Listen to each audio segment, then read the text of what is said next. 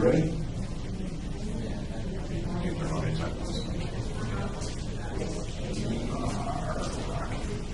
Okay.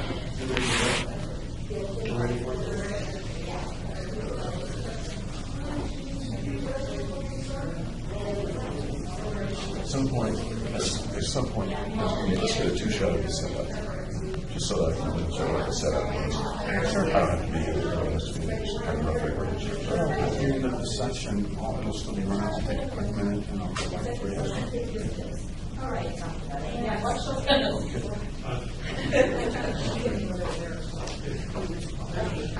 I'll check on it. I'll make sure. Good morning, by the way. Good morning. How are you doing? I'm good. How are you? All right. Good. Good morning. Good morning. Okay, so what if you click on the floor, you can see it? Have a seat. Have a seat. I think we've got you We somewhere. have sound now.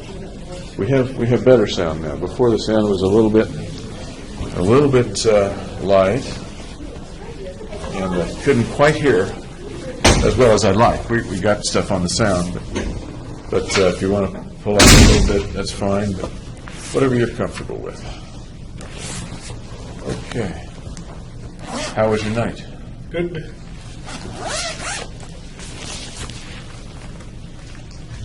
I see what you mean about this room being, or your room here, being much smaller. Yeah. And you don't have a regular bunk. The bunk is down on the floor, Right. isn't it? You know what I'd like to do before we get started? I would like to test your eyes a little bit. Okay. We talked about the dilated pupils. I want to check the constriction of them with the flashlight, stuff like that, okay? Okay. Great.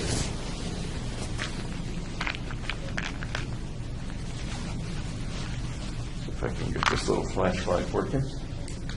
So if you just look off into the infinity there for a minute, I'm just going to look at your pupils a little.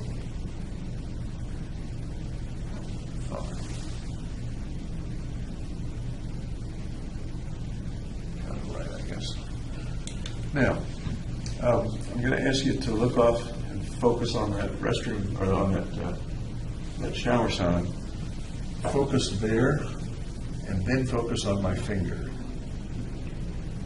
And now out there. Now on my finger. Good, thank you. Everything was normal, by the way. Yeah. Make a little note of it.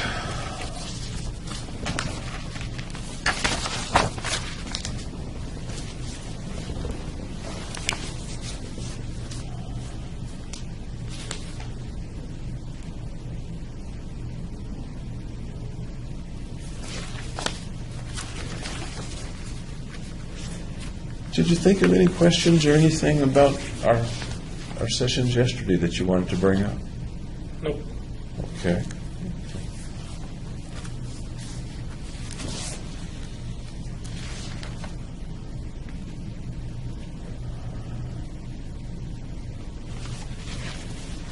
Do you remember what we were talking about when we left off? No, I don't. Okay. Don't feel bad because I'm not sure either. Let's just jump in here. I know we had talked a bit yesterday about the time that you were pretty depressed, particularly in December of 11, I think, right?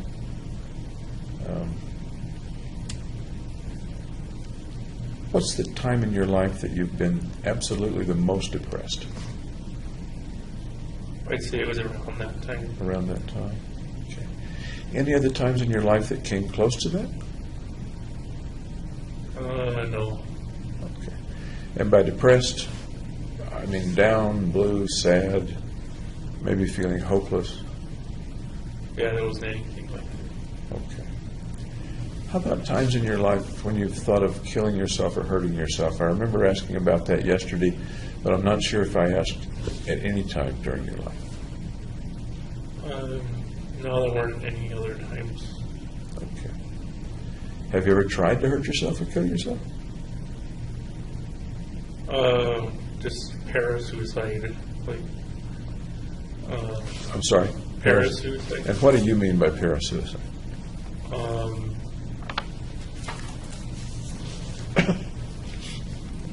Not going all the way through with it. Okay. And what was it that you did that didn't go all the way through with it? What was it that you did, may I ask? I was kind of sawed at my wrist. Okay. With what? Cardboard. How old were you?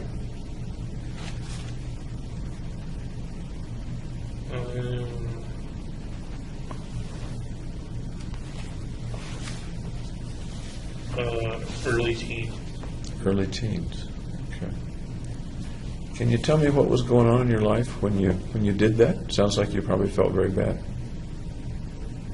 It was when I had to move back to San Diego. And I recall you're saying you didn't want to leave your friends. Right. But did you do that after you moved back or before you moved back? On the trip moving back. On the trip. Yep. Where were you? Can you tell me more about what happened? I was in our van on the trip moving back. Tell me more.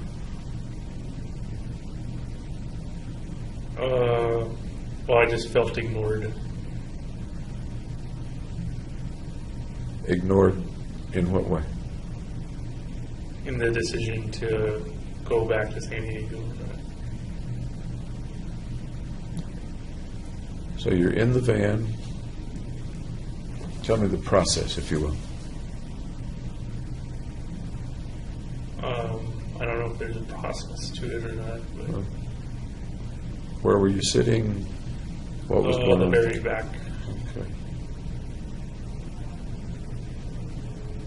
How did people discover what you were doing? They didn't. So nobody ever found out about it? Nope. Okay. Tell me more about the sawing as you described it and what kind of cardboard it was. There's a lot more to this, I think. It was just a regular cardboard. Like you see in a moving box or something.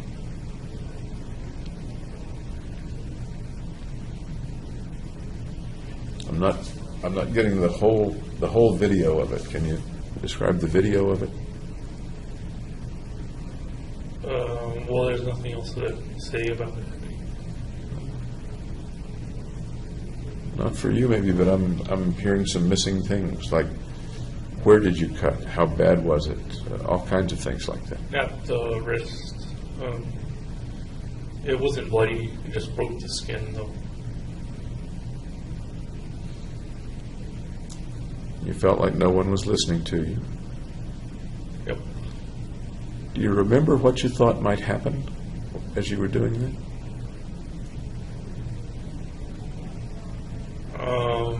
No, I don't remember what I was thinking. And no one ever noticed the abrasions or the cuts or something? Well, they're at the place where the wrist bends anyway. So there's a line there that kind of masks it. So if I were to ask your mom or your dad if you'd ever done anything like that, they would probably say no. Right. Why did you not tell somebody? I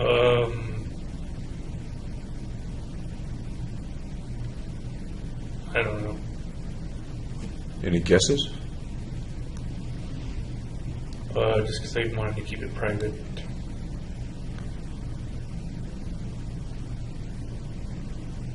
My thought is a private pain that you were feeling. Maybe that's not your thought, but that reminds me of keeping a pain inside. Yeah, not discussing. Did you do that with pain a lot over your life? Keep it inside and not discuss it? Yeah, I didn't see any need to discuss it.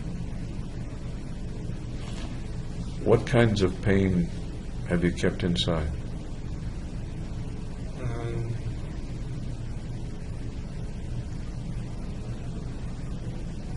just physical pain, I guess. Tell me more if you can. I don't know anything else. Sure you do. What kind of pain have you had that you've kept inside over the years?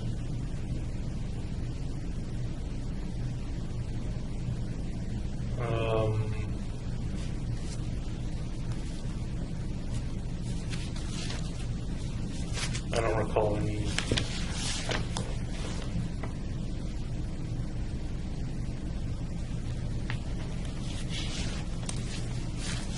No pain over the years?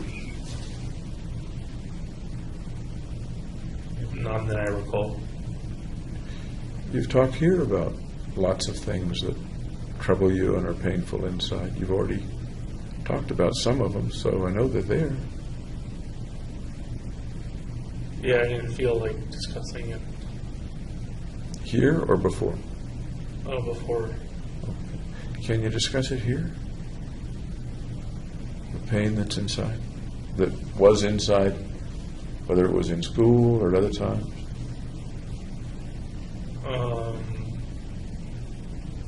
Well, there's nothing to discuss. I disagree. I think there's a lot to discuss. Okay. What do you suppose is kind of keeping you from discussing? Well, that I've always kept it inside. Yeah.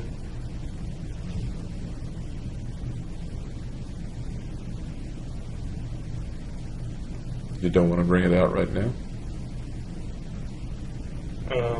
If I could recall what it is. So you're saying if it's not that you don't wish to bring it out with me, it's that you really don't have any memory of that? No, you don't have any knowledge of that? Right. Of any kind of pain that you've kept inside? How about the frozen things, the shyness and awkwardness that's Well, we already been talked so about troubling that. to you? So that would be one example. It's okay to talk about things twice or three times. Oh, okay. Yeah. Shrinks like to hear things lots of different times in different ways. Oh, You've talked with shrinks before, you know that. no. How tough is it to keep the shyness and social difficulty inside you and not talk about it? Not difficult at all. Have you ever had the feeling that it might be helpful to talk about pain that's inside with somebody? I suppose it couldn't hurt. Did you ever wish you could talk with anybody about it? No. There were times in your life when I think your parents took you to somebody to talk about things, right? I can think of a couple. Maybe they're not quite what we're talking about. Do you remember those times? Yeah, with another therapist. Okay. I just ended up not saying much. That's interesting. Your folks apparently thought that you were hurting inside, that there was something. I don't know if it was because of me or it was just family therapy. So, and we're talking now about the fellow named Mel. Yeah, Mel. Yeah. What was it that got you all to see Mel? Well, I think it was my mom's decision. I don't know what made her decided to take us to family therapy. You were pretty young at that time, am I right? Teens. Oh, you were in your teens. Okay. So you likely had some idea of why she wanted the family to go see Mel. What do you suppose it was? Maybe build a stronger, more connected relationship with each other.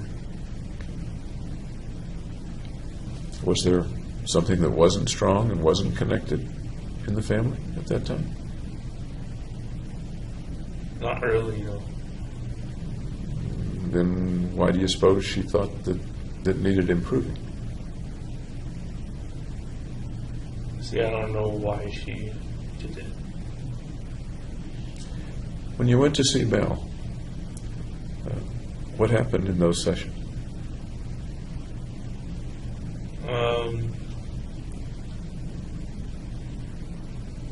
I don't remember.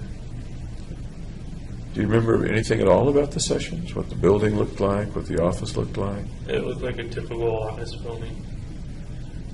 And then the room had bookshelves, that kind of thing. Okay. You remember how the family sat in the room? How did the family sit in the room? On a couch together.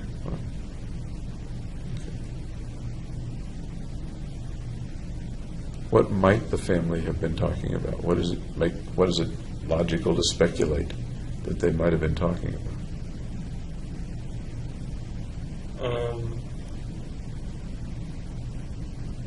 I don't know. I just remember Mel telling the story about how he got hit by a car riding his bicycle, and like got all mad at the guy because he didn't apologize to him. So that was Mel's story. So I know Mel's story. I don't know my mom's story, I guess. What do you make of the fact that you remember Mel's story, but not the more important story, and that would be your family's story? Because I guess our story never came out. Your story never came out. How many times did y'all see Mel? Like 10 times, I think. Lots of times. Yeah. There's lots of chances for the story to come out.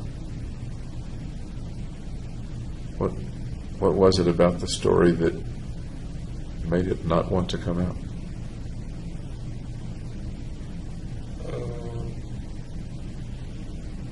I don't know. I guess because I'm not a very sharing person, I guess. Was it just you, or was nobody talking? Nobody wanted it to come out. I think my mom was talking, but I don't know what she said. If you had been a sharing person, what might you have said?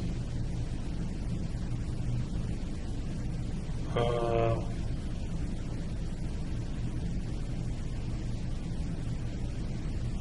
don't know. Was that a time when you were pretty uncomfortable? Uncomfortable in what way? I'm not sure because I wasn't there. But there was something that drove your mom or suggested to your mom that going to see Mel would be a good idea, and that was pursued for 10 whole sessions. Yeah, I didn't really see the point. What was going on in your life and your mind and yourself at that time? Just same old routines. Like what? Like games, sports, that kind of thing. And refresh me, if you will, what games and what sports? Video games and soccer. That was a while after you came back to San Diego, right? Or was it just after you came back to San Diego? I don't think it was a long time after. It was kind of a medium amount after.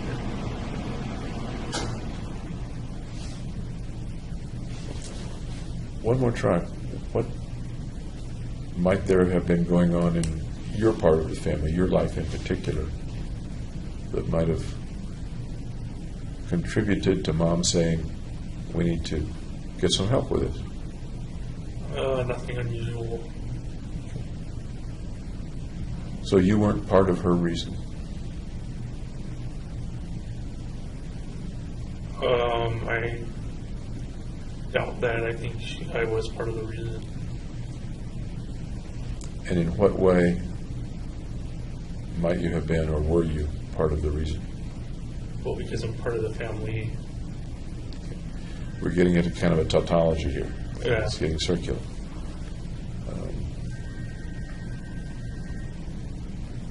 I don't know her reason for starting therapy. I don't either, because I wasn't there. You're the only person in the room who was there. Yeah, and I don't know. Okay. I asked you about yourself and being depressed and thoughts of hurting yourself.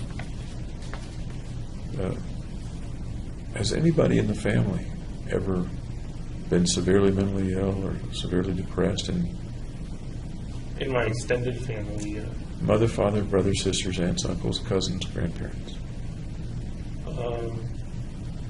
my mom's father had to be institutionalized a couple times, but I don't know why or for what. Did you know him at all?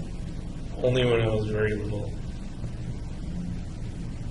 And did he pass away when you were little and you didn't know him, or is there some other reason you didn't know him? He passed away when I was little too. Okay. And what, so far as you remember or were told or figured out, what was his difficulty? They didn't tell me. What do you think? Maybe depression. He was hospitalized, you said? That's what my parents told me. Okay. So far as you know, one way or the other, did he die by his own hand, by committing suicide? No, I think he got cancer or something. Okay. Anyone else in the family been in a mental hospital or had significant psychiatric issues or problems? My aunt on my father's side, I think she's schizophrenic. That would be Betty Holmes? Yeah. Is that right? Okay. Tell me about your Aunt Betty. She has paranoid delusions, I think. She doesn't talk much, but she's a kind and loving aunt. Okay. What do you mean by paranoid delusions? In terms of her? I think she thinks there are people that are after her, kind of thing. Okay. Has she been hospitalized before? I don't know. Not sure. Okay. When was the last time you saw Aunt Betty? A couple of Thanksgivings ago.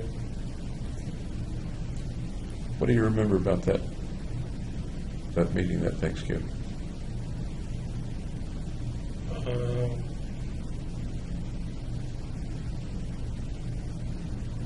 don't know, it's just a normal Thanksgiving. Do you remember anything about Aunt Betty? Excuse me. No. When you say a couple Thanksgivings ago, it was before you were arrested, right? Right. Okay. Would it have been the Thanksgiving before you were arrested? That is, give or take November of 2011? I'm not sure if it's that one or the one before. Okay. After you went to grad school? It was, oh, okay, so it was before I went to grad school. Okay.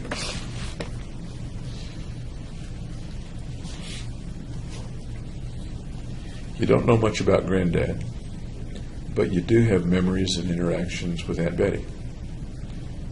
Are there any ways that you're similar to or quite different from Aunt Betty?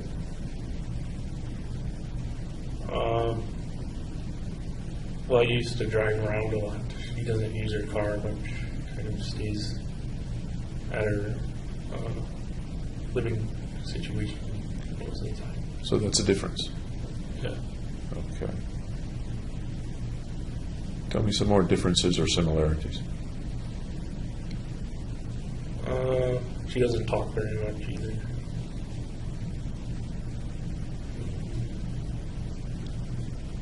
She goes to bed like at 7 o'clock, which is really early. Okay. Any other differences or similarities?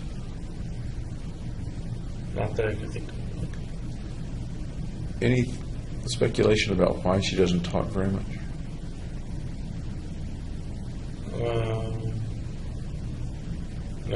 really. I guess it's just part of who she is. Okay. You think she's a shy and awkward person? You've used those words to describe yourself. I don't know if she's awkward or not, but I'd say she was shy. Is there anybody in the family that you feel some similarities with? You often hear people say, I'm just like my grandfather, I'm just like my uncle, I'm just like my dad, or something like that. I'd say I'm like my dad and my mom. Okay.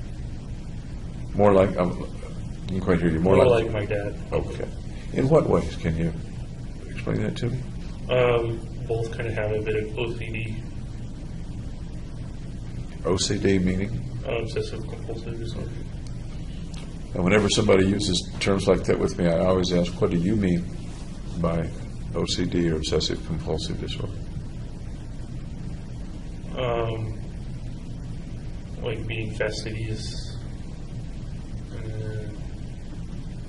detail oriented stuff. Any other similarities, either within the OCD concept or something else?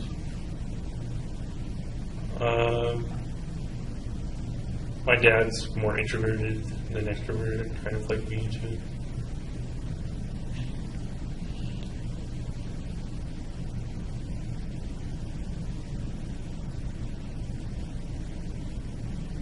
Is your dad a happy guy? Yeah.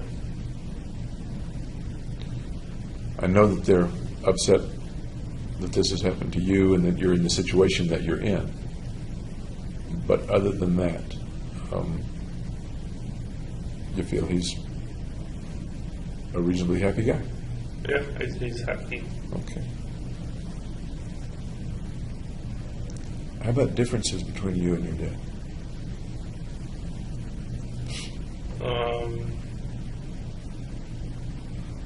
He's very mathematical. He's got like a bunch of degrees in mathematics, statistics.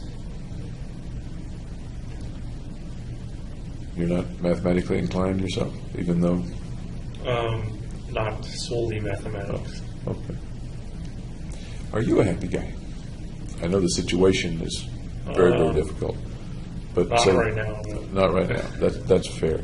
Let me kind of rephrase. Before you were arrested, say as you were in graduate school, were you a pretty happy guy or no?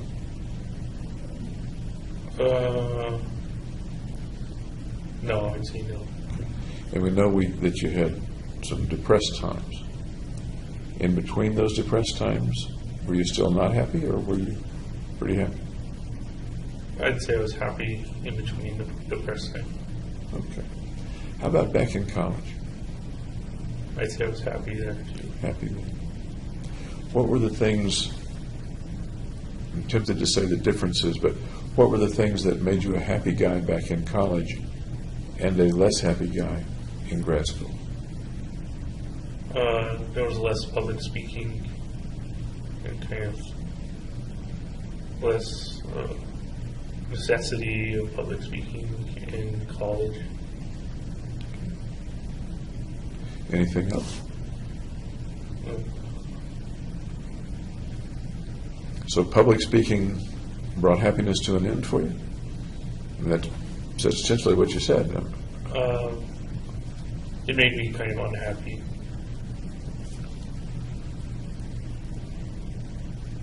How is public speaking so powerful that it brings an end to happiness for James Holmes? How is it that powerful or that distressing for you? Because I worry over saying the right things.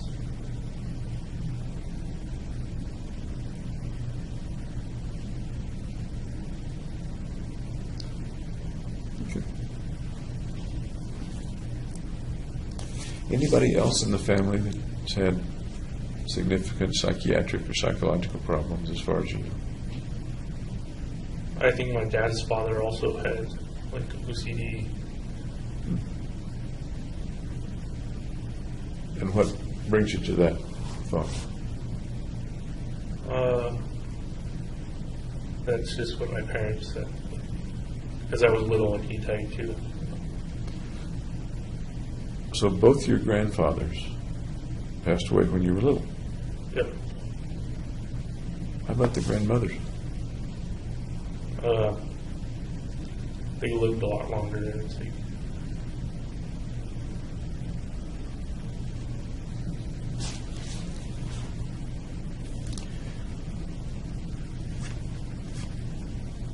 Any difference between the way your dad has relationships with people and the way you had relationships with people up to the time that you were arrested?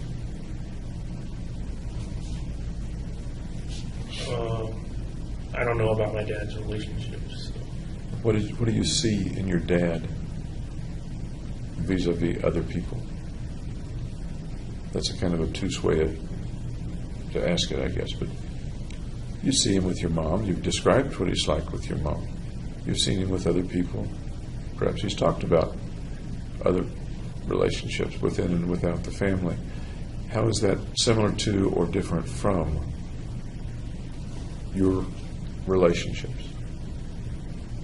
I'm not aware of how his relationships. Does he have friends? Yeah. Did you have friends? Yeah. Was the way you worked with or interacted with your friends similar, as far as you can tell, to the way your dad interacted with his friends, or different? I assume they're similar, but I don't know for sure. About how many really good friends did you have up to mid-July of 2012?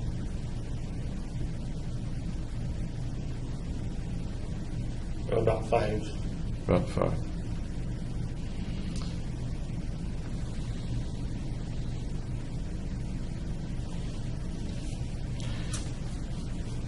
Here's an odd question. How old do you think your dad was when he married your mom? Do you happen to know or no?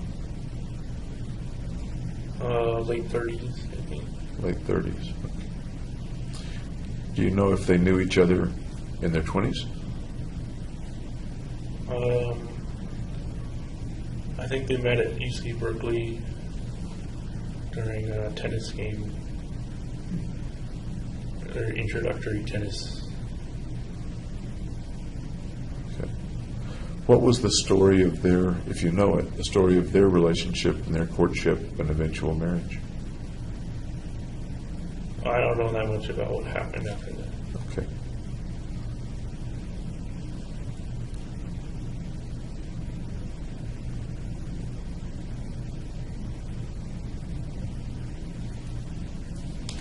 Did you ever have thoughts of marrying or having a family yourself?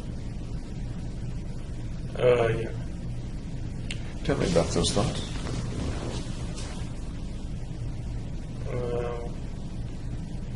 Just to get a good job, to pay for a nice house, and support my kids through their life kind of thing.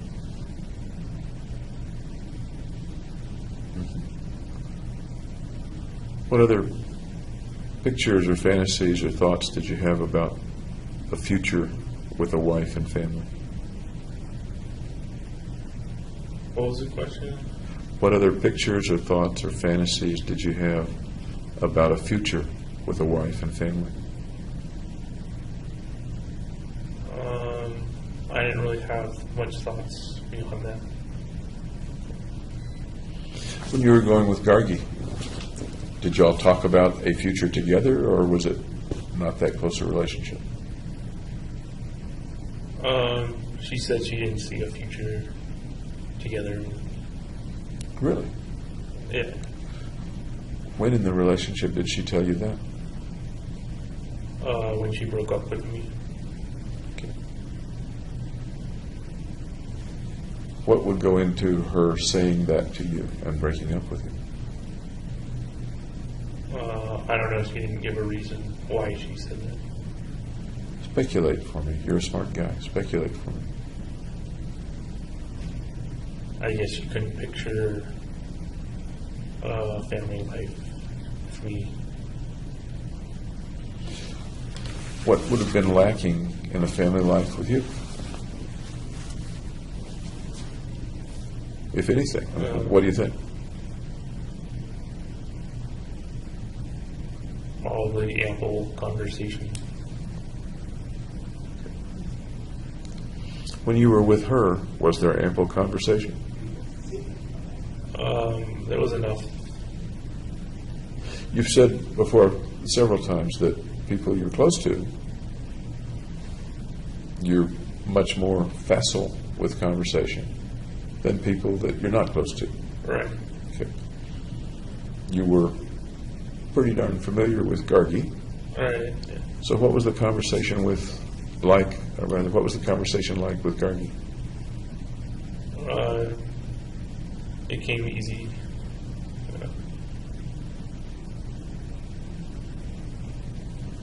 Talking with many people, you answer in few words. You use the word concise. Yeah. You don't volunteer much on your own. Right. What's the difference between that and the way you were with Gargi? Or was it similar with Gargi?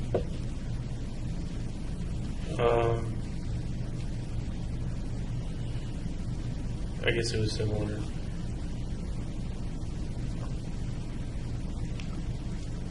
Then I'm confused. You said things were easier with people you were close to. Yeah. Am I misunderstanding something or missing something? Well, I still didn't talk excessively, but I talked more with them. Okay. Would that be a difference in quantity but not a difference in quality? Or is that not a reasonable way to describe it? That is, the quality of your, let's just say, conversation is about the same, but there was a little more of it. Yes.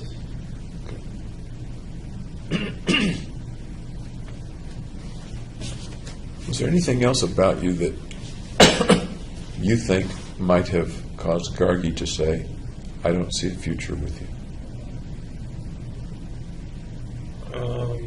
Not that I know of. Did y'all ever talk about a future together at other times in your relationship? No, that was the only time.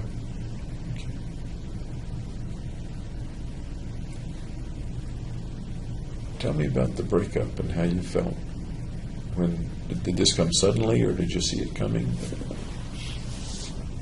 I noticed it coming. Yeah. I'm sorry? I noticed it coming. Okay. How did you notice it coming? Well, she was acting more distant.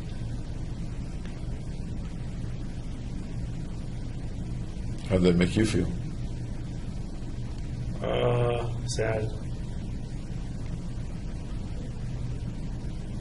Sad. Tell me about sad. Well, sad that the relationship is ending.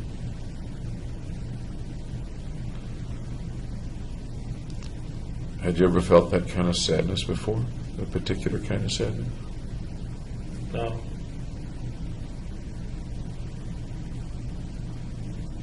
This was the first time you'd had a relationship like that. I think you told me, right? Right.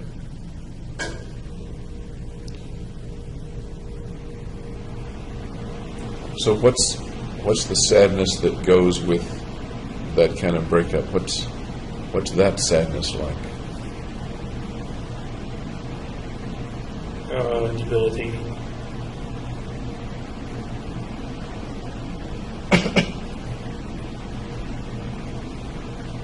Debilitating? I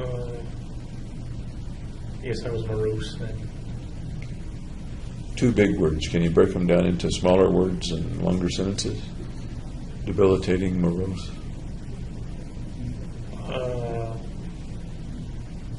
Just that I didn't feel as energetic as usual.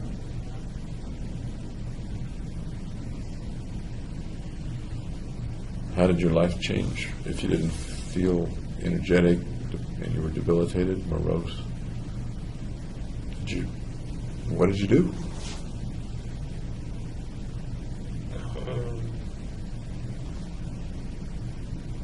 I did more escapism, watching TV, that kind of thing. Watching TV, anything else? Listening to music.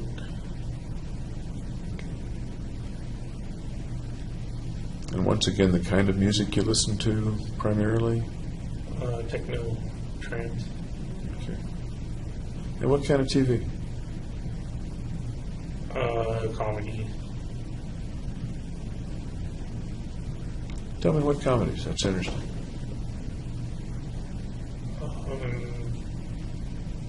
Arrested Development. Big Bang Theory. Louis C.K. The first two I'm pretty familiar with. I've never watched Louis C.K. He's kind of a pessimistic comic. So is it stand-up, or does he have a situation comedy situation?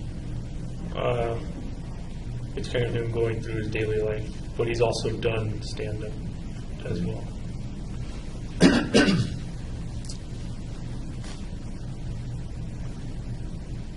Do you think there's any significance or, excuse me, lack of coincidence about those three comedies? A pessimistic comic, Big Bang Theory, and Arrested Development. Any particular reason you think you like those three comedies? Well, they were humorous. Well, sure. Anything else? They're witty. Anything else?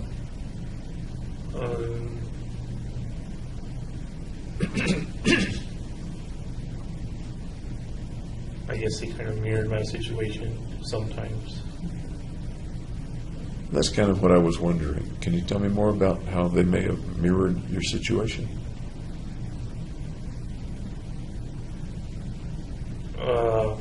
Well, the Big Bang Theory is about how this guy named Leonard interacts with Penny, and they have relationships that start and end too.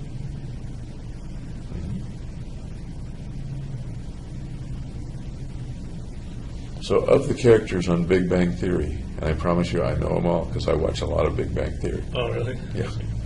So, the one you picked to talk about initially was Leonard and Penny.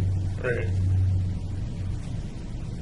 Are any of those characters kind of like you, or you kind of get into a particular character? I kind of identify with Leonard the most. So, what's Leonard like on the Big Bang Theory? Suppose that I had never watched Big Bang Theory. What's Leonard like? Well, he's a strong scientist, and he's kind of socially awkward as well. What else?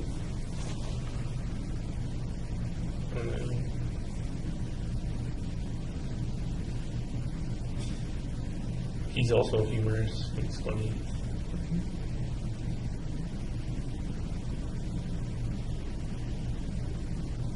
How does he get along in life? On the program, anyway.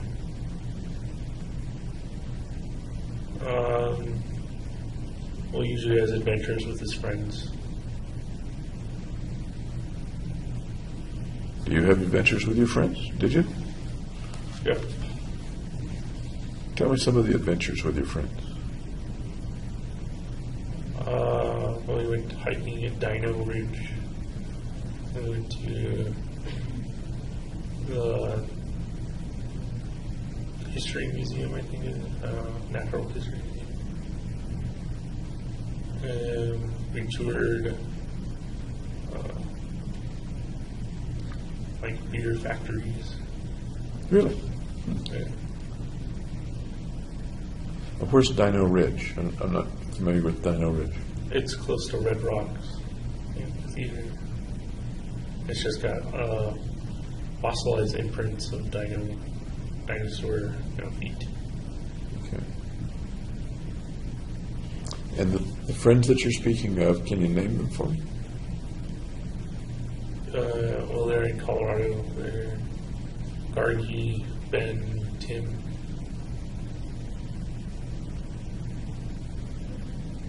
Anybody else? Not for those trips. No. Okay.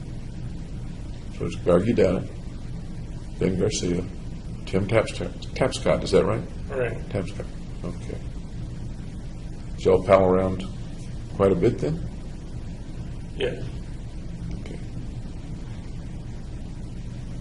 That's a little like of course there were more than 4 people in the Big Bang Theory, but Right. there was Penny and then all the guys. Yep. Okay. The beer factory tour, that's interesting. Tell me about that. I forget the name of it, but they make Fat Tire beer, which is like my favorite beer. Okay. And they had like a bunch of samples throughout the tour, so you had to taste all their beers. How did I know that? The good part of the tour. Yeah. Okay.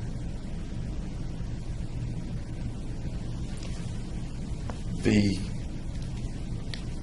adventures on Big Bang Theory are often social, very social adventures, going to a bar and where the folks, particularly Leonard, I guess, are not sure what it's going to be like. Does that resonate at all with the adventures and things that you do with your friends? Yeah, it sounds similar to it. What's the most adventurous one that you can think of right now?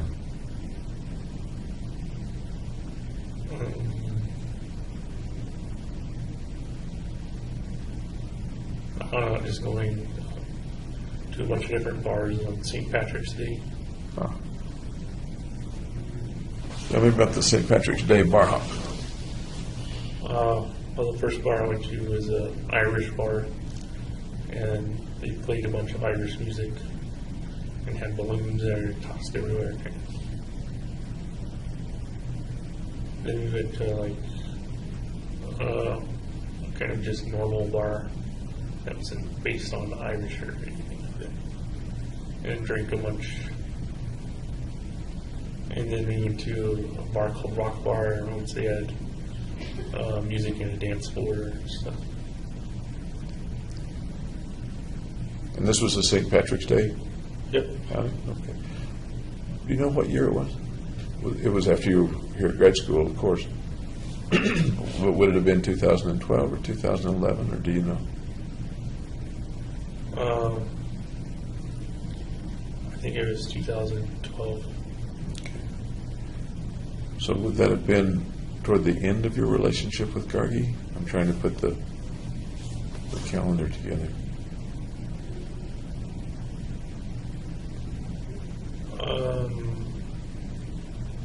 I don't remember. Okay. But at that time, you were all palling around, and the relationship with Gargi was good, or no? Yeah, it was good. Okay. And St. Patrick's Day, if I remember right, is in March. Right. Okay. So of that group, if you're the Leonard, I'm making a leap here, I know. If you're the Leonard and Gargi's the Penny, the other guys don't have a girl. Right. Okay.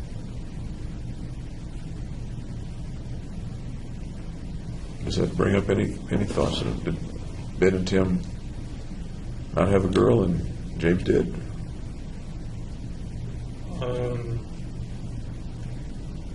No, there's nothing. When Gargi broke up with you, and from what you say, it was kind of a one-sided breakup. She was the one that left. Yeah, and then like a couple weeks later we got back together, Ah, and then I broke up with her. how was it that you got back together? How did that work?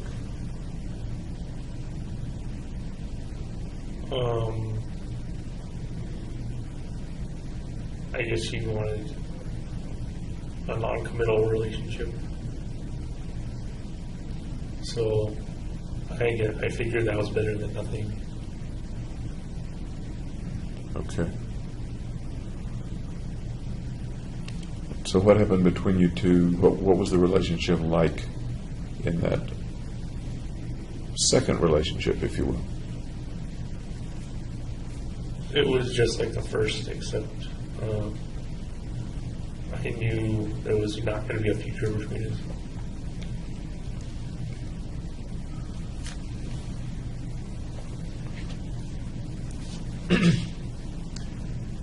Did you pretty much know that, or did you have hopes that there would be a future? No, no hopes. Okay.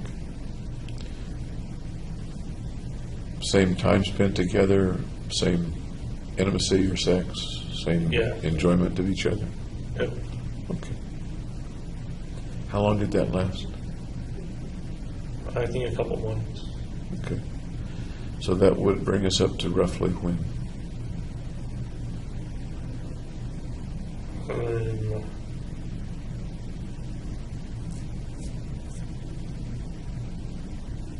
May, I think.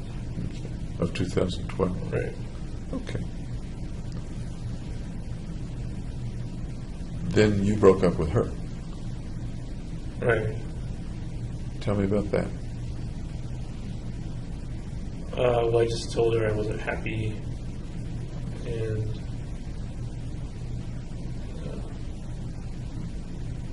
I didn't want to do the relationship anymore. Was that the truth? Was that the case? Yeah.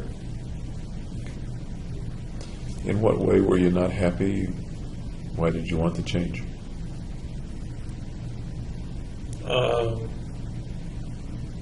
Because I wanted a committed relationship. Okay. And how did she take it? How did the breakup itself take place? She took it well, I would say.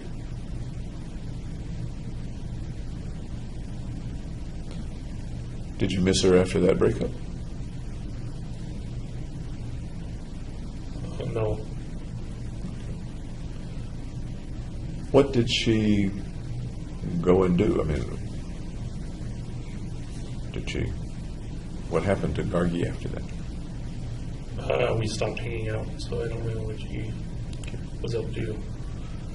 Did you stop hanging out with all that group, or just stopped hanging out with Gargi?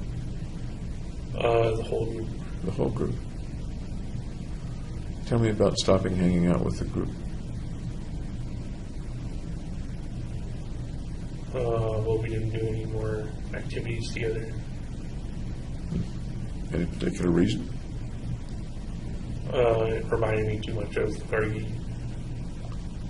Okay. Did the group call you up or text you and want to hang out, or? No. But they were all friends. But you Yeah, were all we were all friends. Yeah. What do you make of the fact that they didn't say invite you to go do things, or did they? Maybe they did. No, it kind of ended when the relationship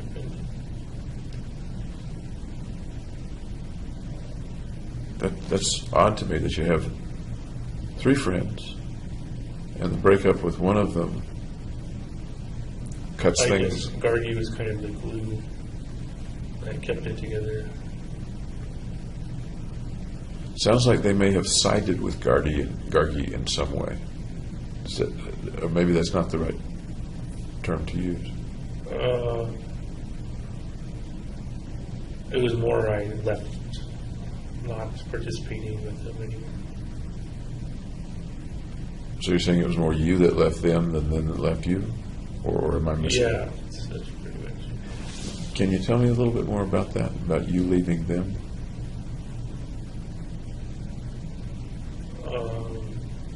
Well, I just didn't do any more stuff with them.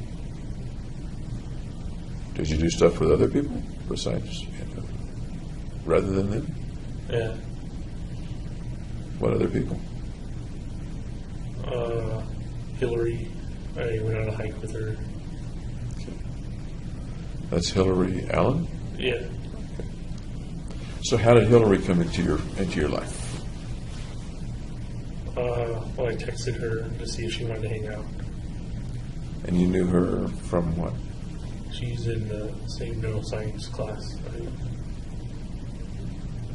you texted Hillary, and what'd she say? Sure. So tell me about the things that you did with Hillary and what she was like. Well, it was only that one hike, so there wasn't much else. Is there a reason there was only one hike? Only one interaction? She asked to see if we wanted to do anything else, but by that time I had red hair and was kind of out of it.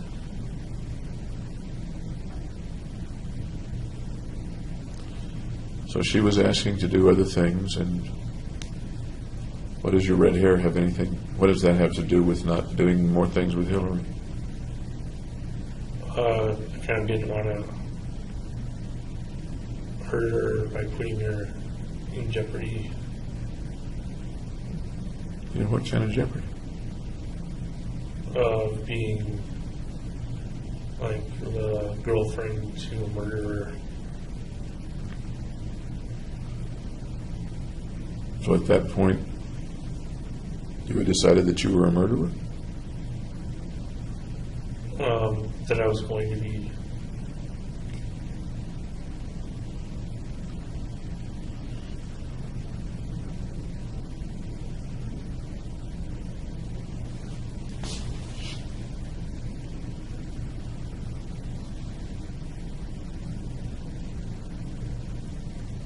Setting aside, and maybe that's the wrong thing to do, the part about you wanting to protect her, was she a pretty nice person, tough to give up? Yeah, she was nice and friendly.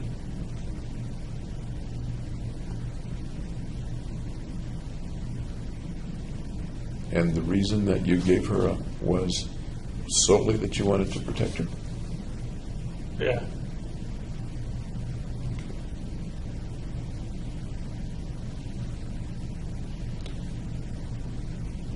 Sounds like that becoming a murderer was very important to you at that point. To give up friends, to give up the possibility of the relationship with Hillary. Yeah.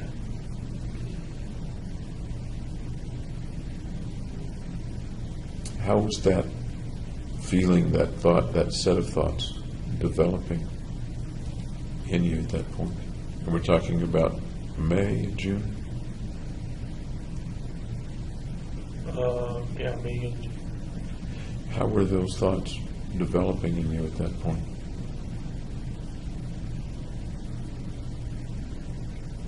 Kind of consuming me. It's an interesting word. Can you tell me what you mean, consuming you? It became the main focus.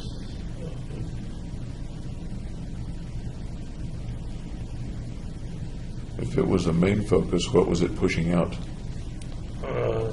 Doing well in school, making new friends.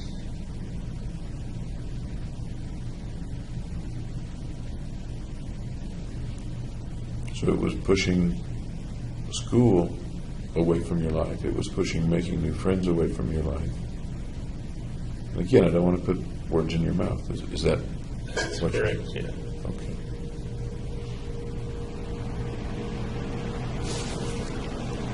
Did that happen all of a sudden, or did that It was kind of a gradual process. a gradual process? Can you put your finger on about when it may have started inside you?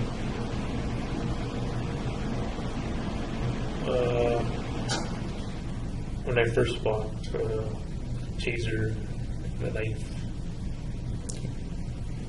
And I've got a timeline here about your buying stuff, but can you tell me about when that was? I think it was in May. I'm not positive. Let me look at the timeline.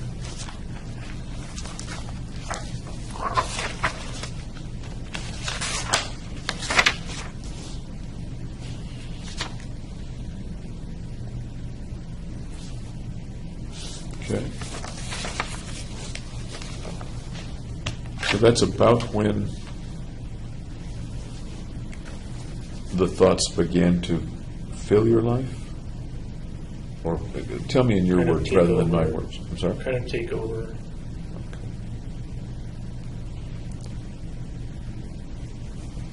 What was the process that led to your buying the taser and the knife? What was that like? That's what I'm asking. Initially, I rationalized it as like self-defense. Okay.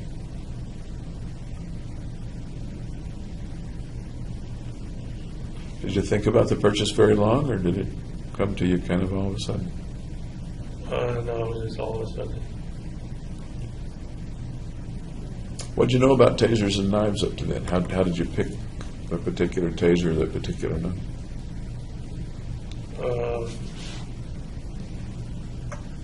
I just looked at the different types and kind of chose it random. Chose it at random? Is that what you said?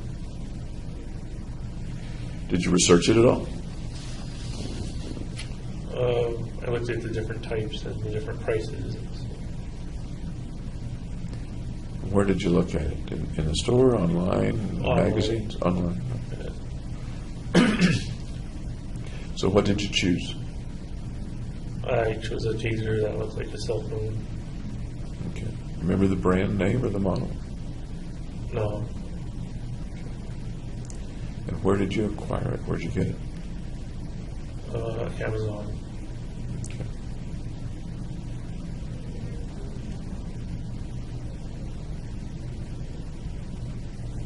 Your thoughts at that time, you used the word rationalize, but your thoughts at that time had to do with self-defense. Right, that's what it was initially. What was in your mind? What were the pictures or thoughts or fantasies in your mind about self-defense? That I would be attacked by people. What do those people look like? Thugs. Where are they? What's the circumstance? Can you expand on that a bit? Just like walking down the street and thugs would rob me. What do they take from you? What do they do?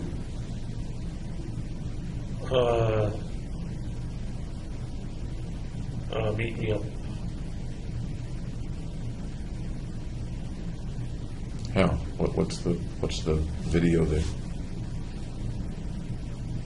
Just with their fists and then steal all my money and stuff.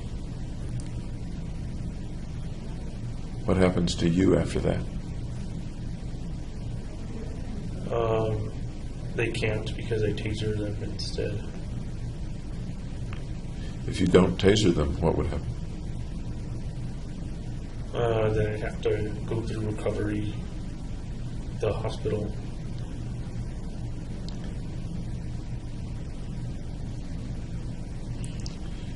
You'd been in some fights when you were a little kid, as I recall. Not serious, kind of play fights. Okay. Had you ever been beat up badly before? No, Okay. So the taser comes in a box marked Amazon, and the knife with it. What sort of knife was it? I think it was Smith & Wesson folding knife. Okay. So that comes in a box from Amazon, and what do you think? That I'm safe. Did you end up carrying them? Sometimes. Did you know how to use them? How did you figure out or assume that you would use them if the occasion arose? Well, I practiced. There's like a pivot screw on the folding knife as you flip open. And the taser's just a button you press. It's a lot louder than I thought it would be. So you pressed it, you tested it how many times? The taser, just twice. Okay. I assume there's a limited charge on it, or was it rechargeable? It's rechargeable. Rechargeable. How did you test it? I just pressed the button and saw the electric arc. So it was a contact taser with little points in the part Right. between them? It wasn't one that It wasn't a shooter. shoots out? Okay.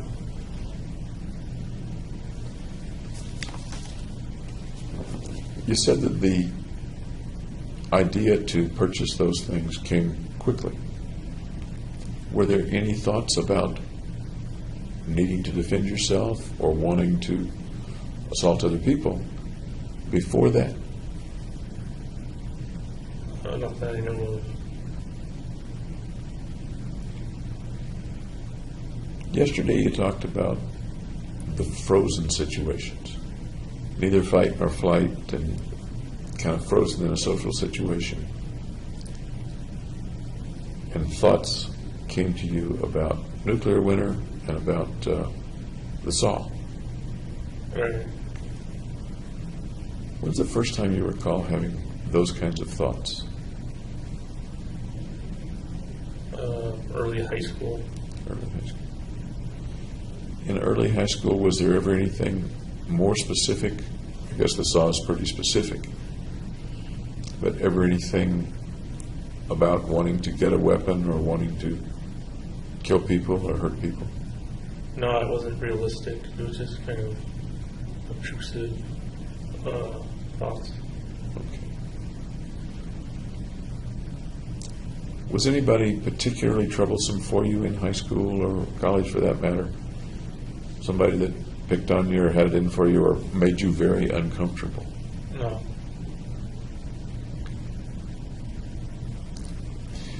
After getting the taser and the knife, I'll be clear, those were the first weapons that you purchased?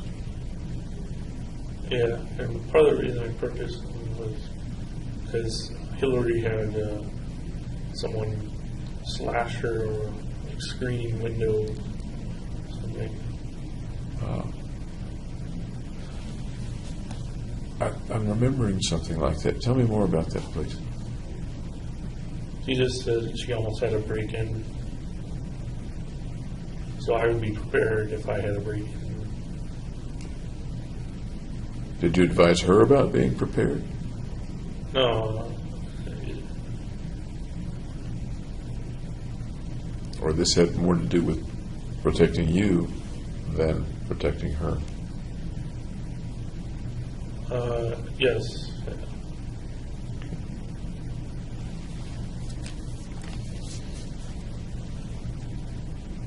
What's the next thought that you had that you can recall about getting a weapon or something like that, defensive or offensive? Then it was offensive when I got tear gas, I think. Okay. And that was about when?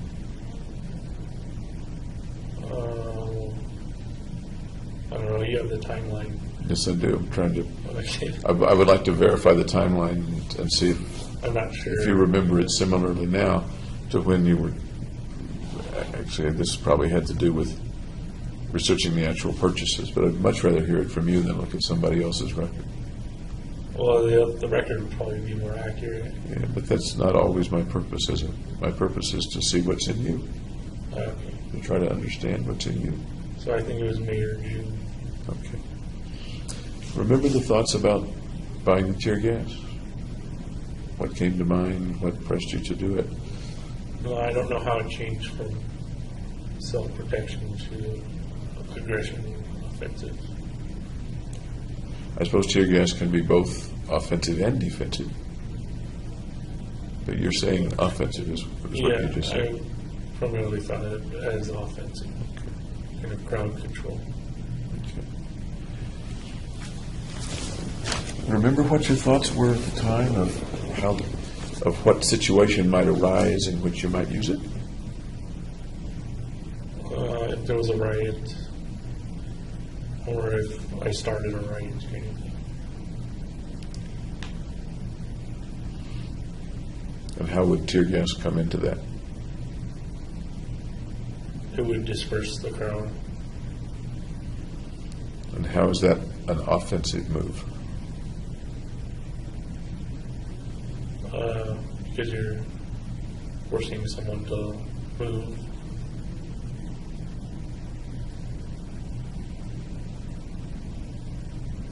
Can we take it a little further?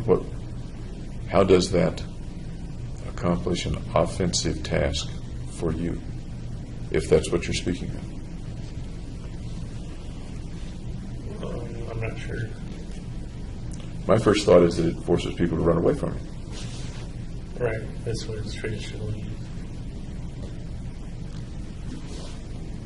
Why do you want them to run away from you?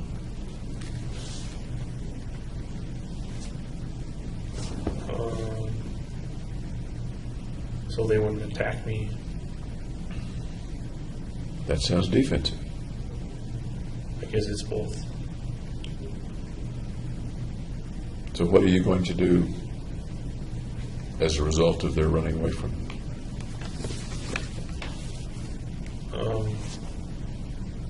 Avoid being attacked. Anything else you're going to do? No. Okay. You recall roughly what the next things that you bought were?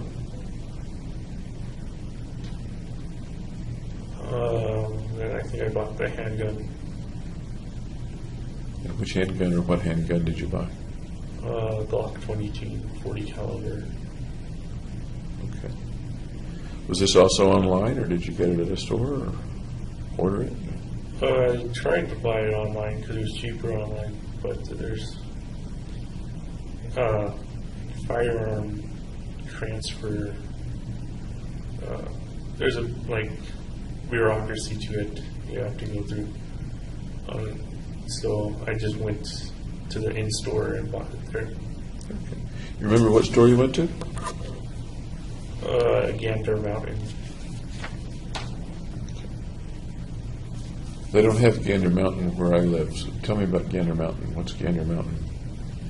It's basically like selling camp supplies, outdoor supplies, as in the gun section. Okay. Any particular reason you chose a Glock 40 or Glock 22 40 caliber? The 40 caliber has more stopping power than the 22 or 9 mil. So that's why I chose that one.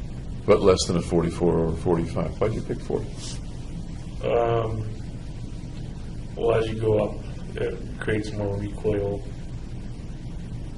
in the gun. So less accurate, I guess. Sounds like you researched that a bit. A little, yeah. How did you research it? Just online searches. Okay. You got a Glock 40 with these characteristics. Anticipating what, if anything?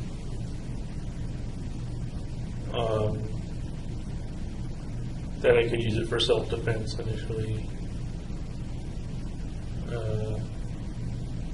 But then it went towards other purposes. Other purposes? Yeah, offensive. Like what? Like shooting a person. At the time, if you remember, what was the picture or the thought or the fantasy in which you might use it?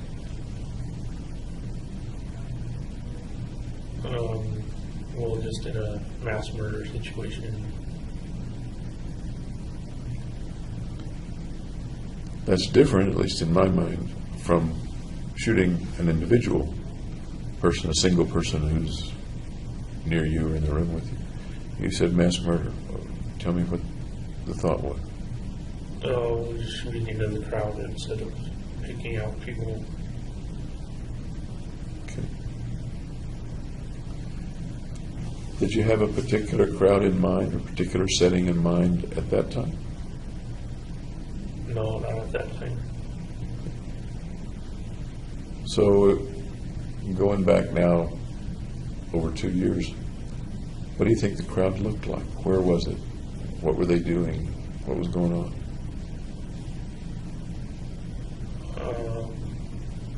It was just a crowd. There wasn't any specific setting to it. So it was still abstract. In that abstract, in general, was the crowd, for example, trying to do something to you? Or doing something else? Or They were just going about their business. okay. Was there anything frightening about these people to you? In the thoughts at that time? No, Yesterday we talked about a word that some people use to describe you inside as angry. right. Okay.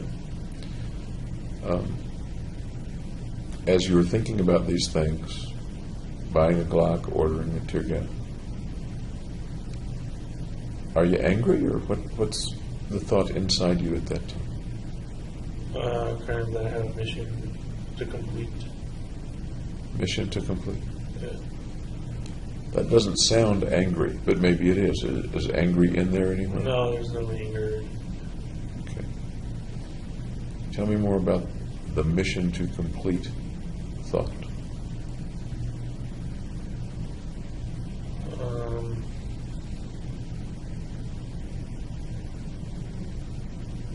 Just that it was something I had to do.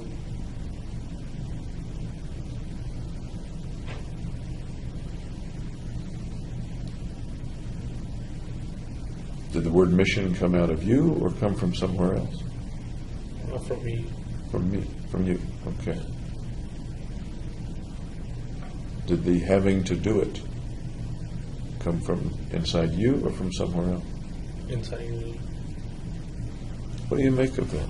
What's the something you had to do? Tell me more about what that is. It's like I was obligated to do it. In what way obligated? That there was no other alternative to doing something else compared to. And what creates a situation where there's no other alternative?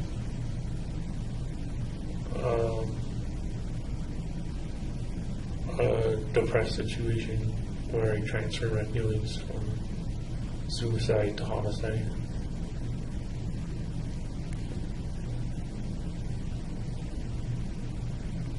What brings you to that explanation that the obligation came from, in your words, a depressed situation where you transferred your feelings from suicide to homicide? Where does that explanation or interpretation come from? I just made it up, imagined it. Is that what you were thinking or imagining at the time, or you just made it up just now with me? At the time.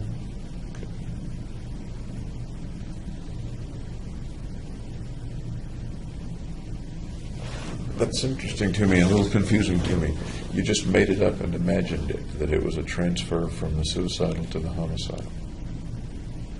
Yeah, so I take my suicidal thoughts and make them go away by having homicidal thoughts.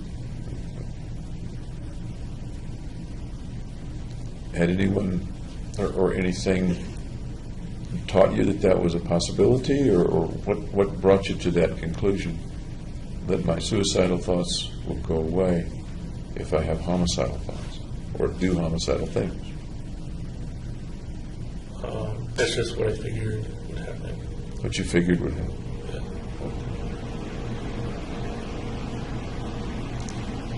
So a little earlier we talked about suicidal thoughts. What were the suicidal thoughts like, if you remember? Well, I didn't have them because I transferred them. Okay. The word unconscious comes to mind. Does that come to your mind too, or not? No. Then how do you figure you had suicidal thoughts? Because I was like almost catatonic. What do you mean by the catatonic? Like didn't have the drive to do anything other than the mission I made. What else how else is catatonic kind of defined in your mind at that time? or now for that matter? A lack of energy, just not willing to get up or do things that I normally do. And that's the way you felt? Yep. In May, June, I think we're talking about, of 2012. Yeah. Were you still going to classes at that time? Yeah. When did your prelims come out? When were those?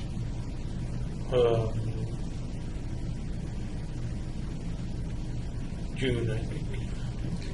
This was before the prelims? Yes.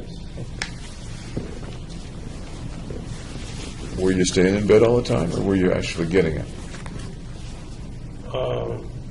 Every opportunity I had, I would stay in bed, but if I had to go to class, I would get up. At this point, you weren't seeing your friends anymore, is that right? Right. Were you interacting with them by text or email or IM or anything like that? No, I deleted their numbers. Really? Yeah. And why'd you delete their numbers? Because I kind of figured our friendship was over.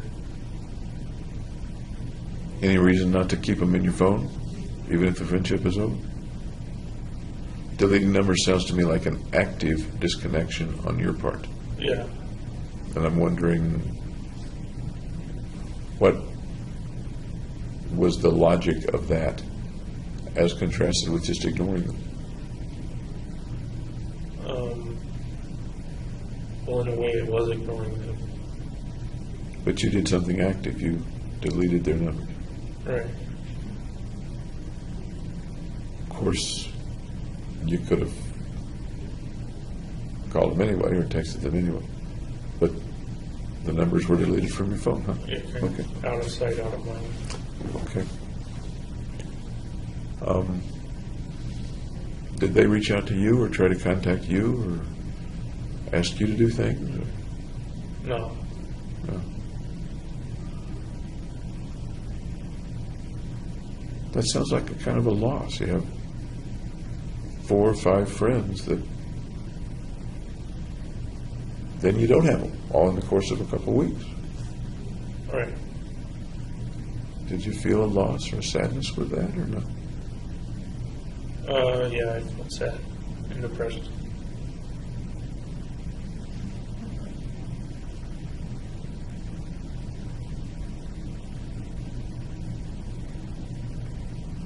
Tell me more about the sadness, depressed at that loss. Well, they've been my friends for a month, so I was sad to see them go. If they didn't go, you dismissed them, is that right? Yes. It sounds like a small distinction, but it also sounds like a significant distinction. Well, it was kind of mutual abandonment. How did they abandon you? Well, they stopped inviting me to activities and stuff. Why do you think in their mind they stopped inviting you to activities? Because Gargi didn't want to see me anymore.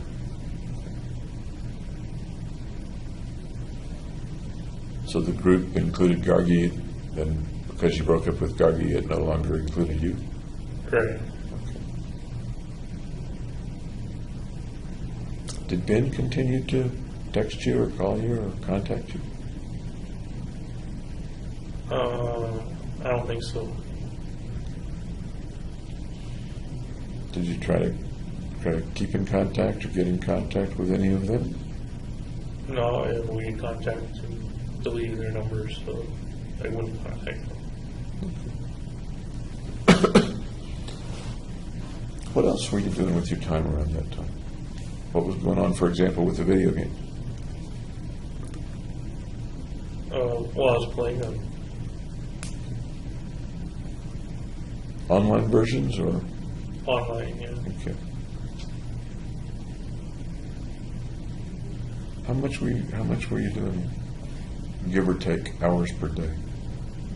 Maybe like 8 hours per day, a lot. That is a lot. Yeah. What do you make of that? I really like video games. Any other reason? That I was using them to kind of escape. Any other reason? Not that I know of. Of the proportion, weighing the proportions between I really like video games and I need the escape, of that 8 hours, what portion was I really like video games versus I want to escape? What do you think? I think the escape was unconscious, so the really liking video games was 99%. 99% of the conscious? Yeah. If you include the unconscious? How much Maybe of it? 50-50.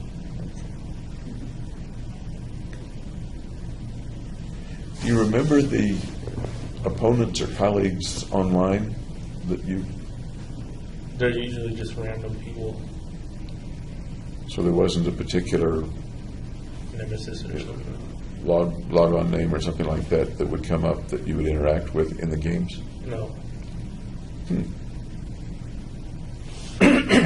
Is it the rule, and I don't play online games, so you'll have to educate me a little bit.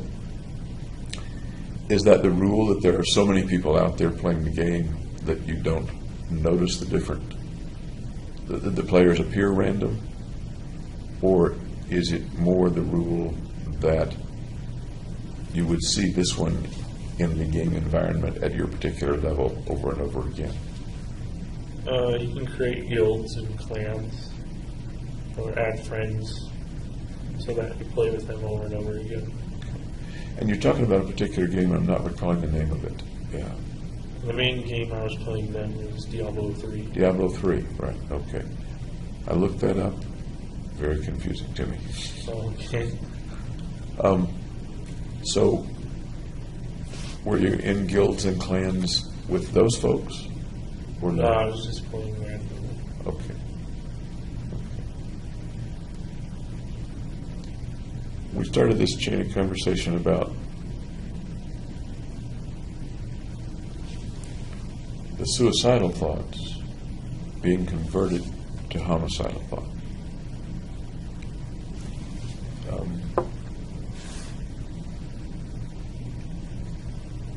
But as I talked with you, correct me if I'm wrong, you weren't aware of the suicidal thoughts.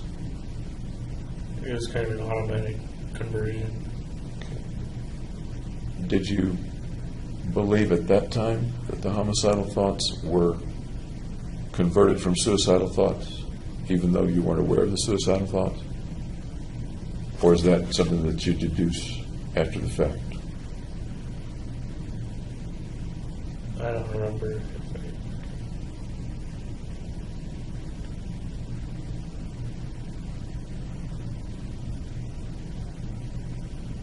I guess it goes to the question of where's the mission coming from?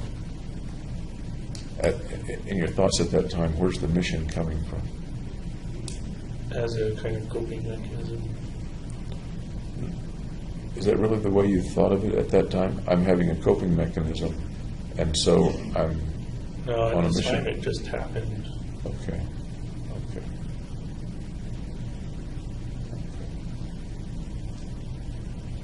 Did you spend much time trying to figure out where the mission might be coming from, or did you just kind of, Accepted. here's the mission, and, I'm sorry, Kind of just accepted the mission.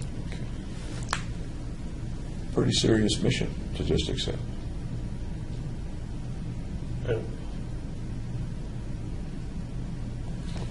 What do you make of the fact that you just accepted a mission of that seriousness?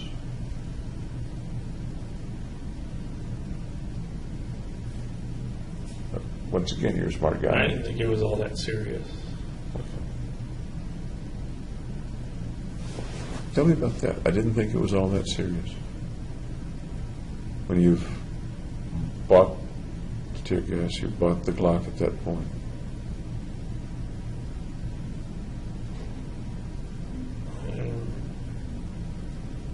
Yeah, I didn't think of the consequences through. Of which consequences?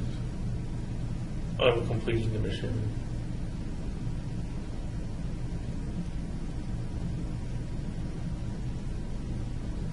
So you're at the beginning of actually carrying out physical things related to the mission. Right, ordering the weapons. Are you saying that you didn't really think the mission was going to come to fruition? Or is that not what you're saying?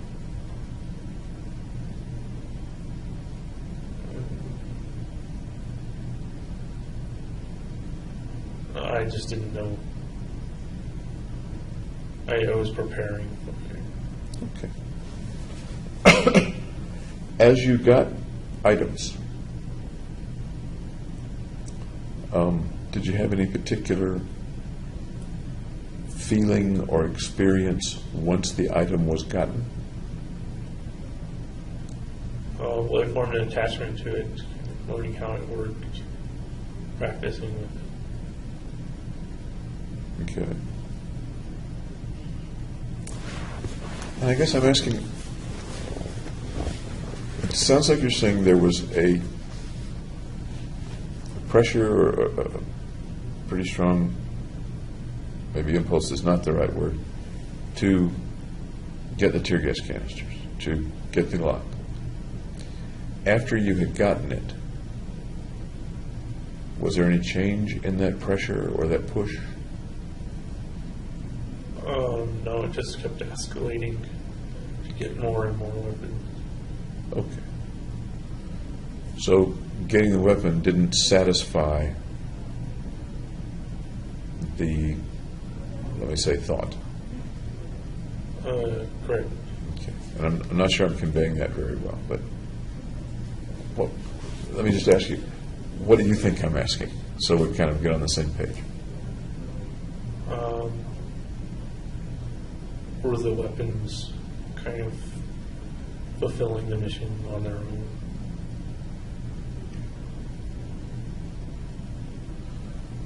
I'm sort of, that's pretty close. That's pretty close. And I'm probably not articulating it very well. Often we have you use the phrase obsessive compulsive. If I have a compulsion to check the door, make sense? Right, people check it over and over again. Yeah. Once I check it, the strength of the compulsion goes down for a little while. Does that make sense? I've satisfied Right, the compulsion. You don't need to check it for a while. Okay. And it may be for a second, it may be for a minute or a day, but carrying out the act relieves the pressure for a while. I'm curious as to whether you experienced anything like that. I would say yes, because I didn't buy all the weapons at one time, one single time. I kind of paced through it, going from compulsion to compulsion. Okay. And you use the word escalation. How does that fit in this kind of thought? Well, getting a shotgun is an escalation from just a handgun.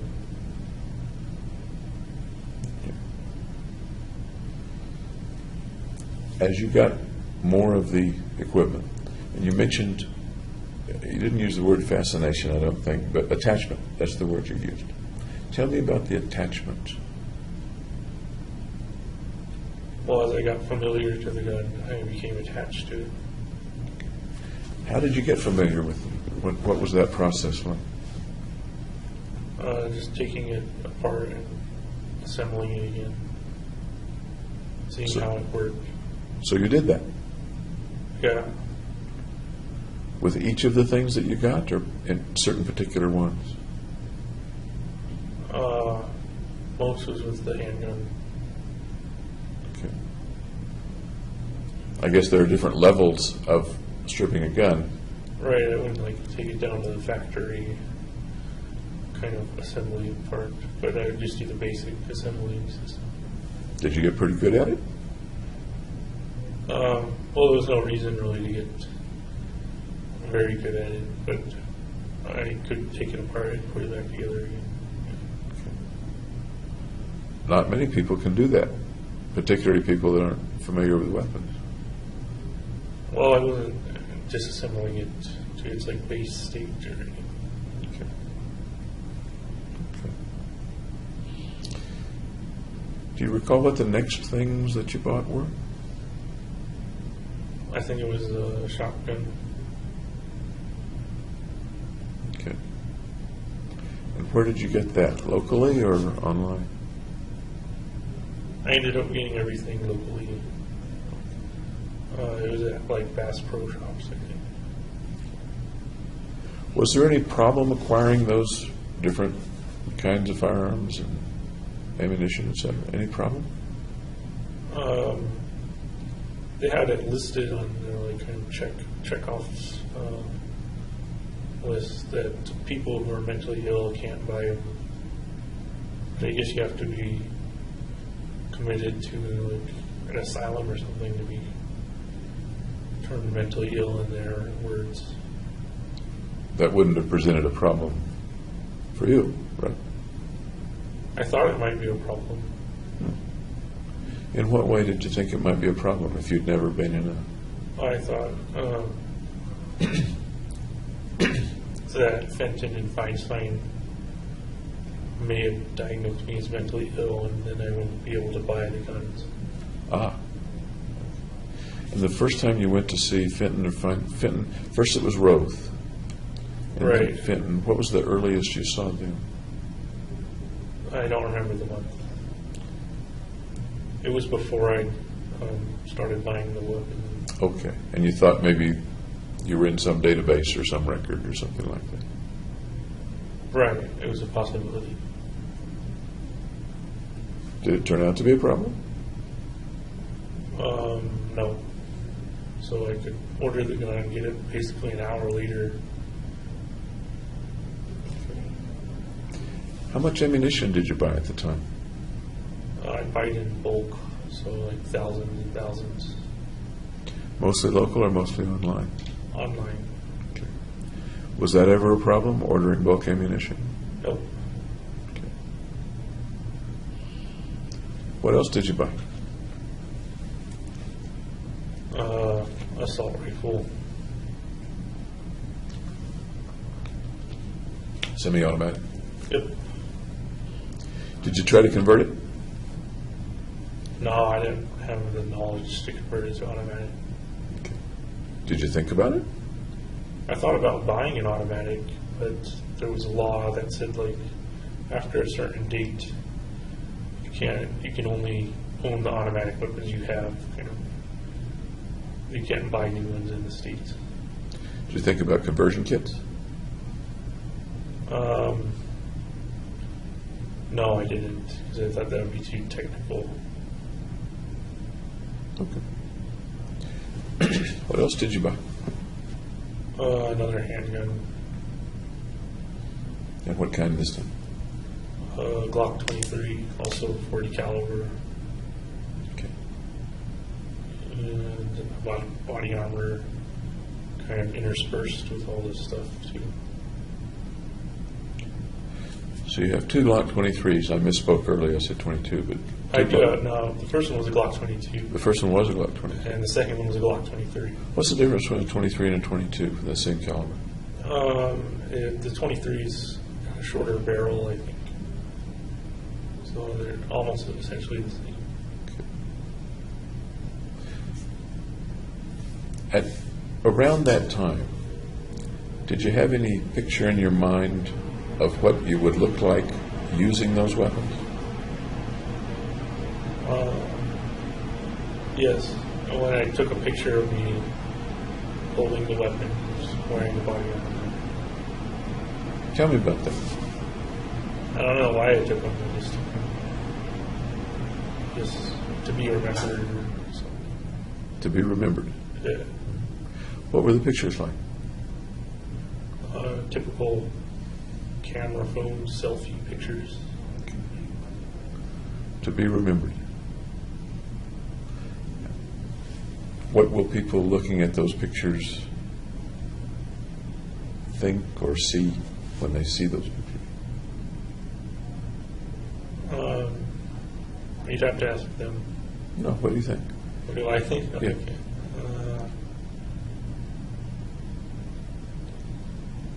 I think they would remember it because they're kind of unusual pictures.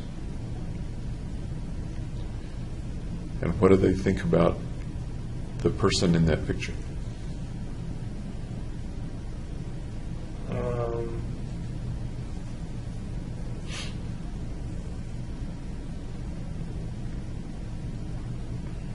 That they're familiar in the ways of weaponry and body armor. Familiar in the ways of weaponry and Body armor. body armor, okay. Anything else that they infer from the picture? Not that I can think of.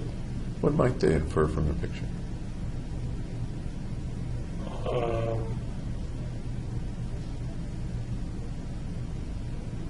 That I'm a killer, I guess. So we started out with being remembered,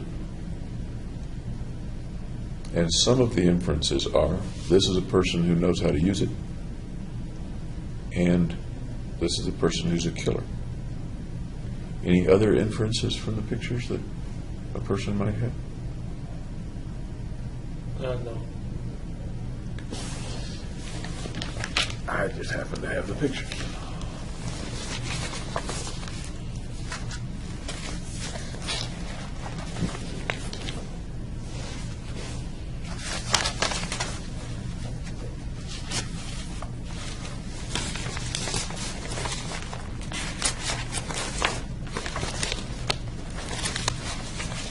I think I do.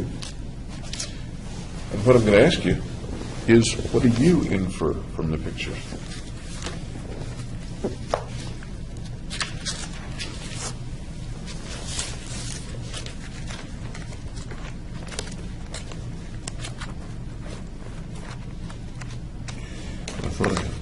Describe for me one of the pictures, can you? I'm wearing the bulletproof coat with the tactical vest over it.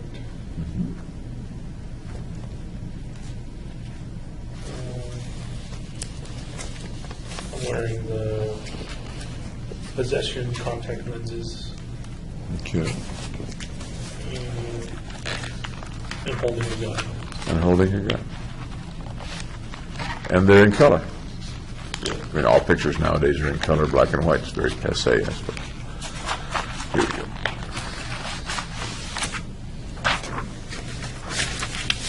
See if I've got the one you're referring to.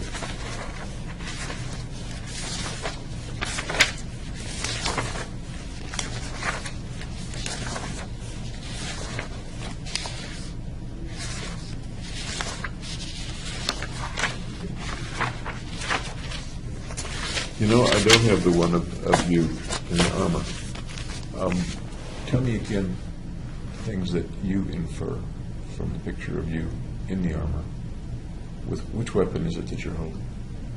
I don't think I was holding one, or if I was, it was the assault rifle. Tell me again what you just said about the inferences you would make when you see that picture.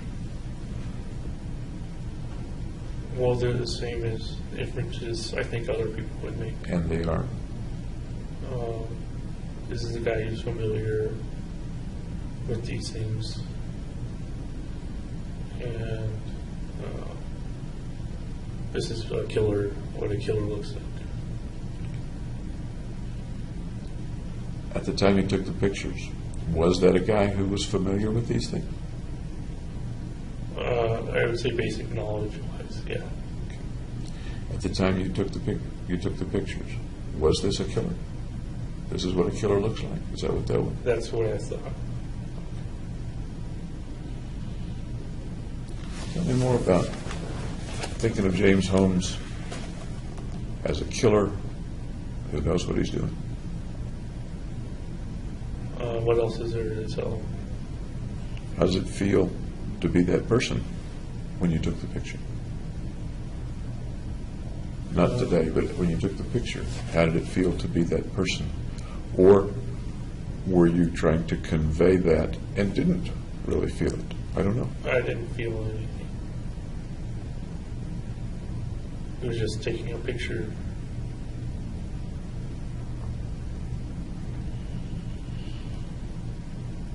You didn't feel anything when you were taking the picture? Right, except that I'd be remembered by those pictures. Okay.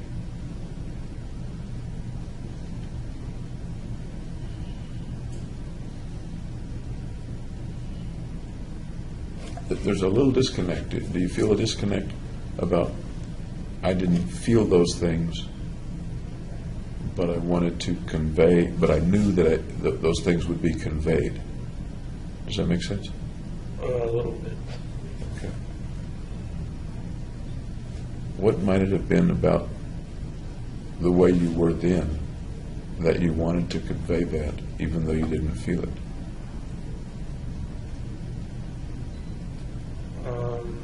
I'm not sure how to answer that. It might have been a bad question. Thank you. But sometimes, very often in fact, people want to convey to others something different from what they really are or what they think they are. People want to look better, they want to sound better. They spin up a tale to tell strangers on a bus that's different from the way they really are. You ever do that? I'm sorry? So I don't think that's like an accurate depiction of who I am. It was just a moment, capturing in the moment. Okay. Did you take other pictures? Yeah, All at the same time or over time? over time. Okay. Over roughly how much time? A month maybe. A month, maybe. Other selfies, other pictures of the weaponry? Is that what we're talking Pictures of the movie theater, entrances and exits. Okay. Focusing right now on you, pictures of you, pictures of the weaponry, pictures of things in your apartment. Those were over a month or so? No, those were pretty much the day of and a couple days before, I think. Okay. Here's one of the pictures that I've got. That one. Remember that one? Yep. Tell me about the guy in that picture. He definitely doesn't look normal. Tell me more. Looks scary. More. I wouldn't want to run into him. He's not the guy that thugs should mug? Yes, that's true. He looks more like a thug. Oh, he looks like a thug. Okay. Tell me Not more. a typical thug.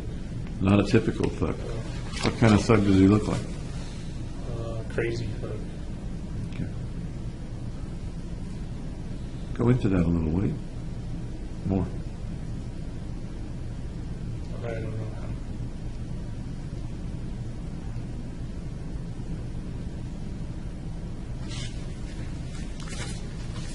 Okay, it's a guy, you're holding one of the Glocks. You don't have a beard. Yeah, I'm clean shaven before I got to jail because they don't have good razors in jail. Is that why you started growing the beard? That's why I grow the beard, yeah, because they can't shave. Not as convenient to shave. The shaving doesn't work. Tell me about the red hair on the guy. I'd had that for a while. It's artificial. Any particular reason that you dyed your hair a while before that? People dye their hair all the time, sure. I think to stand out, I guess. To stand out in what way? What's the thought?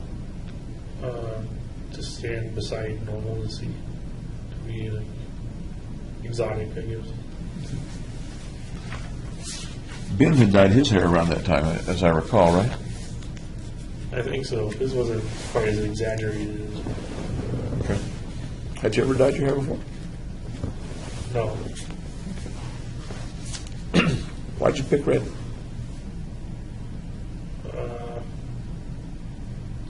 I thought it would look better than green or blue. Okay. And you mentioned the contact lenses. Tell me about the contacts. Well, those just happened to arrive on the day of the shooting.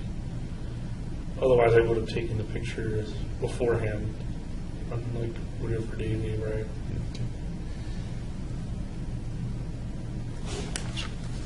I've never noticed it before. Are those contacts tinted a little red, or are they black? They're solid black. They're solid- Cover solid. the sclera with black. Okay. How well can you see through those? Not at all, because my contacts, my normal contacts, are prescription. Okay. How opaque are they, or translucent, or transparent? Oh, well, they have the hole where the retina is, so you can see. But I can't see because because it wasn't prescription contacts. Okay. You're a little nearsighted. You're Right. about a -4.5 or something like that. Myope, aren't you? I don't remember. Okay. So these particular cosmetic contacts have a little pinhole in the middle to look from through. Yeah. Is that right? Yes. Okay. Interestingly, that might serve to focus on the retina if it's a pinhole, mightn't it? Probably neither here nor there. I'm assuming that you weren't wearing those contacts at the theater. Is that right? That's correct. Why, any particular reason that you ordered them? I thought they looked cool. Okay. And they arrived just the day of the Yeah. of the incident, or the day before, the day before the night that you went in. Right. Okay. That reminds me of something else I was going to ask. There were a number of things that you ordered that arrived kind of at the last minute, on the last day or the day before the last day. Were you worried that some of that stuff wouldn't arrive? What kind of stuff are you talking about? I'm trying to think which things, but the delivery time on some of them was within a day or a few days of the incident.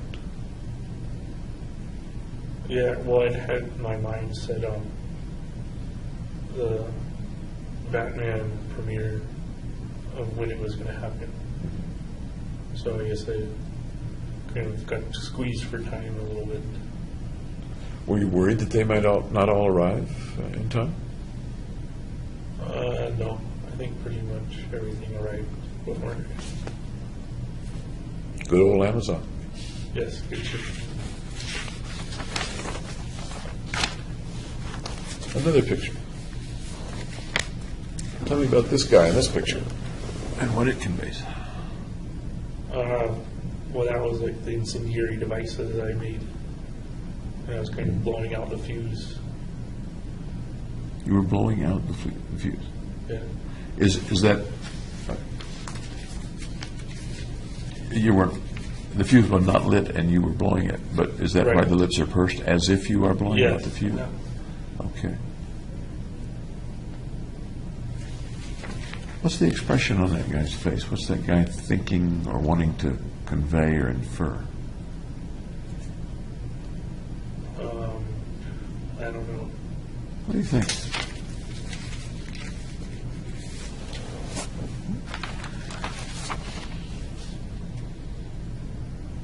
And I get a similar feeling myself anyway from this one as well. What's that? What feeling are you getting? Yeah. What feeling are you getting?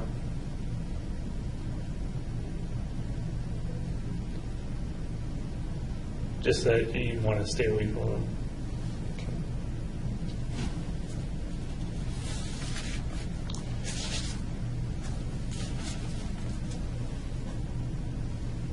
One of the things that comes to my mind, maybe I'm just odd, is impish. Impish? Impish. What does that mean? As an imp, there's a certain dangerous quality, but a light-hearted dangerousness. A smiling. That's not a good way to put it. Maybe like a little devil. An imp is a little devil. Okay. Does that resonate at all, or is that just me? I don't know where the little part comes in. Okay. Then a devil, a devilish look. Yeah, I'd say that's accurate. It looks a little devilish. With regard to Batman, I guess I think of the Joker. He's not little. He's the one who dyed his hair green. Did the Batman story have anything to do with your choosing the Batman premiere? Or not? The main reason was because I knew it would be a blockbuster hit. So there'd be a lot of people there. There are other blockbuster hits. This is a really big blockbuster and fills the auditorium. Right. Do you think, in retrospect, that there was anything non-coincidental about your picking that blockbuster instead of Avatar or something? If it was unconscious. You've tried to figure out unconscious things before. What do you think? That it bears some resemblance. Do you think the resemblance is coincidental?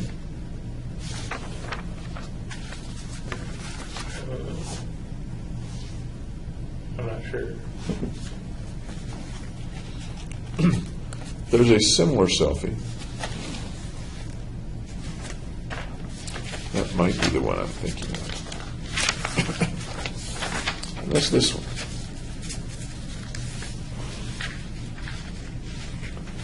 Do you remember that one?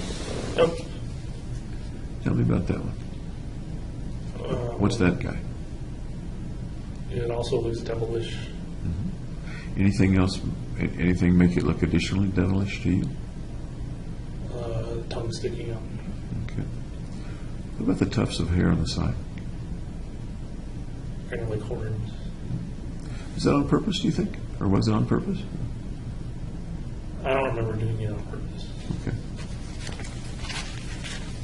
Because I agree with you, there is an impression of that adds to the devilish thought. And I was wondering whether you did it on purpose. Intended or not. Beg pardon? It was intended or not. Yeah.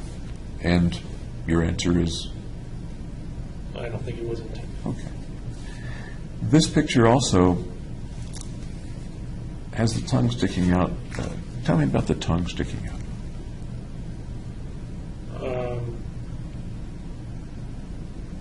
I don't know. People stick out their tongues. They do? How about that tongue? Anything interesting about that tongue? Just that it's my tongue. It's your tongue. Anything interesting or unusual about your tongue? No, it's just perfectly normal tongue. Are you familiar with the Bible? Oh. Yeah. Okay. Anything about tongues in the Bible that comes to mind that might be relevant to that picture? No, nothing. Okay. There's a part of the Bible, and tell me if this starts to resonate with something that you know, and it may not, that talks about the shape of certain people's tongues. There are some people who can, I think the biblical phrase has something to do with lap water like a dog, and other people who can't. Dogs lap water because they can cup the end of their tongue. Or that's the way. My tongue was cupped in. Yes, and any. Is that I didn't know any of the Bible stuff about it. okay? So as far as you recall, that's not part of. You didn't look at your tongue in a mirror and say, "Gee, I'm part of the group that the Bible speaks of who can lap water like dogs." No. Okay. And by the way, I don't think there's anything inherently good or bad about that. By the way, my tongue does the same thing. Okay. You took pictures here. How about that one? Tell me about this one. That's a picture of all the equipment I bought. When was the picture taken? I think it was the day of. Tell me about the thought and the purpose in that picture. That was just to show that I could buy all that stuff and nobody would notice. Anything else about that picture that a person looking at it might infer or feel? That it's dangerous.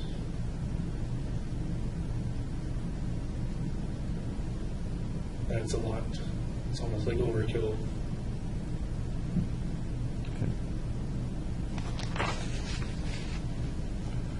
By the time you got to the theater and got out and put it on, you were pretty much wearing everything in the picture. Right. Pretty much so, yeah.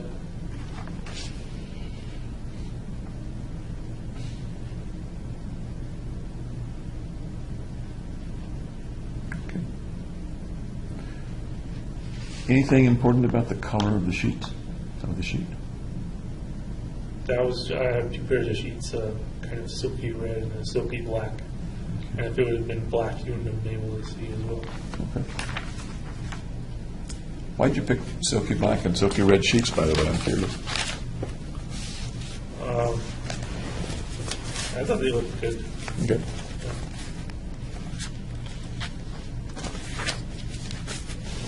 Tell me about, these were in your apartment. That reminds me, kind of ask, tell me about your apartment.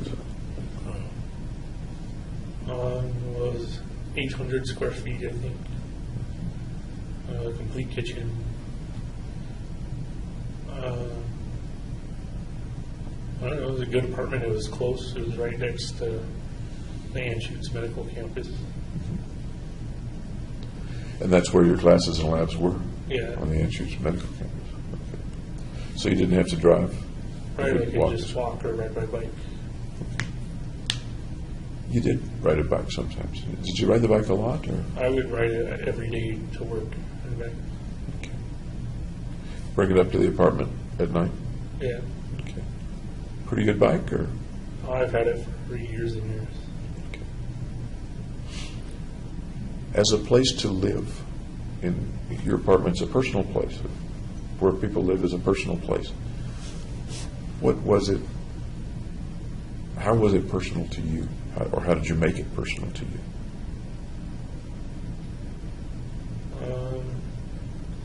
I guess by changing the lighting, How'd you change the lighting? I put like red bulbs in the lights.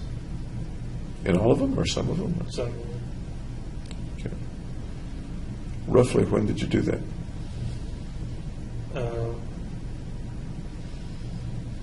towards the end of graduate school, I guess. Are we talking Like May? June, I think. In June, okay. Any particular reason that you personalized it with red light bulbs? Other than I just thought it looked nice. Okay. At that time, did you know or anticipate or plan that the police would be coming to your apartment? I figured they would go to the apartment on a noise complaint. Did the red light bulbs have anything to do with what people might find when they No, that open the didn't door? have anything. I'm curious which outlets were which lights were the red light bulbs in? Just the lamp, I think. A lamp, okay. Well, how else did you personalize your apartment? I have my own plant. Water that guy every day. Okay. What kind of plant? I don't know. Just a plant. Just my plant. Just your plant. Did you name your plant? Plant D. Okay.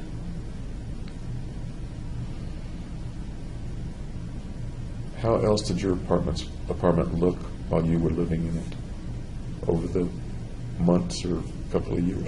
Clean. You kept it clean, okay. What else?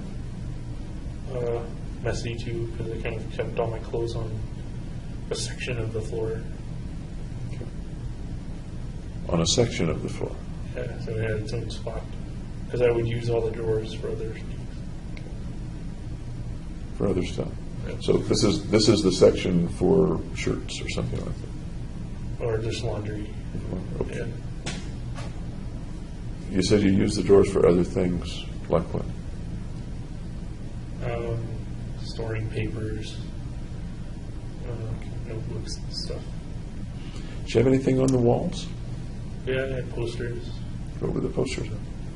I had a Pulp Fiction poster, Samuel Jackson, and what's his name? I don't remember. Oh, John Travolta. Which poster was? Pulp Fiction, I can picture the content, but you might tell me, what was the content of the Pulp Fiction poster? It was in the scene where they busted the drug runner guys, and the guy had shot at them like 20 times and missed every single time. And then they pointed their guns at him. And what did he do when they pointed their guns at him? Well, he got shot. How about the Samuel Jackson poster? What was the content of that? That is the poster. Oh, that's the same, I'm sorry, the same scene. What other things did you have on the walls? I had one of those motivational posters that said, like, challenge, take your shot. It's a shot of whiskey or something. Okay. Probably not a good alcoholics.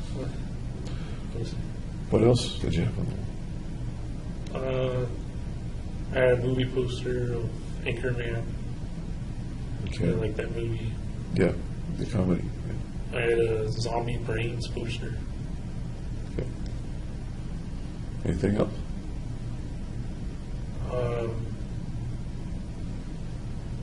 think I had a poster of a model on the wall. Tell me about the model poster. Well, she was scantily clad, How scantily, and what was the model doing? lying there, kind of teasing me. Okay, what else? I had a poster of why guys always leave beer on the bottom shelf of the fridge. It had a girl bending down to get the beer. That poster was actually on the door to the fridge, wasn't it? Yeah, that's why Okay. I kept it there. Okay. Did you keep much alcohol in the apartment? Yeah. So I had a little supply. How much, say, was in the apartment in July? I think there was like a case of Coors Light and 2 bottles of liquor.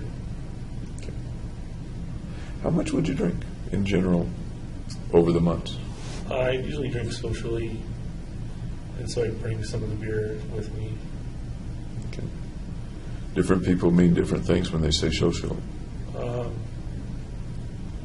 Over dinner with friends. And we talked, I think, about drinking yesterday a little bit.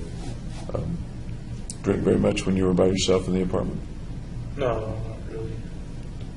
As you were getting ready for this event, to the July 20 event, did you drink very much? No. Okay. What else is in the apartment? My computer.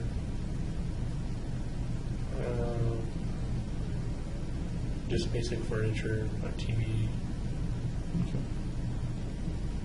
Gargi came there from time to time when y'all were dating, when you were in the relationship. Yeah. Would you usually go to your apartment or to her apartment? Or her place? Before she broke up, it was usually like half. But then after we got back together, it was all my apartment. What was her place like? A little messier than mine. Apartment or house? She shared an apartment with another gal.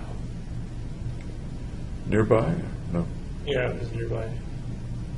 But not the same building? Like, it was like 5-minute drive. Okay. You were in an apartment building. Yeah. Who else lived in the apartment building? Did you Other No. students and nurses, Primarily or exclusively? Or? primarily. I didn't get to know them like at all, basically. Did you see them coming in and out, Yeah, doing laundry and things like that? and I saw them in passing. At the time, did you know their names? Any of their names? No, There wasn't a single person who lived there whose name you knew? well, they had their names on the mailboxes, but I didn't memorize them or get to know them or anything. Were you ever in anyone else's apartment in your building? Nope, Was anyone else who lived in the building ever in your apartment? nope. Okay. Any particular reason?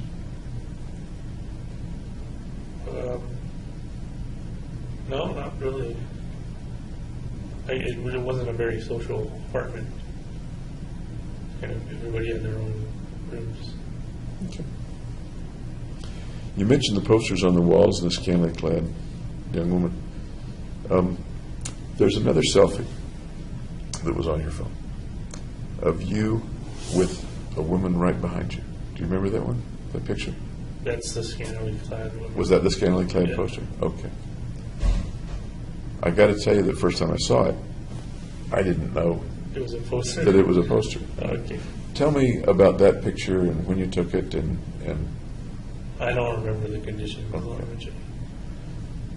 so far as you know, roughly when was it in the course of all this? I think it was June as well. Okay. If I were, I don't have a copy of it here. If I were to show it to you, what would you say about the guy in that picture? I wouldn't be noticing the guy. I would be noticing the gal. Okay. When you took the picture, it looks very much like you meant to have it look a certain way, with her resting a head on your shoulder or looking over your shoulder close to you. Looks like it was purposely framed that way. Is that fair to say? Yeah, that's what he said. Okay. Was the picture manipulated at all, or were you just standing by the poster? I think I was just standing in front of him. Okay. That doesn't say much about my powers of observation, does it? No. So, if the picture was framed that way on purpose, what does that convey to, what does that framing convey to somebody or imply to somebody who's looking at the picture? They're undesirable. Can you say more about that? No, not really.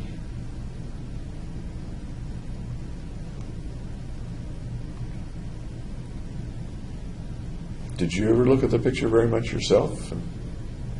No, I kind of took it that one time and then forgot about it. What might you have been thinking when you took it? Speculating, I know.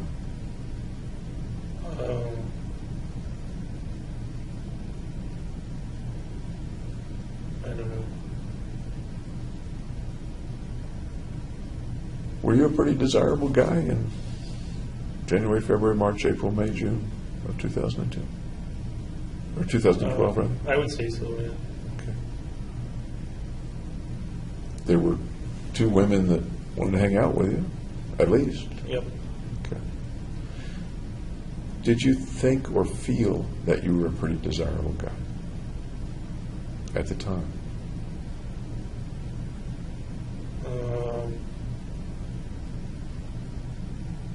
No, I kind of felt that would make me more desirable, seeing you with someone like that. You think you wanted to feel more desirable yourself? Probably, yeah. I don't want to just feed you answers, because then I just get back what I get from a mirror. Yep. But I'm wondering whether you needed some help feeling desirable or good or competent or positive things about yourself.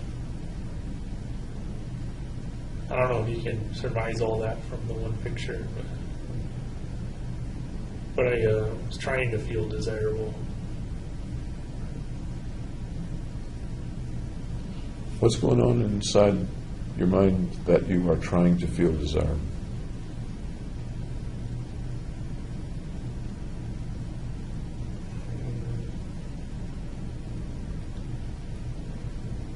Well, just because I've broken up with my ex-girlfriend. But around that time, and we're not sure exactly when the picture was taken, I guess, around that time, you had rebuffed her, and you had rebuffed Hillary. Right.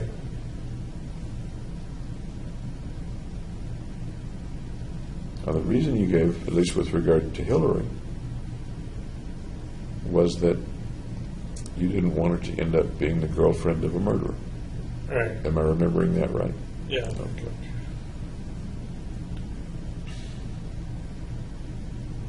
Tell me about wanting to be desirable after that.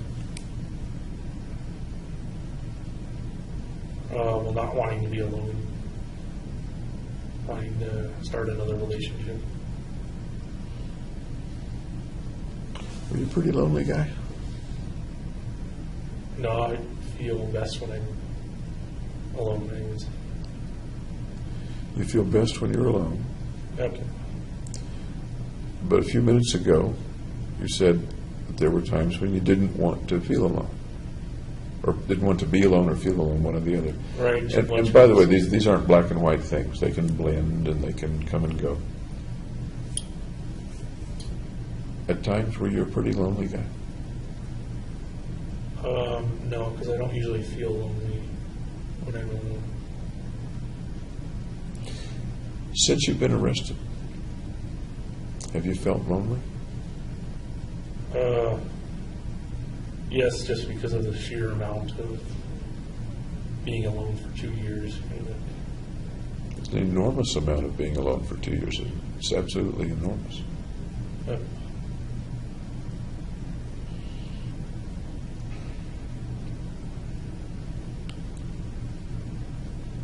Has your sister deserted you? Nope. She and I are both kind of living separate lives, but she still cares about me. Please correct me, but I don't think she's contacted you once except for being with your parents when they visited in 2 years. Is that accurate? I can't remember if she wrote a letter or not, but she certainly doesn't do it like every week or month. Think she's written you any letters? I don't remember if she has. Let me ask it again. Has your sister deserted you? Abandoned you? Nope. Where's the evidence that she hasn't abandoned you?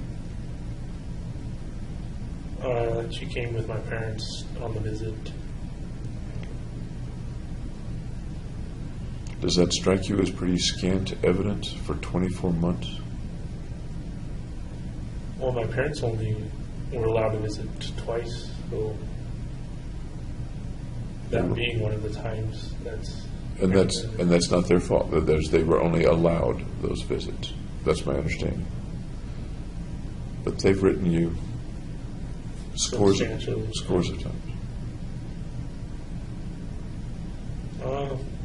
That's just the relationship dynamic between me and my sister.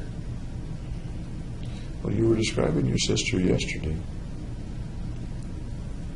She loved her big brother. She was looking up to her big brother. She helped her big brother dig a hole in the sand and fill it up with water. Real typical younger sister, older brother stuff. Yep, now the situation is not so typical.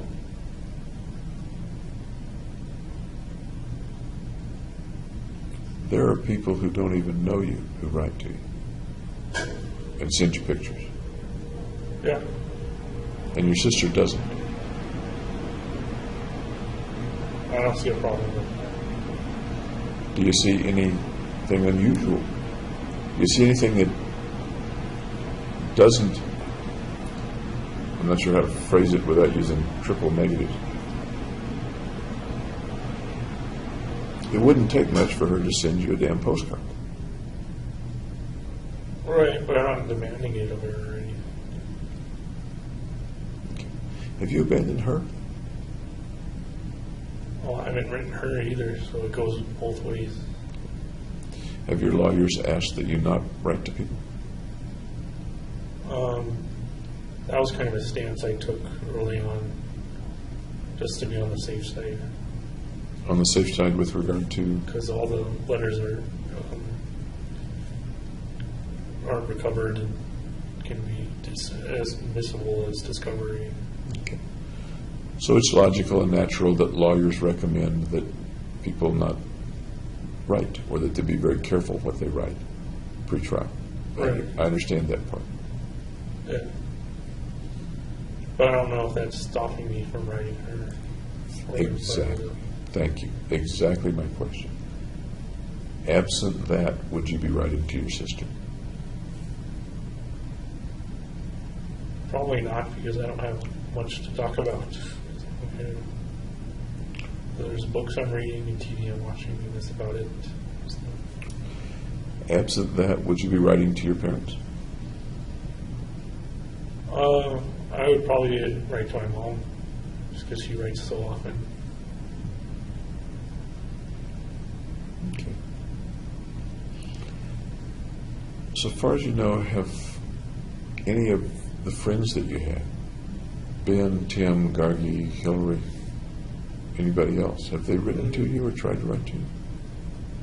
Not that I know of, no. What do you speculate, and it would be pure speculation, what do you speculate they think about you now? They're probably moving on with their own lives, and mine's not interspersed with them. Right. What do you think they think of you now?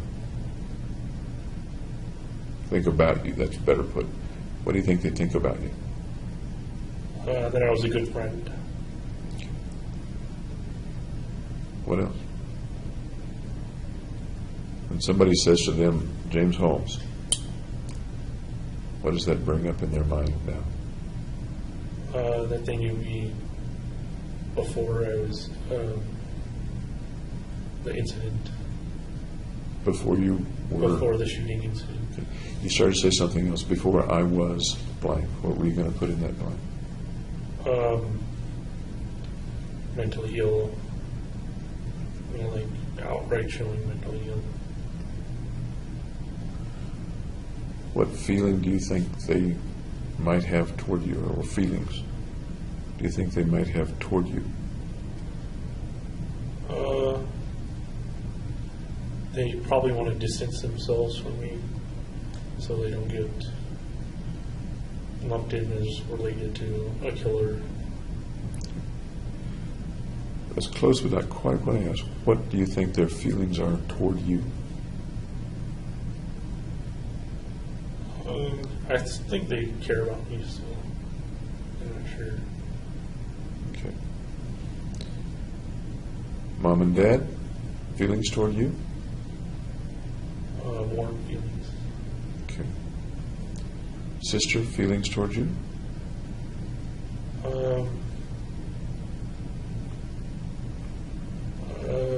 Just still warm feelings. And that's an inference, not based on data, right? That's an inference, That's my assumption. an assumption, okay. Okay. Is there any chance that your friends would be really pissed at you? No, I don't think so at all. Unless it interfered with their lives, like the press interfered with their lives. Any chance that they might be disgusted by you? No, I think they'd be supportive. How about Sis? Any chance that she might be disgusted or repulsed or angry or have any real negative? She certainly didn't show it in the visit. She was my typical sister. Okay. What do you think the public feels? And they don't know you. They know the incident based on the media. That's all they know. What do you think their feeling is? Or feelings? dislike, I would say. Anything else? Misunderstood. How do you mean that? Tell me more about misunderstood. Well, they don't have a full picture of my life and what's happened.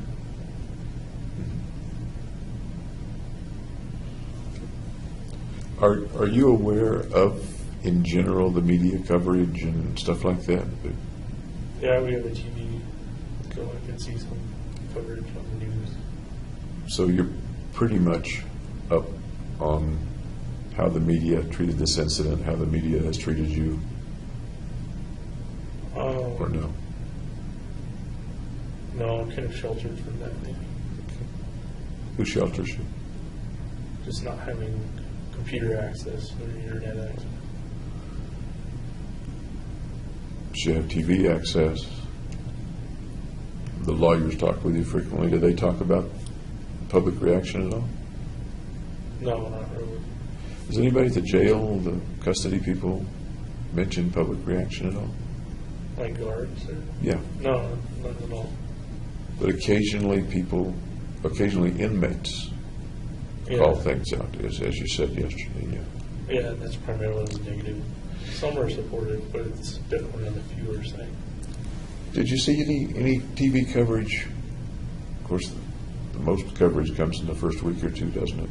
Right. But you did have out time when you had access to TV. Do you recall any TV coverage at that time? They're memorializing the victims. Did any of the coverage refer to you? Well, it was just refer to me as the theater gunman or whatever. Is that the guy in these pictures? Yeah, basically. Okay. Is the theater gunman similar to the guy that you see in these pictures, or different from the guy you see in these pictures? Akin to those in the pictures. Okay. So your access to news on TV is not particularly filtered. I'm sure they choose the channel or choose certain I channels. usually don't choose to watch the news. The news. After the event, do you remember choosing to watch the news? That was a long time ago, but I saw some news on it. Was it of interest to you? Do you remember or not? Yeah, I found it interesting. Just either a different perspective. Do you remember how you felt as you watched the various news stories? Mainly that they get a bunch of stuff wrong and everything. Or biased. What sorts of things in general would they get wrong, or would they be unduly biased about? I'm not sure. Speculate for me. What? I know it was 2 years ago, but it was a real big day in your life, a real big week in your life. Yep. So you just said they got stuff wrong and they were biased. I'm asking what's in general that they got wrong or what they might have been biased about. Well, they didn't take it from my perspective, right? On the mentally ill perspective. If they had, what would they have been reporting? What would they have been saying? Kind of psychological reasons for why it happened the way it did and everything. Anything else? Maybe that relates to your word misunderstood. Anything else about misunderstood? No, not really. Okay.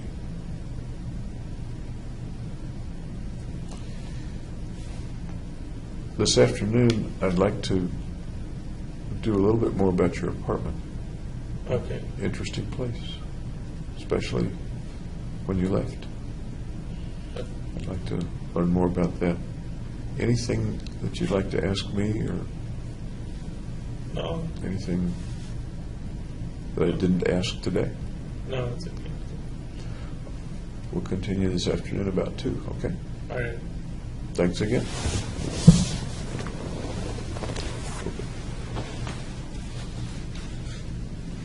There we go.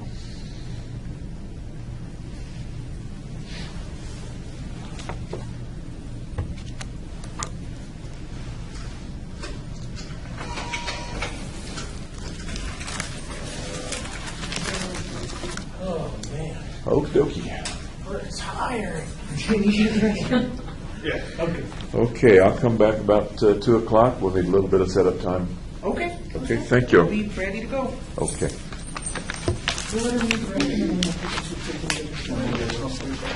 Yeah. I don't mind. Do you need anything else? Nope. You okay?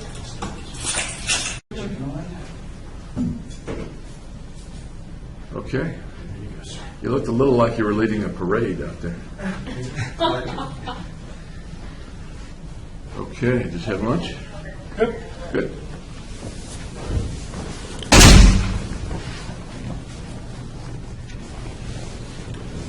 Okay.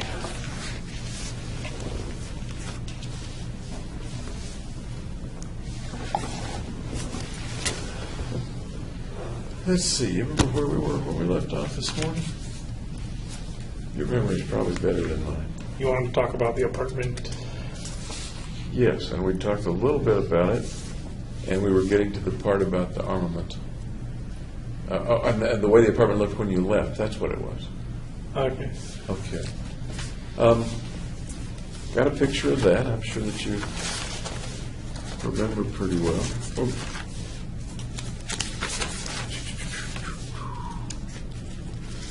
I don't think this is a picture that you took. No, I don't think I took one from that direction. Okay. And I'll just show the camera a little bit. Okay. Does that look familiar Looks to like you? my apartment. Tell me about that and what's in the picture. You're welcome to handle it if you want. Okay, well, this is all the incendiary devices I made. So I ordered a bunch of fireworks, like cannon shells, in like 3-inch and 6-inch diameter. So the spherical things are firework cannon or firework things that get loaded into cannon and shot up for fireworks. Is that? I assume that's how they work. Yeah. Okay. Tell me more about the picture. What's in? Well, there's all the different fuses running into those, and they go back to like a transmitter that's like radio frequency transmitter. You can press a button and then it'll light the fuse and go through. And the transmitter is RF or wireless? It's battery.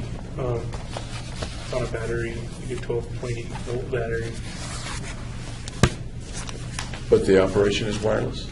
Yeah, there's a little tiny remote that you press A, B, C, D, and then like 1, 2, 3, 4. Tell me where you learned all that stuff. That sounds pretty complicated. No, you just put the wires in their correct spots and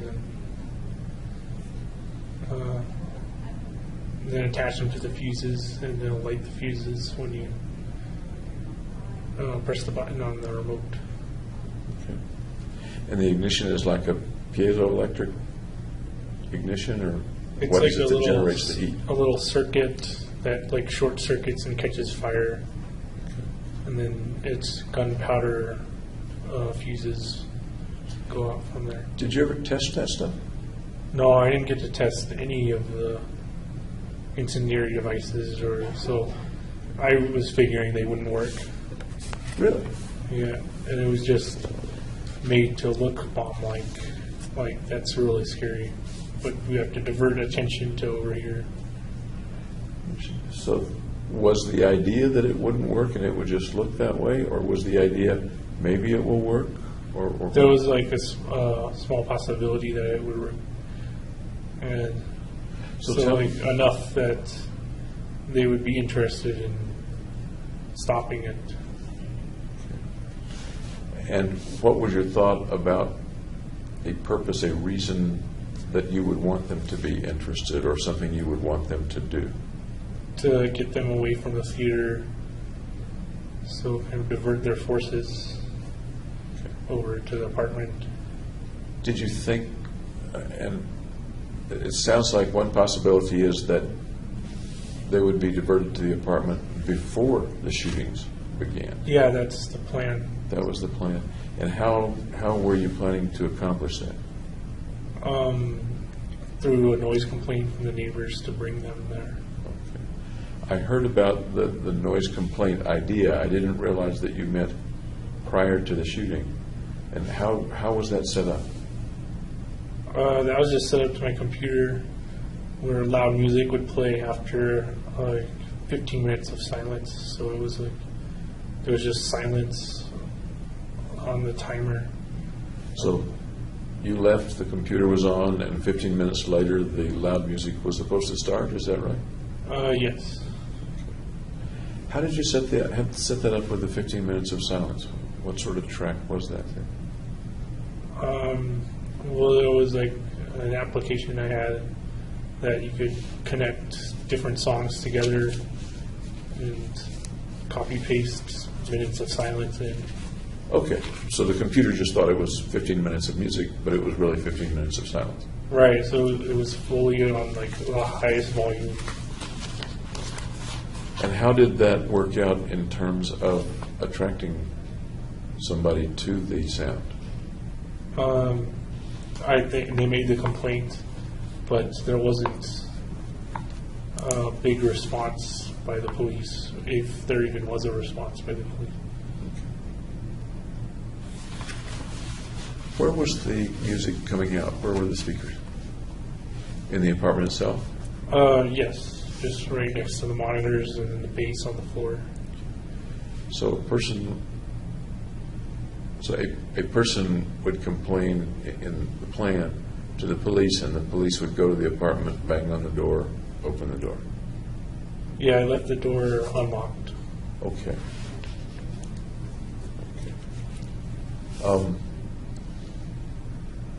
As you were thinking about that, did you consider the possibility that a person might have come to the door, that is, a non-police person, might have come to the door? Yeah, and so that's why when I sent a tripwire, I didn't have it attached to the door. I had it kind of inside, so they'd be able to see inside, but not go to like disable anything because there's an obstacle in the way. Okay. So if the person who opens the door could see what was there, Then they definitely call the police. they would call the cops. It occurs to me that the cops also would not, once they saw it, they wouldn't rush in either. Right, but they'd be kind of stuck at the scene. Okay, the diversion would have worked. Right. I don't want to put words in your I mouth. gave it like a small likelihood that any of it would work. But Okay. There was something in a dumpster also. I'm trying to think what it was. Does that ring a bell? no, I didn't put anything in the dumpster. Or a... There was something beside the dumpster. I put Okay, the, what was that? the boom box, also with the timer on it, on a CD.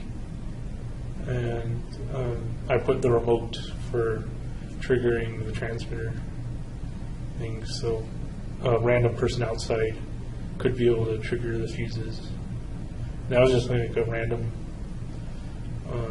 factoring into the equation. So that would have been another possible way to set off some or all of the incendiary devices. Is that what you're saying? Yeah. Do you know what happened in the end to those things? They got taken away the next day. I told them all about like all the most of the details surrounding it, like how safe it was and what types of explosives or whatever.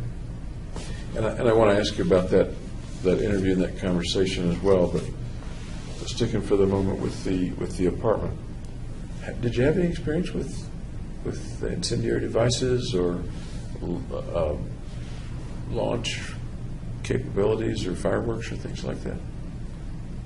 Just your most very basic fireworks, like the fuse and step back.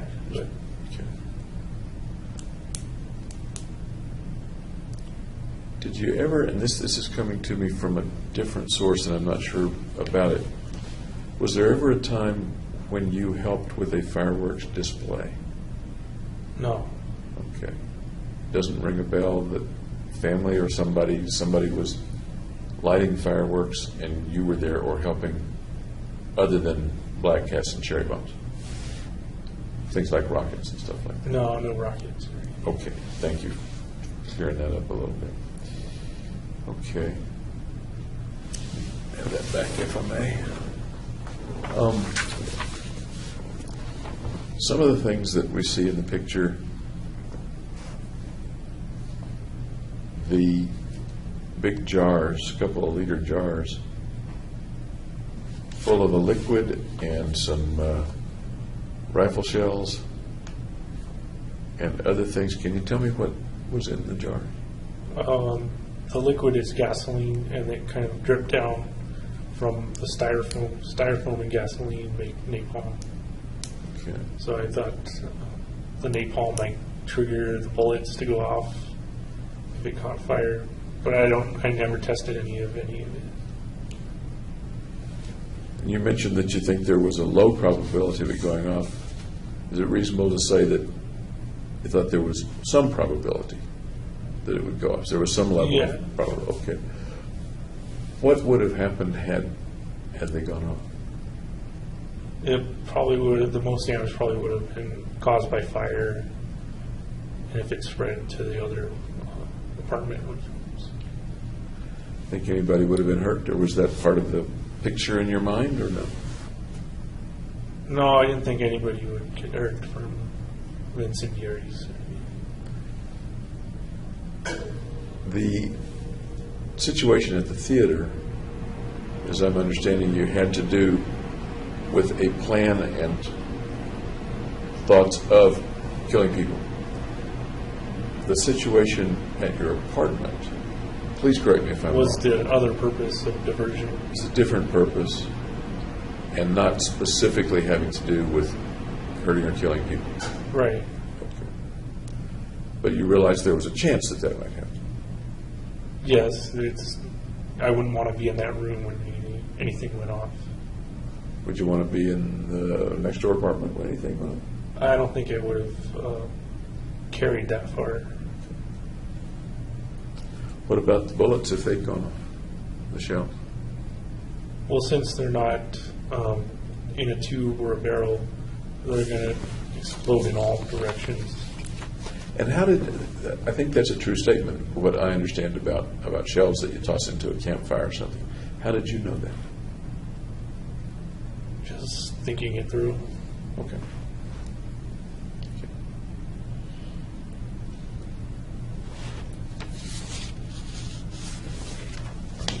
Just a minute. Look again at all these pictures and see if there's anything else before I dismiss the pictures.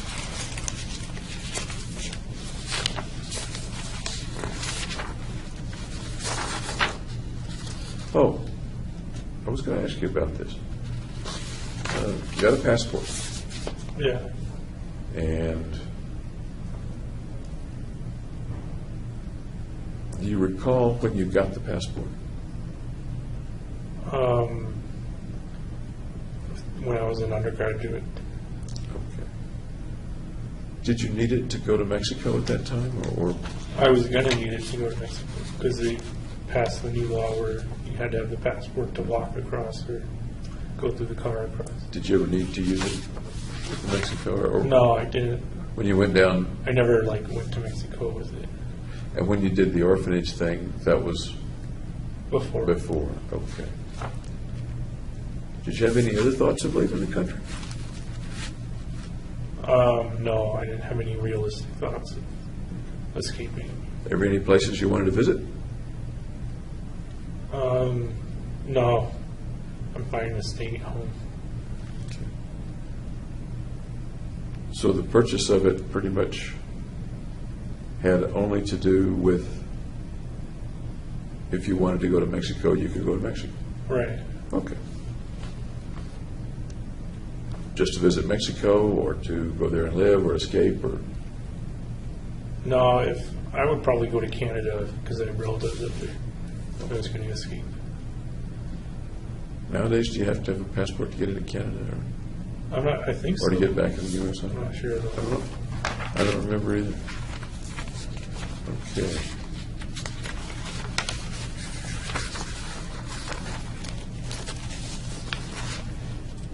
You mentioned that you didn't test things. Did you ever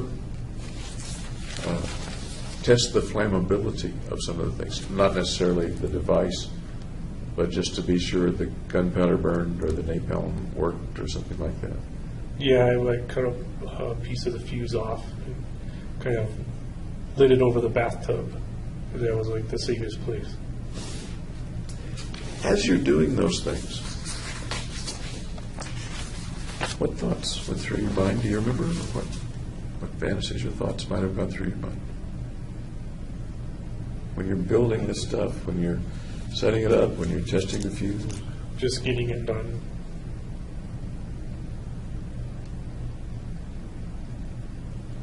Just getting it done. Yeah, that's what I was thinking when I was doing it. And it is, when you say getting it done, Assembling the components. any thoughts about the result of getting it done, the consequences of getting it done? Just that it was unlikely that it would work. You mentioned diversion. Right. About how far is your apartment from the cinema? 10, 15 minutes. Okay. As far as you know, it was in the same jurisdiction as the police. Of course, I guess. the whole One city. was Adams County, the other was Arapahoe County. Okay.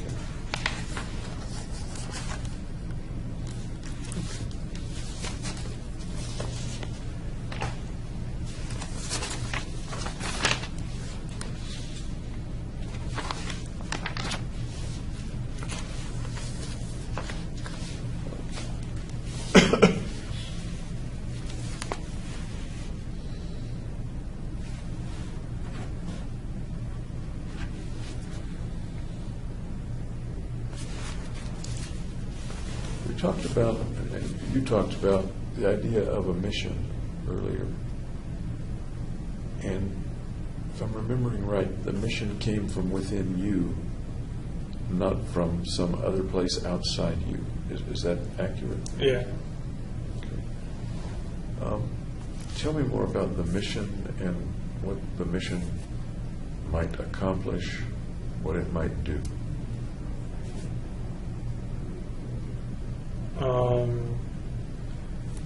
Well, the mission was to go to the theater and shoot as many people as possible. And that was the thought at the time, back in May, June, July Yeah. of 2012. That's one level of mission. Was that designed to further some larger mission or additional mission? No, that was kind of the ultimate mission. So that was the whole end. Yeah. Any thoughts about why something inside you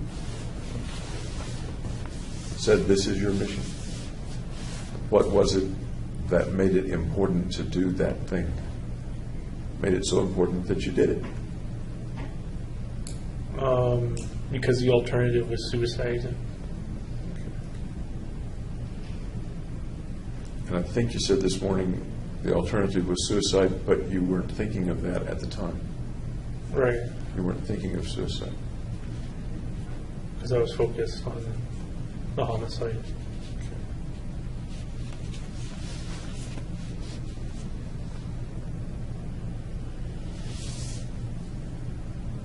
that's a concise answer. Of the thousands of possibilities of the reasons for things of all for anything, you quickly went to the alternative was suicide. What you sound very sure about that, and I'm wondering why you sound so sure about that when one might say the alternative was X or Y or Z. You've been now several times very clear and concise. The alternative was suicide. What leads you to that? What's the reasoning that leads you to that?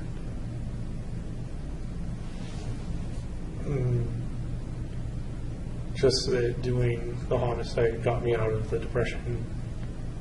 It gave a purpose. You were pretty depressed back in January of 12. As I understand it, you were less depressed later in 2012. At least as far as you knew. Am I wrong? No, it was about the that? opposite. I was more depressed You were more depressed. during June and July compared to January. Okay. And some of the things you described about that were, you used the word catatonic. Is that Yeah, wrong? just like unable to get up and go. What were other symptoms, as you look back on it, that you were depressed at that time? I guess I'm sort of asking, and I don't mean to be sarcastic about it, why should I believe that you were that depressed? Because you haven't told me that much about the depression. Can you tell me more about, describe more to me that tells me that you were depressed back then? I was just a low mood, not wanting to do anything. Okay. You were doing things pretty actively, though. Yeah, which is what got me out of the depression.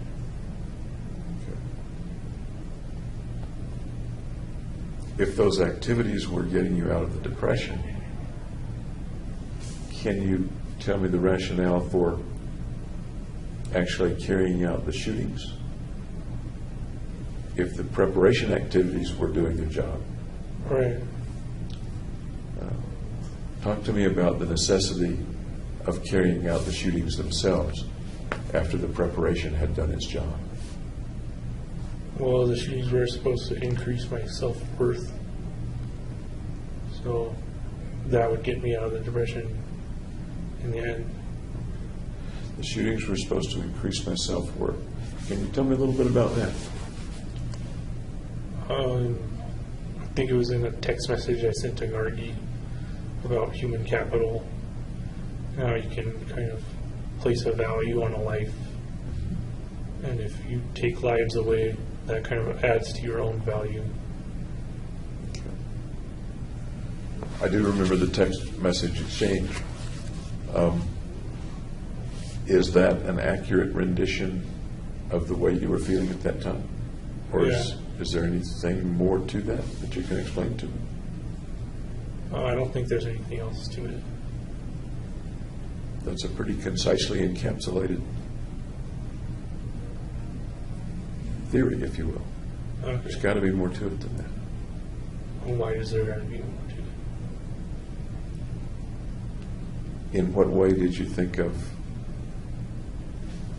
taking other people's lives as enhancing yours? Tell me about the logic of that. Just that anything they would have done or like pursued gets canceled out and given to me. Okay. Starting today, looking back, does that still make sense to you? Yeah. Okay. So the premise that you're describing 2 years ago, you would still Agree with it. agree with that premise today? Yeah. Okay. Tell me more about the premise, would you?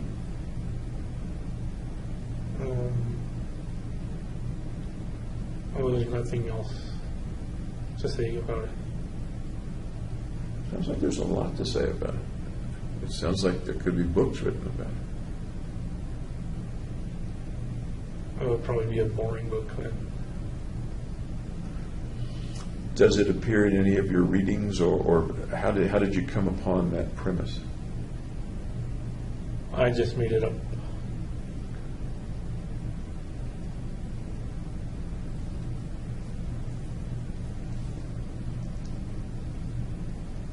I don't see a rational side to that.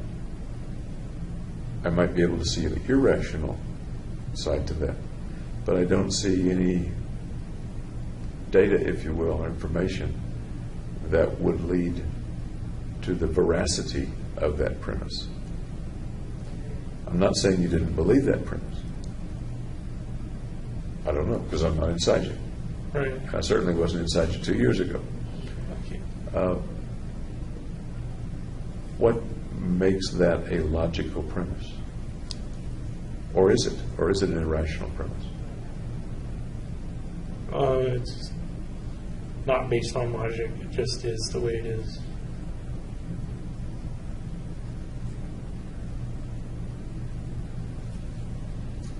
Did it appear in anything that you ever read or saw, movies and things like that?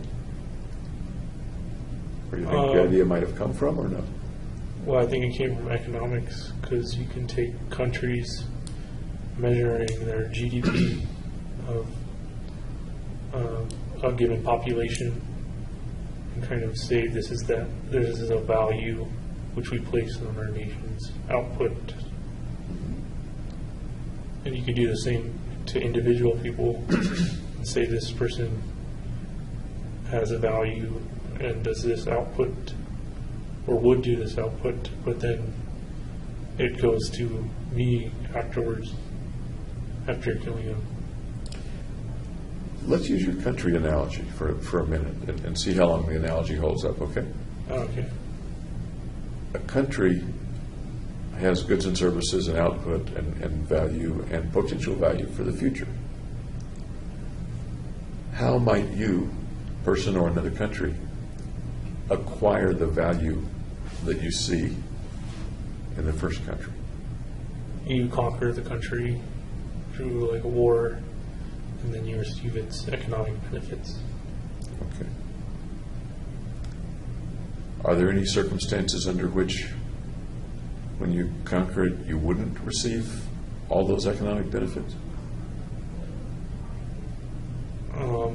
If they apply like a slash and burn strategy, where they kind of burn the land. Sure. And that's exactly what I was thinking. If you obliterate the country, Right. then its value plummets. Yeah. it That's goes my down. thinking. Is that your thinking as well, or not? Its value goes down, but the conquering country would have increased their military effectiveness because they've kind of won a battle. Okay.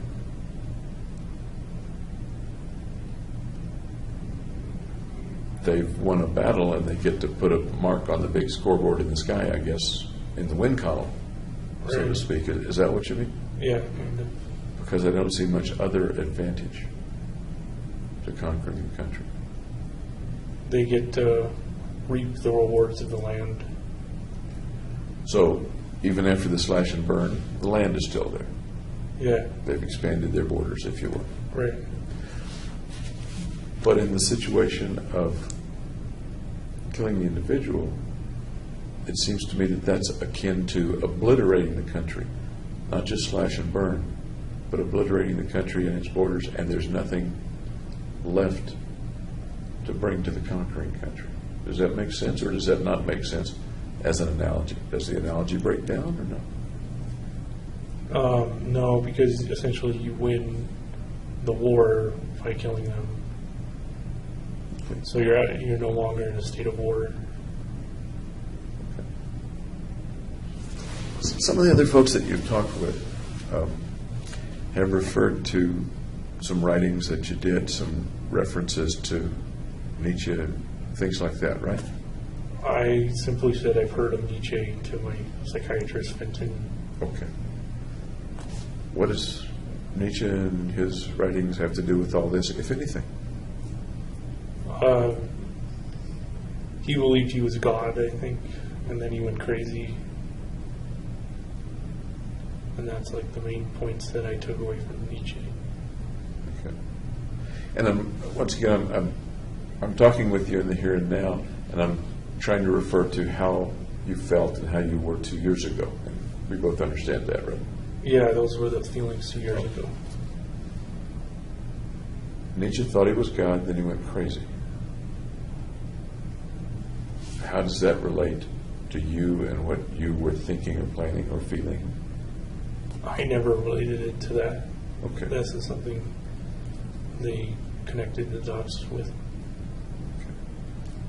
So it sounds like what you're saying is that they may have connected some dots, but the connection's not really there. Is that I never made a connection. okay. Looking back intellectually at it, do you think there was a connection there that you just didn't realize? No, I don't think so. Okay. Highlander comes up in some of the interviews or writings or something. Yeah, another made-up connection. I said, like, there can be only one in a text message, and then they got interested in Highlander from that. If you recall, is that kind of what you were referring to in the text message? The famous quote from Highlander? I don't remember any of the surrounding information. Do you remember the text message itself? No. Can you picture that? No. Okay. So, as we're sitting here, we don't know. Let's assume there was such a text message, and there was. But as we're sitting here, we don't know what you were thinking when you wrote the text message. Is that accurate or not? That's correct. Yeah. Okay. Have you seen Highlander? Yes. Okay. Series, the movie, both? The movie. What do you think of it? It's an interesting concept. Do you think that concept is akin to your concept? No, because the main thing in Highlander was they're trying to become mortals, and they have to kill other immortals, behead them, and then the very last one, it becomes immortal, a mortal. I didn't remember that. Is that right? I didn't remember that the last one became mortal. Yeah, I believe that's how it went. Interesting. I didn't remember that. Okay. And they were specifically killing each other rather than random civilians, if you will. Yeah, they As I were remember. beheading each other with swords. Yeah.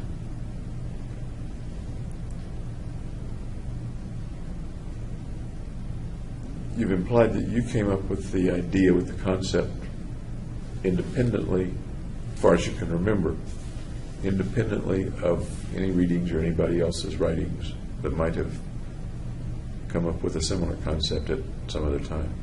Does that make sense? Are you talking about the Highlander concept? The Highlander or Nietzsche or anybody else. What I think you've said, and again, I don't want to put words in your mouth, is that wherever the concept of assimilating others' powers or value, looking back on it, you believe that that came solely from within you and not from any suggestions outside you. Well, there's always going to be suggestions outside of you that influence you. So I wouldn't say it was a fair statement to say it was solely me, because I interact with my environment. Okay. Fair enough.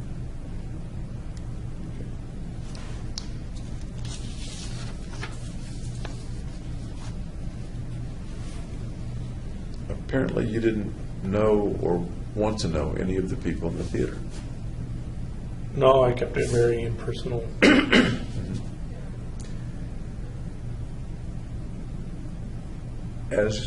As you were carrying out the shootings, you were wearing a gas mask the whole time? Yes. Okay. How well could you see out of the mask?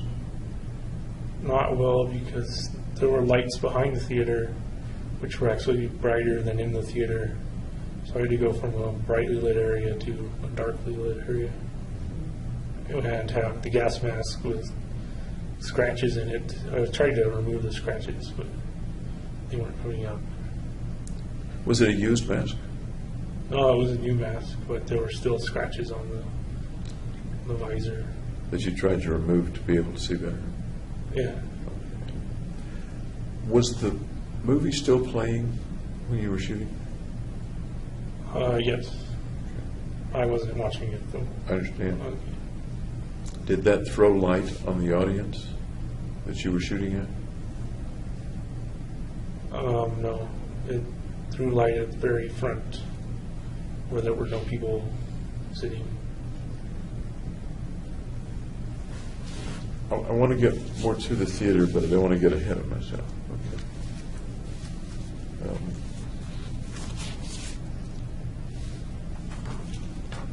I guess I want to stick for just a minute on philosophy stuff.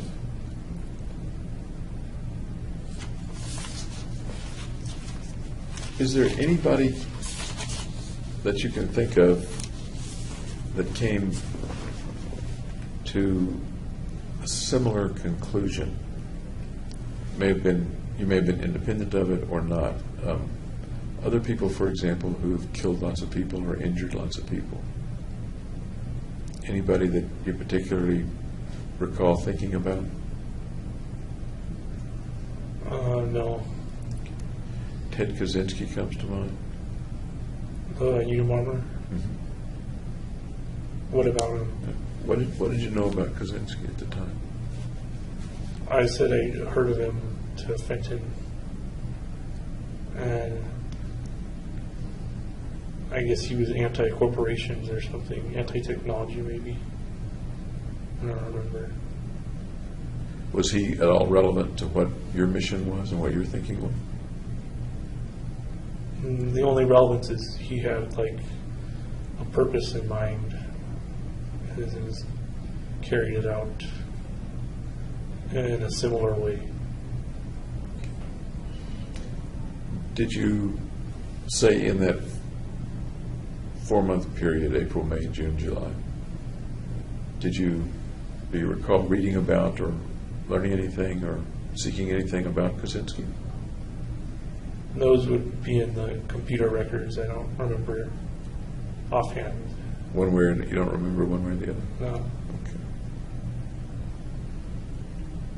Another guy that I'm a little bit reminded of is the fellow Cho, long first name that I don't remember. Wait a minute. Seung-Hui Cho at Virginia Tech. I've heard about him. He went up into the bell tower, I think it was. I'm sorry? He went up into the bell tower, I believe, and was shooting from there. That was the one at University of Texas. Oh, that's a different one? Yeah. Okay. Well, then I don't know. Do you remember looking up any of these folks or learning about or thinking about comparing yourself to any of the other people that have killed a lot of people? I looked at what they did and how they did it, but I didn't compare it to how I was going to do it. You looked at what they did and how they did it. Any suggestions in there or things to avoid? You don't shoot the police, otherwise they kill you. So Okay. And you didn't shoot the police? right. Okay. Anything else about how they did it that may have informed you about better ways to go about this? No, I didn't seek out any improvements in their methods or anything.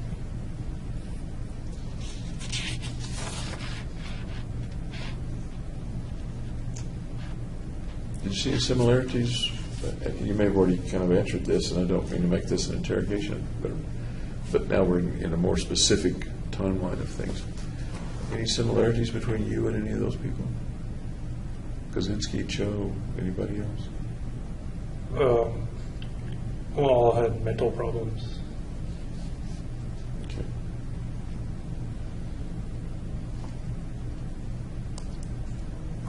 Is that speaking today, or speaking, would you have said the same thing 2 years ago?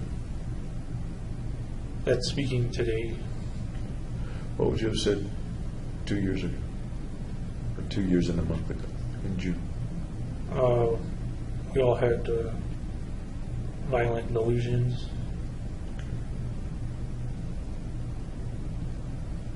Was there anything attractive about them or repulsive about them? No, they're just people. Anything attractive or repulsive about the end result of what they did? No, not that I can think of. Or about what happened to them afterward? No, pretty much what's expected to happen.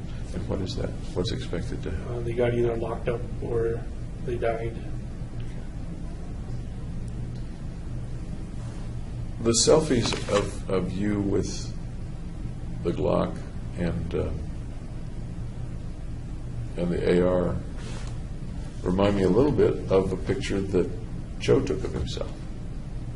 I never saw any pictures of Joe. Never did. Let me show you the picture.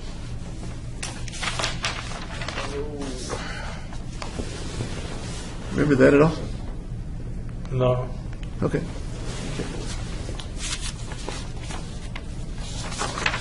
I suppose selfies are pretty common.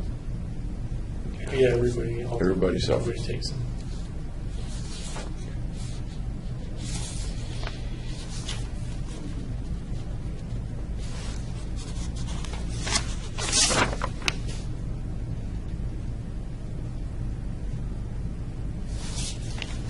Try to go a little bit, if I may, through a chronology. I think we've covered a lot of it already.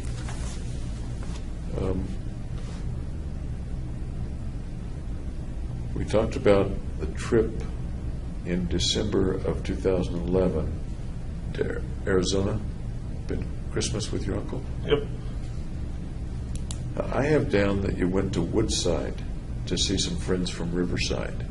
Is that not true, or a different trip, or same trip? Woodside, I don't know what that is. Woodside, California? Yeah, I don't know where that is. Did you take any other trips from grad school around then back to California? Or just the one around Christmas to go to? I think it was just the Christmas one. Do you remember seeing friends from Riverside on any of those trips? Yeah, I think we were going to go to a Mongolian barbecue, but we went to BJ's Pub and Brewery. Okay. Families, or you and your friends? Or? Just friends. Okay. Tell me about that.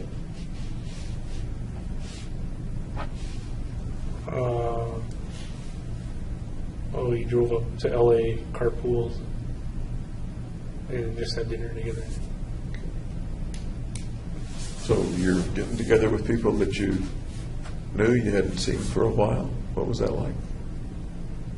Kind of like a reunion. Tell me more. What did you guys talk about? What to do? I don't know. We didn't talk about just normal stuff, I guess. Nothing stands out. How long did you spend together? Hours, days? The day. Okay. And how did you hook up with them? How did you meet up with them? Text messaging. Okay. You let them know that you were coming back and ask if they wanted to get together, or what? I think they asked if I wanted to go or not. And I said yeah. How did they know you were going to be in Riverside? Or I not wasn't- Riverside. How did you know? How did they know you were Diego. going to be back in California? I don't know if they texted me previously or if it was just overlap with vacation. Okay. Remember any of the names? Yeah. Earl, Tashi, Richie, Soren, Yent. What did you guys do at Riverside before? What was the friendship like before? I've been friends with all of them in Riverside before. for all 4 years. And as friends with them in Riverside, can you tell me a little about what the friendships were like and what you guys would do? We'll go out to dinner, or we would go to the apartments and play Super Smash Brothers, Super Mario Kart, that kind of thing.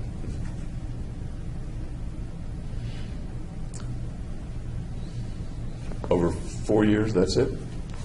We also watched Lost together every episode. Okay. Did they know that you were in Colorado, or did you let them know you were in Colorado? How'd they know where you were to text you? Which you may have had It the doesn't same, matter where you are. you may have had the same phone number, sure. Yeah, I had the same phone. I'm with you. I'm just too old for that concept to get into my brain. Oh, okay. But to actually meet up, they need to know that you're going to be in California. And I'm kind of wondering. I think I told them, but I don't remember exactly. Okay. So you went out and you. What did you do again? You hit a bar or No, just a restaurant. restaurant? Okay.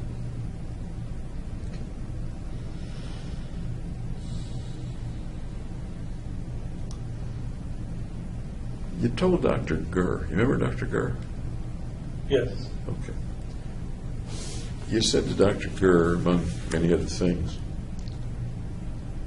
that you remembered looking into a mirror and seeing something. Do you remember that interchange? You remember that picture in your mind? No, was there something unusual about the mirror? Well, I'm kind of asking you that, I guess. Anything to do with the mission or with what you were contemplating? No, I don't know what the mirror event is. Okay. You've said several times that the mission and the concept came from within you and not from outside you. You've never used a phrase like an outside power or a master power or a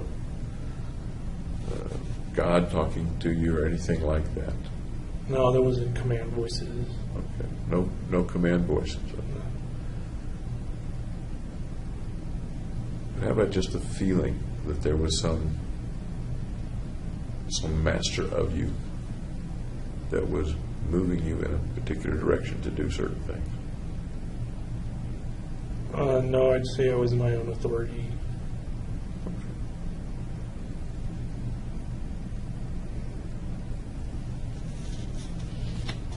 Tell me about the shooting range. It was 2 hours away. It's an unsupervised range, but the owners, or I guess the caretakers, dropped by like every day anyway. How many times did you go? I'm assuming it was up because everything in Colorado is uphill from.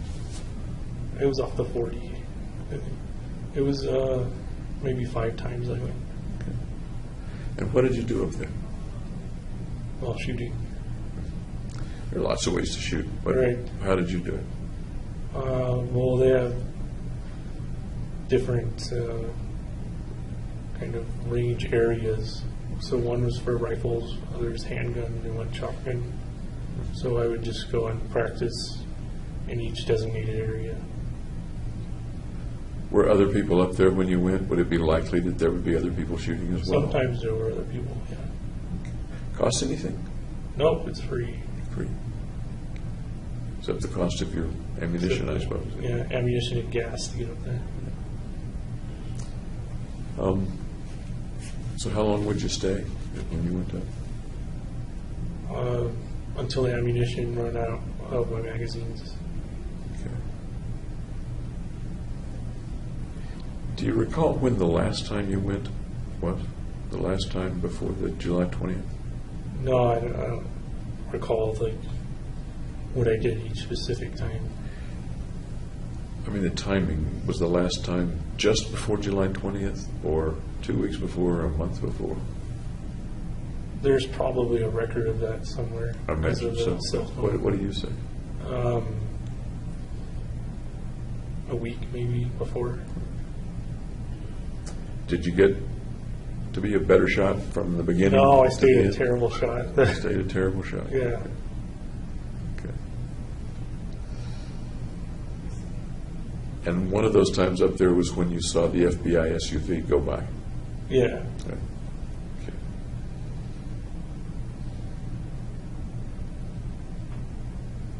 How did you feel as you were shooting on that ammo? Just that I was familiarizing myself with the weapons. Any other feeling? No, not really. That sounds like going to a job. It was kind of like work to be done, yeah. There wasn't any pleasure involved in going up and shooting off weapons? Not for me, at least. Do you recall that any pictures or fantasies came to your mind as you were doing it? No, I was more focused on the task at hand of learning how to shoot. Which of the weapons was the hardest to develop proficiency with? The assault rifle would be the hardest one. Okay. How good did you get? Well, I could hit paper, but I wasn't usually bullseye targeted or whatever. You weren't using a bullseye target? I wasn't really on a bullseye. I could hit the paper target usually, but miss the bullseye. Before you bought those weapons, how much shooting had you done? 0. I'd done paintball, but that's different. Had you ever fired a handgun or a long gun before? No. I recall that you went to one of the stores, Gander Mountain or something, with Tim, and he was going to purchase a weapon. Is that right? You remember that? Yeah, I think he bought up a Okay. Do you remember that trip and what that was like with the group? I think you were with the group. I wasn't too interested in firearms at the time. Had you ever held a handgun before? Tim let me hold his handgun. Was that okay with you? Was that something you asked to do, or he said, "Here, hold this"? Or He was kind of showing just what the gun was. do you recall what it felt like to hold the gun that first time? It made me nervous. So I've never held a gun before. Nervous. Yeah. Tell me about nervous holding that gun for the first time. What's there to tell? It just made me nervous Nervous about anything in particular? about the gun going off and hurting somebody there. Ever shoot a .22 at the fair? You know, the little rifle ranges at the fair where you shoot the little ducks or something? No, I didn't like a squirt gun where it blows up a balloon or whatever, but never a .22. So the very first time you fired a gun, and almost the first time you ever held a gun, handgun or long gun, first time you held it was probably in your apartment, right? Or at the store where you bought Taking it? it back from this one. Okay. The first time you fired it was up at Byers, or did you go to a different range, a closer range the first time? No, I only went to Byers. Okay. Now the big question, how did you feel the first time you shot the weapons?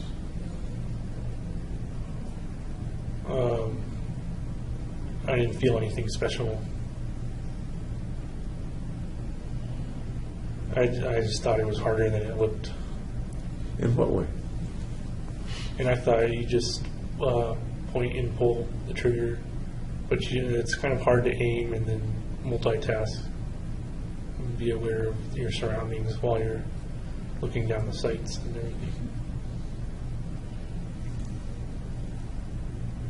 Had you read about how to shoot or how to hold the gun or what to do as you're pulling the trigger or sighting? Yeah, I think I went to some gun forums and looked at like how to stand, how to hold the gun, prevent recoil. Did you wear ear protection? Yeah, I bought specialty earmuffs. They kind of have like a high frequency tone in them. Okay. Do you remember the first time you shot and the weapon went off? Do you remember that? I don't remember that moment. You don't remember that moment? Okay. How about the first time you shot the shotgun? I remember it gives me a bruise because I was shooting slugs, and it really pulls back on you. But I don't remember the first time as being significant versus the other times. Okay. I'm curious, did you shoot slugs at the theater or was it shot? BB shot. Okay.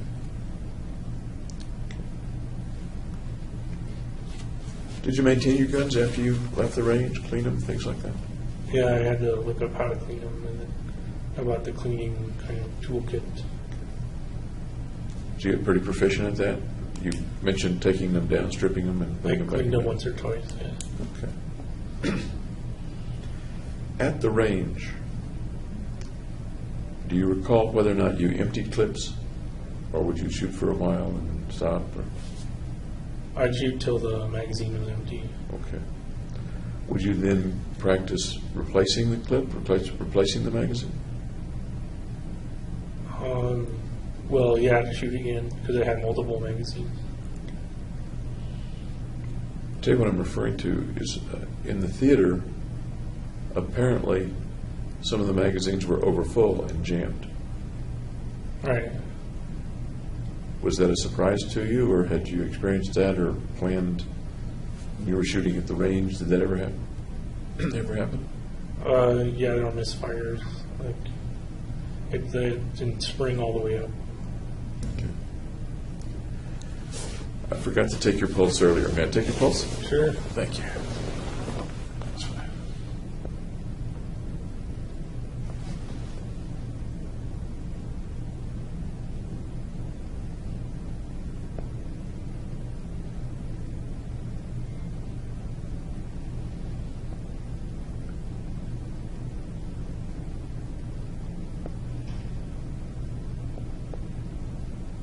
Thank you.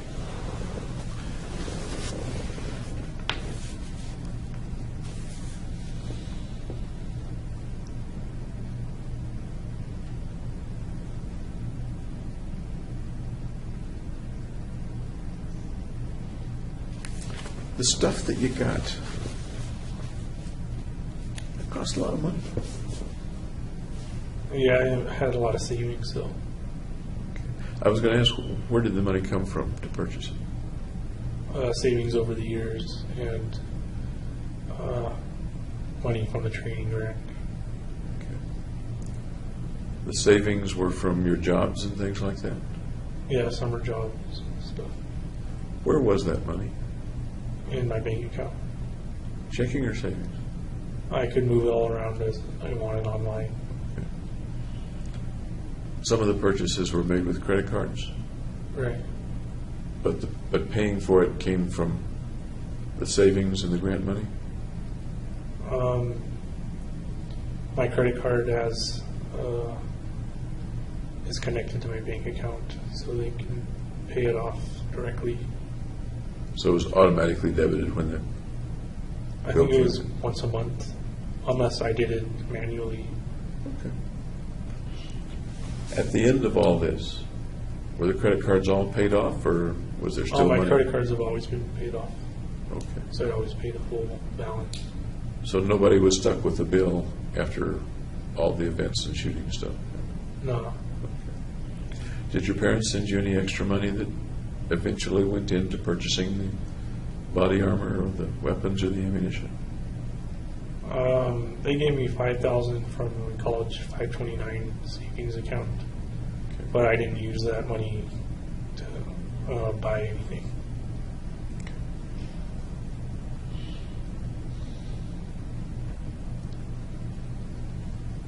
As you were buying stuff, did you pay any attention to the cost, or that wasn't a factor in what you were purchasing? Well, it was a little bit, but not too much. So I wouldn't buy like the most expensive thing. How about the body protection, the body armor stuff? How did you choose that?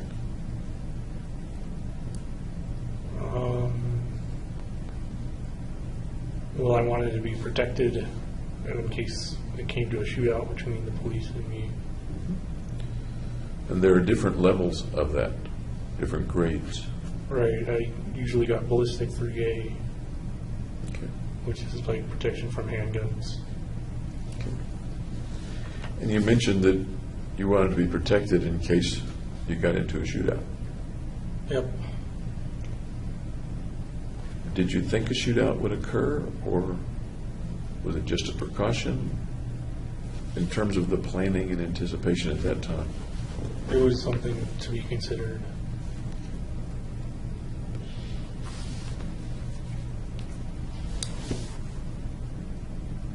Did you put it on at the apartment before? I think you did. Put it on at the apartment to try it on or something like that? I tested it first, yeah. Okay. In what way did you test it? Attention to the facility. We will have patient movement from their units to AA. Patient movement from their units to AA. How did you go about testing? What do you mean testing? Just wearing it with all the magazines in their places and everything. And the gun slings on and on.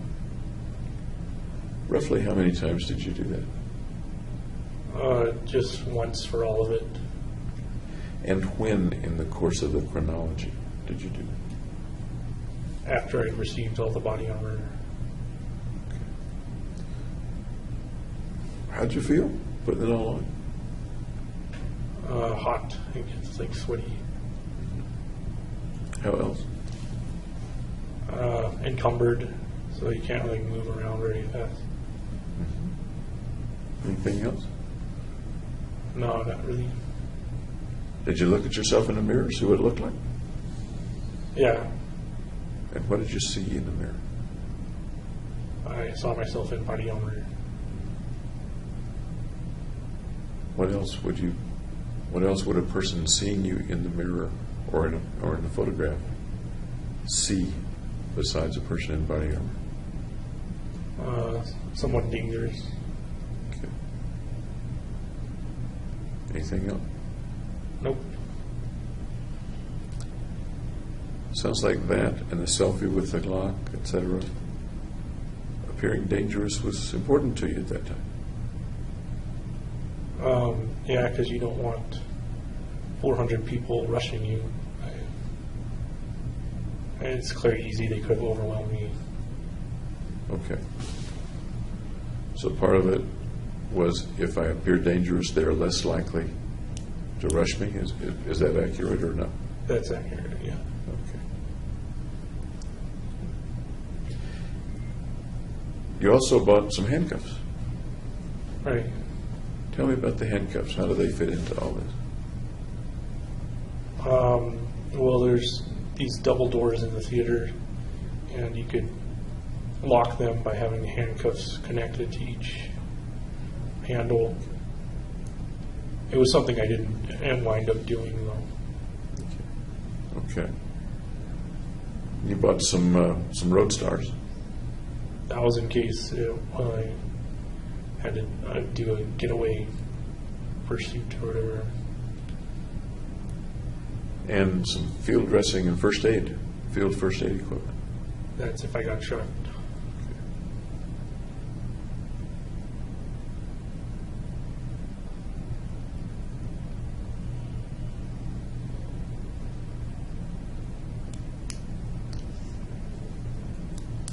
You've given a practical reason for each thing that you purchased or that you wore, that you took to the theater. Was any of it, particularly back at the apartment, was any of it more for show than anything else? No, it was function over form.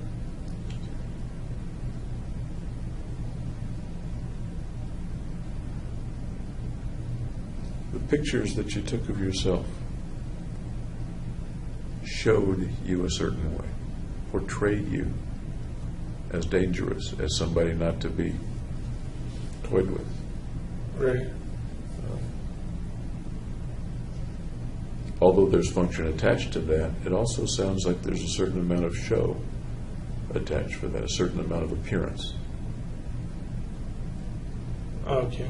As a matter of fact, the photographs weren't designed to protect you at all. They were designed for other people to look at in future. Is that right, or is it not right?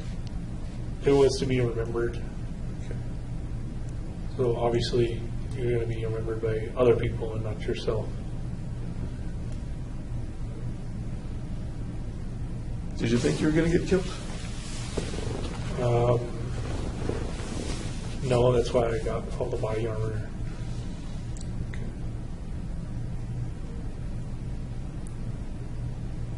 You knew that lots of police would show up. And very quickly, too. How did you know they would show up quickly? Just from noticing police presence in that area that's near the police station, too. Right across the street, what, quarter of a mile, half a mile? Yeah, pretty close. Did the proximity to the police station have anything to do with the choice of location? No, it would have been a negative factor to consider. So why did you still pick that place? Because I was familiar with that place. I'm sorry? I was familiar with that place. I can recon there. You could have reconned some other place. Right. But why did you choose the one that was 45 seconds away from the police station? Or something close to the police station? Like 3 minutes away. Okay. 3 minutes. And I just felt comfortable there. It was kind of within my range of the apartment. Of usually crimes are committed like 10 miles within a person's residence, kind of a thing. You said two interesting things. One, projects are usually within 10 miles or something like that. Tell me what that... They're usually close to home, is what the point is. Okay. What's usually close to home? Where somebody commits a crime.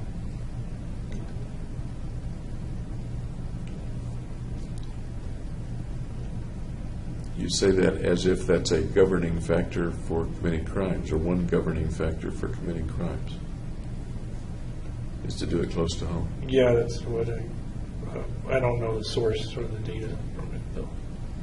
Why would that apply particularly to you? You could shoot people any place within a 100-mile radius without much trouble.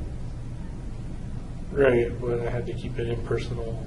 And, 100 miles away, it would be less personal. 100 miles away, it's harder to kind of scout that. Then you said that the police station was, you corrected me, not 45 seconds, but 3 minutes. Did you time it in some way?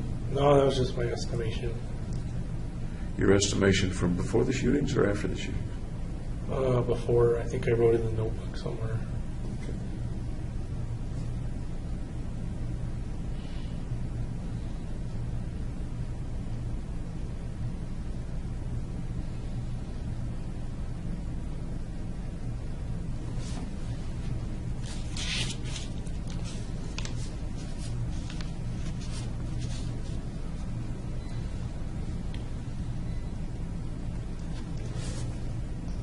There are different ways, I guess, to kill people.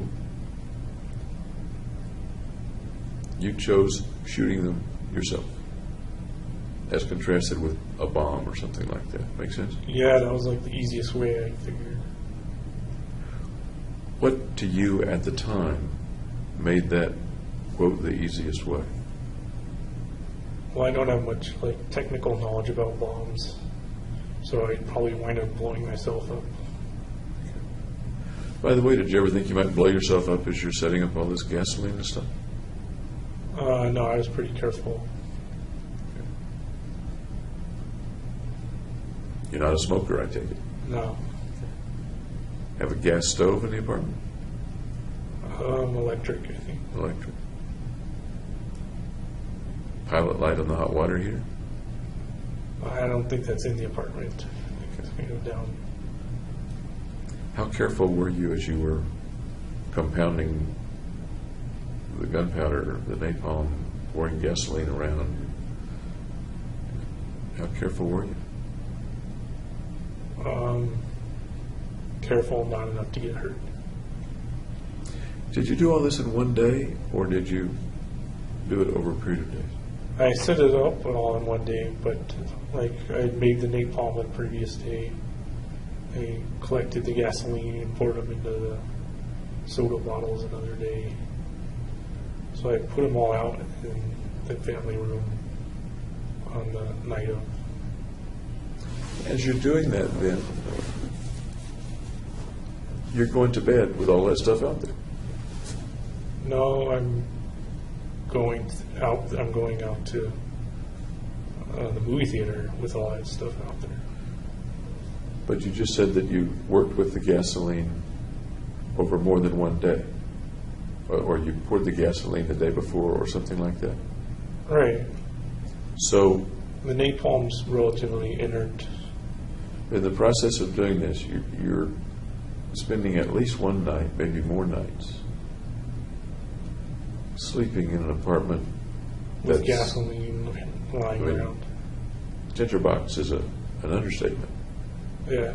with fumes, et cetera, I imagine. Could you smell the gasoline? I closed the caps on them. Okay. Tell me about going to bed and going to sleep. The thoughts that you have as you go to sleep, as you go to bed. What kind I of didn't thought? feel any different between going to sleep normally and with the stuff in the apartment. Did you spend much time when you weren't doing the tasks? And there were many, many tasks to do. When you weren't doing the tasks, did you spend much time thinking about the mission, thinking about what was going to happen or what might happen? No, because I wasn't considering the consequences. So when you stopped to eat, Yeah, what did you think about while you were eating, if you remember? just what I had to do next to like assemble the stuff. Were you watching any TV during that period or doing any Yeah, video games? yeah, just watching TV. I think South Park. Okay. Did you spend much time watching TV on those 2 or 3 days? Not at the end of the night of the shooting, because then I had to like put everything together. Okay. How about the video games?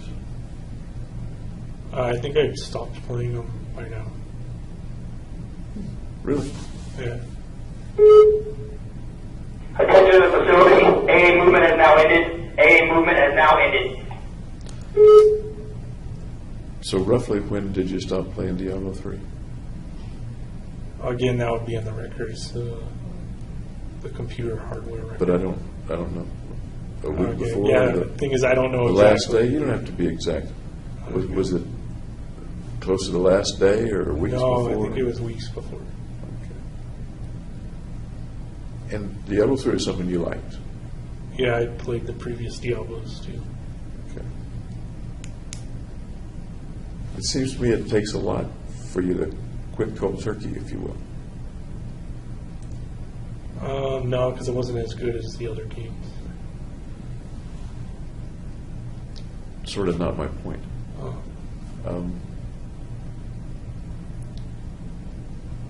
Something was relatively quickly more important than something you used to do 8 hours a day. Right, because I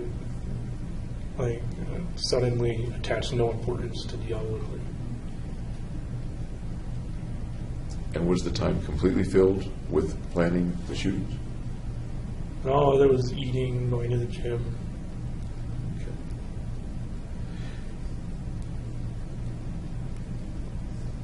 That's right. You went to the gym a fair amount. Okay. What did you like to do at the gym? What sort of exercise did you like to do? Workout. Chest press, bench press. Cardio, like the ellipticals, treadmill.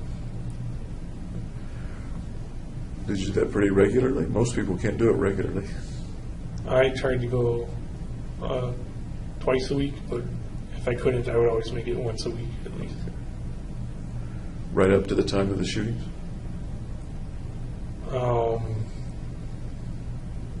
I don't recall the end of the last time I went. Roughly right up to the time of the shooting? Yeah, I don't remember. We were talking about you're stopping the video games that used to take up 8 hours a day. And you said other things filled that time, including eating, going to the gym. Yeah. I'm wondering how much of that time between stopping the video games and the shooting, during how much of that time, roughly, did you still go to the gym? No more than twice a week. Okay. And did that roughly twice a week or once a week continue up until the time of the shooting? That I don't remember. I'd have to check the logs.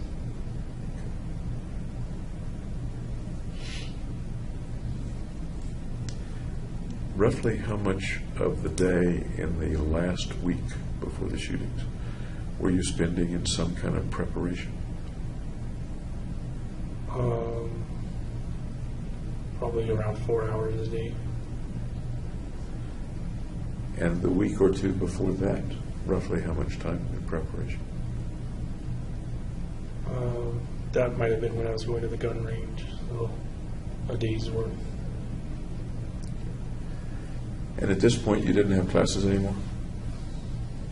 No, I had dropped out. Okay. Tell me a little more about the reasons that you dropped out. One, I didn't pass my preliminary exams. And I had a lab I could have joined, but the kind of topics were less neuroscience and more genetics. Had you wanted to, could you have retaken the prelims? Yeah. Tell me about the decision not to retake the prelims. I just made the decision not to take them, and then told my advisor that I was going to leave. At that time, pretty much that day, at that time, what did you think was going to happen in your future? What was your future looking like?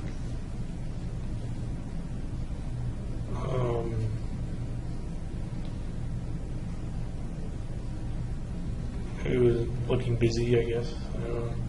I was busy with putting things together. Busy with putting preparations for the shootings? Are you talking about or putting other things together? I'm ordering stuff for the shootings. What else did you picture as being in your future at that time, at the time that you quit?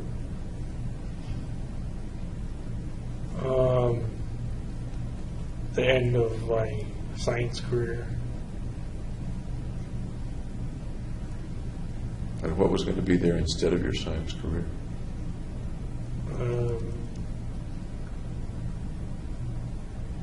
I didn't think about it. Not at all. As far as you remember? Yep.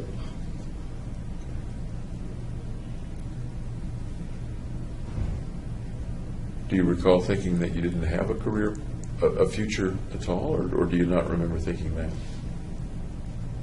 An absence of a future? No, I still had a future. I just didn't think about what I would do in the future. Okay. Months before. Okay. Tell me about your thoughts about the future then. What was the thought about the future months before that? leave it up to kind of fate to decide.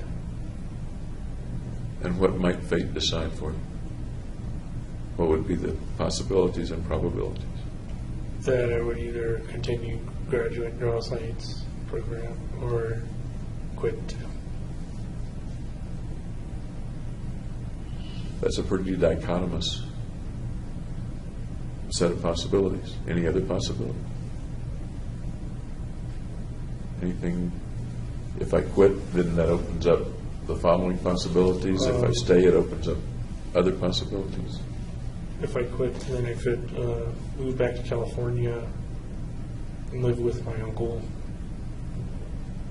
Because it was like a 2-story house, and he only needed 1 floor. Is this the uncle that was sick, or? This is the other uncle. Okay. Uncle Jimmy. So that was one of the possibilities, going back to California. All right. Okay. Any other possibilities? Staying in Colorado and looking for another job. I instead of looking for a job, though, I looked for welfare, and I was ineligible. I'm sorry, I didn't quite understand you. You were knowledgeable about welfare? Ineligible. Ineligible. Yeah. Okay. So had you gone back to California, Uncle Jimmy, what might you have ended up doing 5 years hence?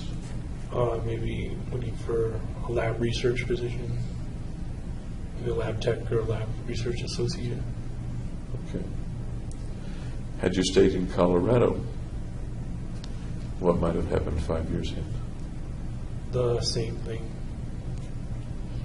Any thoughts of being married or having family 5 years hence? If I had a steady job, then maybe raise a family. And you mentioned that you wanted to prepare for a family by having a job, and I think you mentioned that this morning. Yeah. Okay. What else did you see in your future before the mission came up? What else did you see in your future as you pictured yourself years later?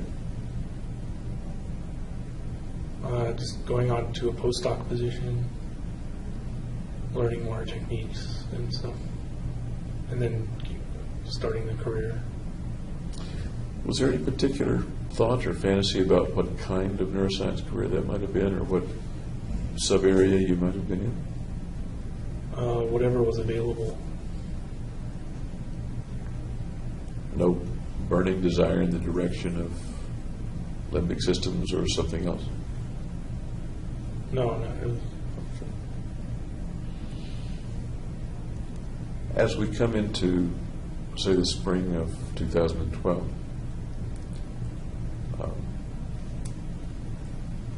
when does that future picture start to change? How does it start to change? It's just not there anymore. Anything take its place?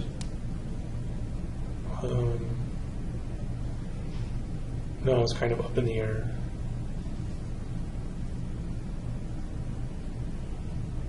Anything vague taking its place? No, because I wasn't looking ahead towards the consequences. I'm sorry? I wasn't looking ahead towards the consequences.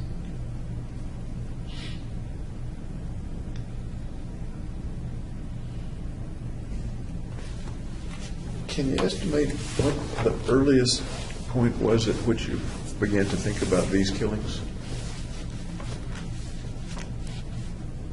When I bought the shotgun, I think. The shotgun. So that was the second gun that you purchased, am I right? Yeah. Okay. Okay. Do you remember roughly when the earliest point was that you ever thought about killing anybody? Teens, in the teens. Tell me about those thoughts, if you would. They would just pop up. Tell me about the thoughts, if you would.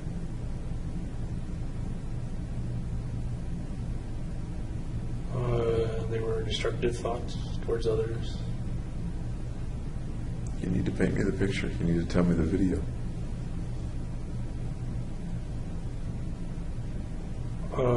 It was kind of that in an abstract way. It wasn't actually visualizing killing or anything. It was just kind of like a voice saying, like, kill people. You mean a voice that you could hear inside or outside your head, or something else? Like your own voice, your own mind's voice.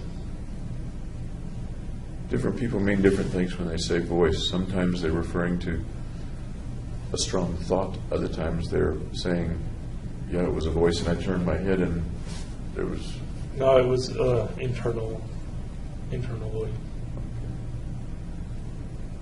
I'm sorry to push it so hard. Was it an internal voice that you heard as if it were coming through your ears, or an internal thought that you realized was a thought, not an auditory phenomenon?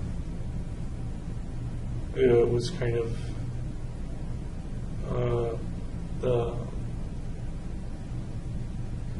I guess the thought that is a voice in your head. Okay.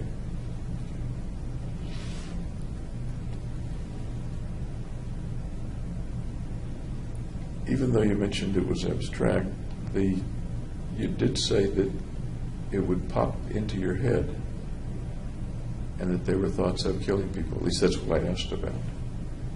Can you be any more specific about what would pop into your head?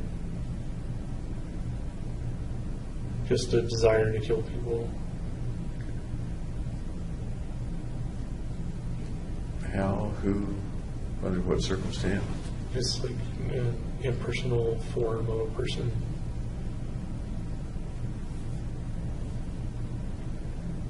No particular person that you picture? Oh, no one in particular. Was it a response to somebody doing something to you or making you feel badly? Or It might have been a response to stress. can you be more specific?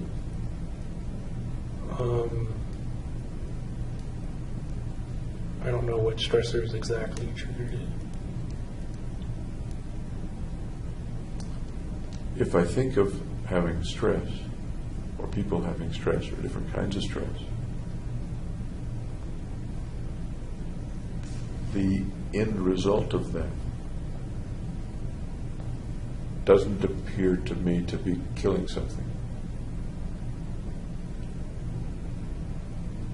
Can you make the connection for me? That stress Then, leads to thoughts of killing a person? yeah, that's it. Can you make that connection for me? That is the connection. The stressor just leads to the thoughts of killing people. No, it's not the connection. It's 2 points. Stress is 1 point, killing somebody is the next. What's in between the 2 points? Well, stress is the trigger.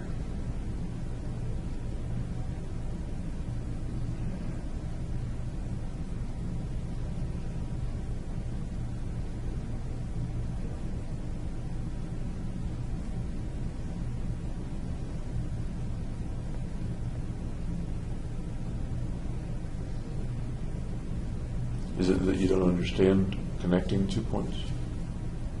Or you don't know I'm what's saying- between the 2 points? I'm saying the stress connects to the killing.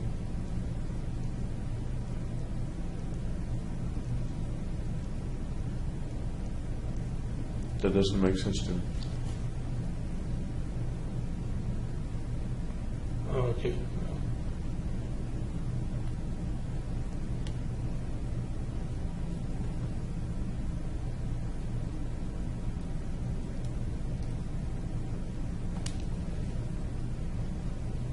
If I say hunger connects to eating a plate of food, there are things between hunger and eating the food.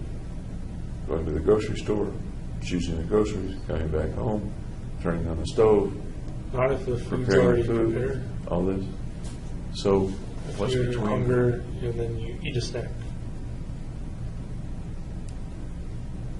You've still got to go get it, choose it, and open it. So Not if it's already open and chosen. we're getting into a word game, and it's not really my purpose. I really want to understand that for you, there's a point of stress, at least as you described it in high school many years ago. Stress and thoughts of killing someone. And there are things in between those. You may not be aware of what they are, but there is something in between. Okay, if I don't know what they are, then. Okay. Otherwise, it seems to me sort of like the old joke of lots and lots of formulae and experimentation, and then a miracle happens. And Okay. something, you remember that joke? No. Okay. If you're doing a proof, or you're doing a paper about how you get to results of your experiment, Yeah, you have data. it's not fair to say the data's here and a miracle happens and there's my result. You need to understand, or try to understand, what's between the data and the result, the causation, if you will. I'm saying stress is the causation. So you're kind of removed from, you're already one step closer. What is it about you then that makes stress per se lead to thoughts of killing people that's not present in almost anyone else? That's just my coping mechanism. It sounds like psychobabble to me. I'm sorry. It just does. Uh, What do you mean your coping mechanism? That's how I deal with it.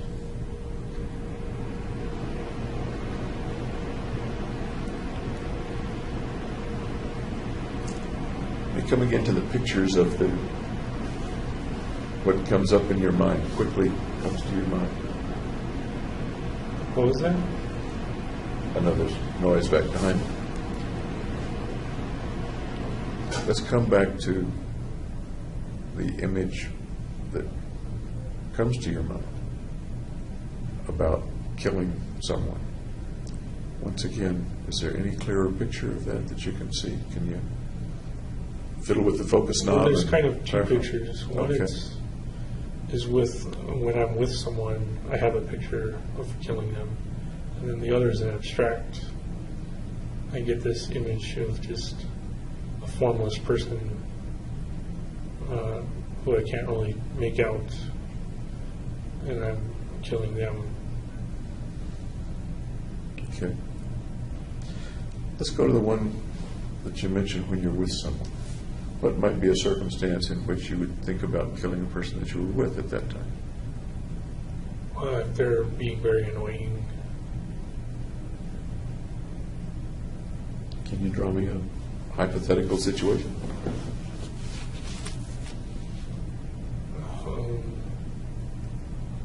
I don't know, if they're just bothering me, then the thought will appear. How might they be bothering you in this hypothetical situation for the thought to appear?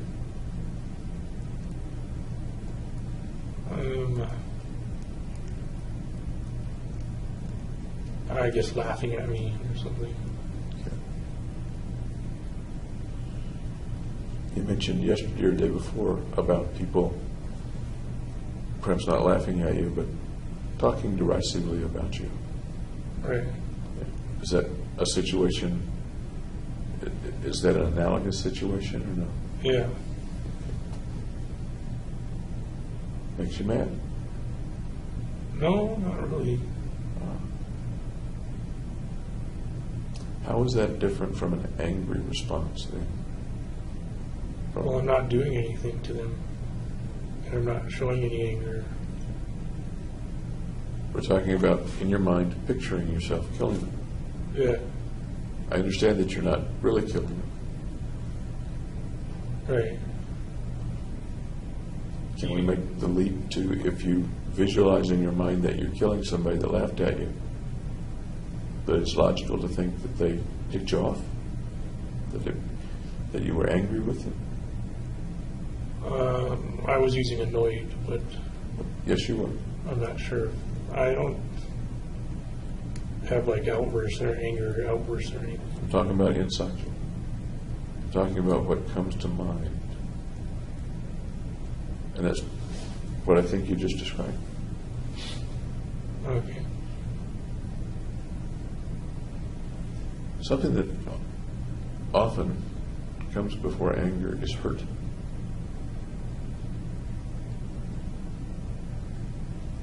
Did you feel hurt when people would talk derisively about you? Yeah. Whether hypothetically or not? Okay. Yeah.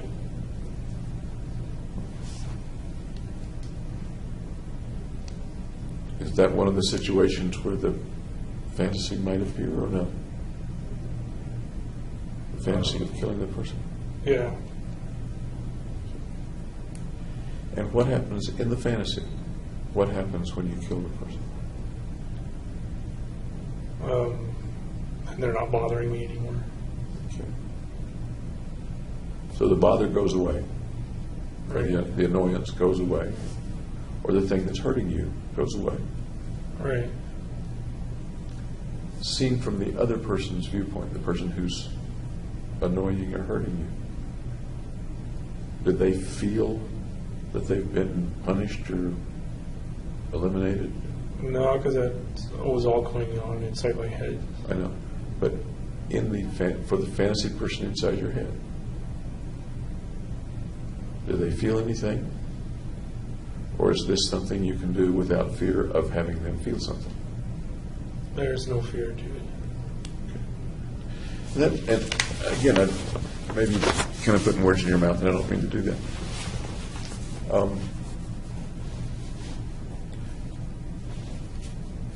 Some people who are being hurt don't want to truly hurt the other person. And sometimes that's the reason they don't retaliate Right. or call them on it. Yeah. Because for one reason or another, they don't want to escalate the situation or they don't want to hurt the other person. One can do that in his mind without hurting the other person. Does that thought resonate with what you're talking about? Yeah, I don't intentionally want to hurt them. I just have the thought of hurting them. Okay.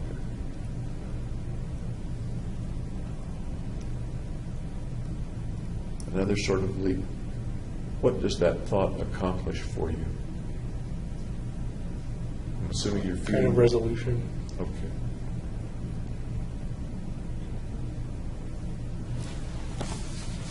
Is there any relationship between that fantasy situation in which you've already said you don't want to actually do damage to the other person? Is there any relationship of that situation with the situation in which you did grave damage to people at the theater?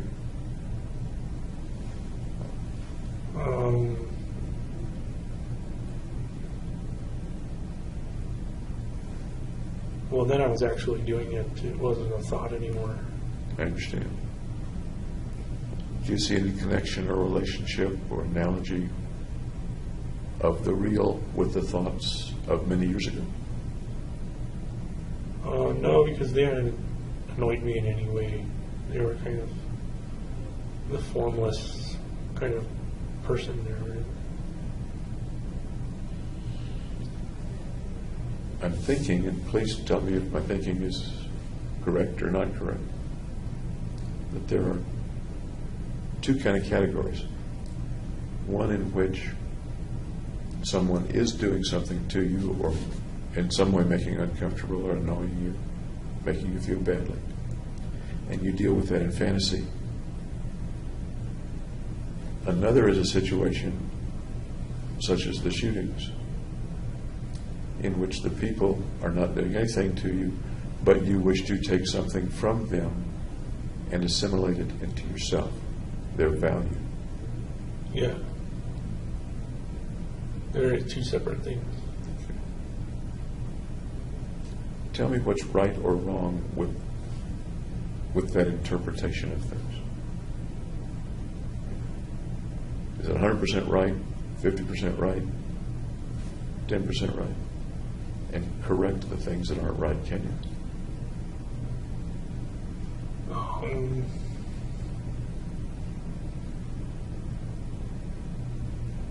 It sounds right to me.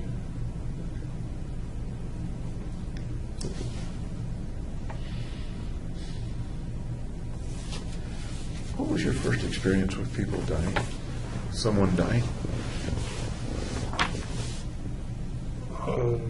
I never had close contact with somebody dying. Really? No. Ever been to a funeral? Yeah. Tell me about it. Whose funeral? My grandma Helen's. How It wasn't old? a casket or anything. It wasn't an open casket or a body anywhere. So it was a memorial service as contrasted with a funeral where there's a casket. Right. How well did you know your grandmother? Pretty well, yeah. You were or were not around her as she became infirm or became ill and approached death? I wasn't around her.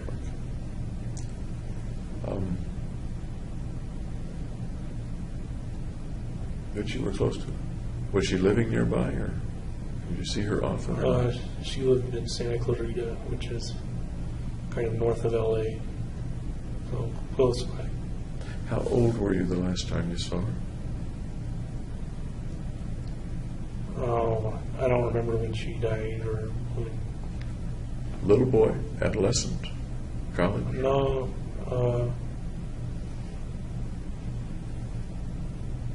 I think it was undergraduate. Okay.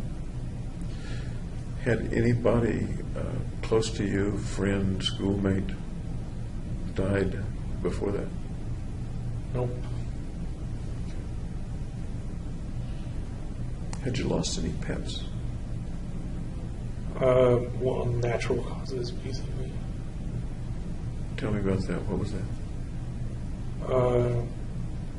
Had a Labrador named Zuby, and I think a Scottish Terrier named Wimby. Zumbi? Zuby? Zuby and Wimby? Yeah. Zuby and Wimby. Okay. Tell me about the dog.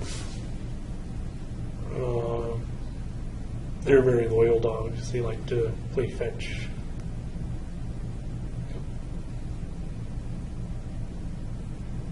You're picturing those dogs, aren't you? Yeah. How old are you in the picture? I'm not in the picture because I'm seeing it through my eyes, I guess. How old were you when you had the dogs, when the dogs were in your life?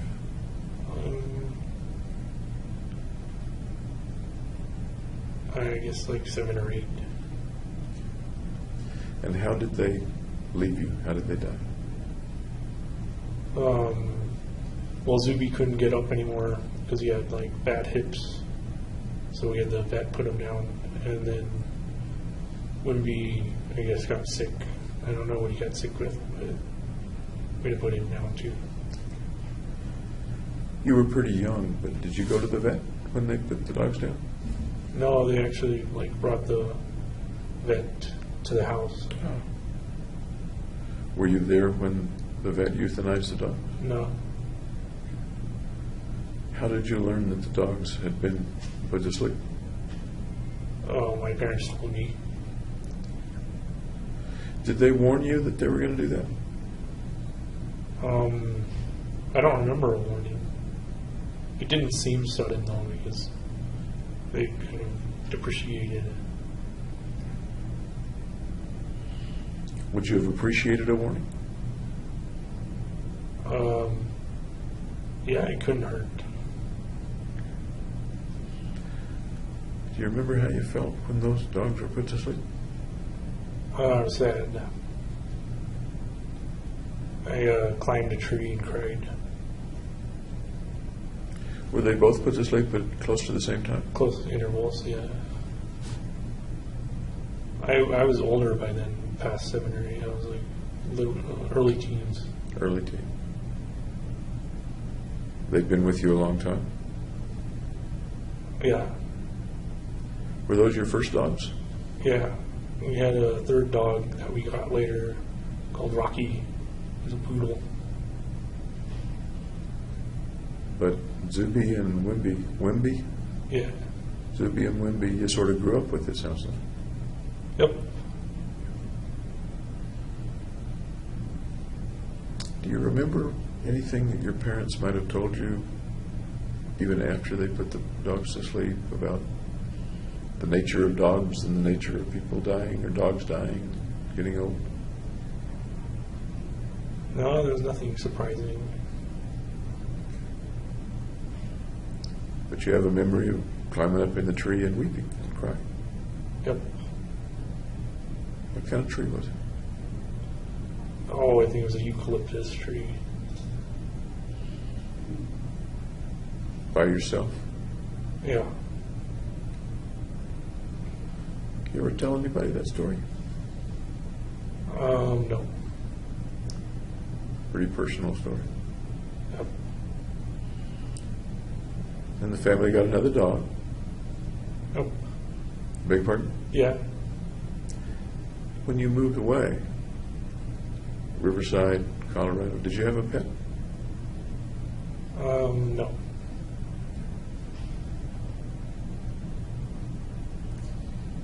Any other experiences with death, animals or people? Well, my other grandma died too. How close to her dying were you? I was in San Diego and she was in Carmel, so like 8 hours away. About how old were you?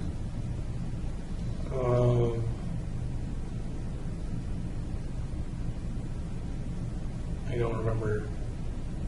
Little guy, teenager, college? It was either high school or college. I don't remember exactly. Do you remember how you learned about her passing? Yeah, my mom said she had gotten sick after visiting her. So you saw her? I didn't see her. My mom had visited her. Okay. Do you remember how you felt when she died?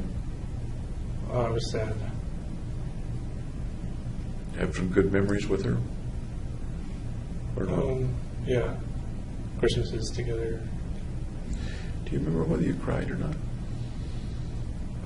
No, I didn't cry. How about for the other grandmother? No, I didn't cry for her either. What do you make of the fact that you cried for the dogs and not for the grandmothers? I was younger. Anything else? Oh, By the way, I don't think it's unusual that a boy cries more for the dog than for grandmother.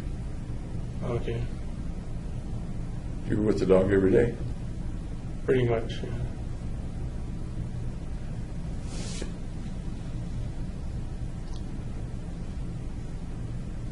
Do you have a view? Well, let me go back some years in when you were younger, high school, college, or at the time that these people and the pets died. Did you have a view then about what happened after they died? What happens after death? Just a dreamless sleep. A dreamless sleep. Yeah.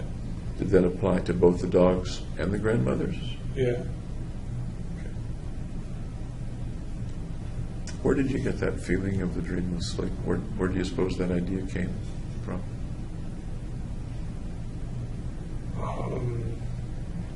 I guess I just absorbed it. I'm sorry? I just absorbed it from my surroundings. What do you mean? I don't understand.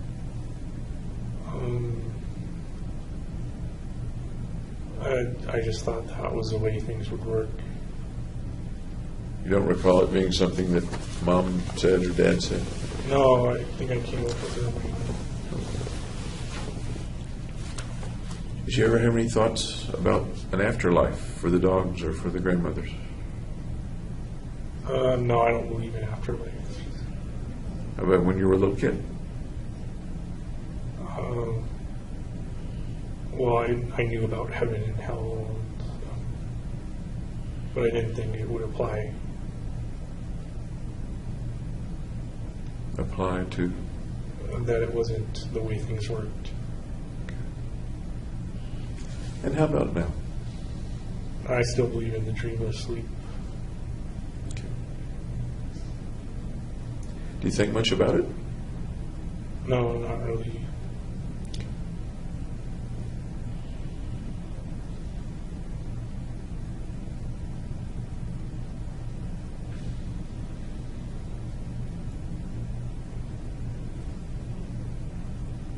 Think much about your own death? Nope. There was a possibility that you would have died in the shooting. Then I wouldn't have to worry about anything else. When the officers drove up, do you remember what their names are? Did anybody ever tell you what their names were? I forget what their names are. What was the circumstance in which the officers drove up or came to you after the shooting? Well, they drove up behind the theater because everything happened behind the theater at that point. And they were looking at Theater 8, and they had their backs to me, even though I had a gun right next to me and stuff. So I didn't shoot them, but then they came towards me, and I put my hands up, and then they knew I wasn't police. Why were you outside the theater and not inside the theater? I left the theater at that point and went out the back. Had you finished? Or were you getting ready to go back in? Or? No, at that point I just decided I was done and left. So it wasn't that they interrupted you, you had decided that you were done. No, I could have kept on shooting. And that's really what I was asking. Without the police being there, what would have happened next? Well, the magazine jammed, so my main weapon malfunctioned. But you had 3 others. I had 2 others on me, and I would have had to reload the shotgun, which takes a bunch of time. So essentially I only had the one handgun. So, absent the police, what would have happened? If there were no police, If the cops hadn't come up to you, what would you have been doing? they didn't come up to me. I left the theater, and then they appeared. Understand? You have left the theater, you're outside the theater door, and the police Aren't present. don't see you, aren't present. They are present. No, but if they were not, what would have happened next?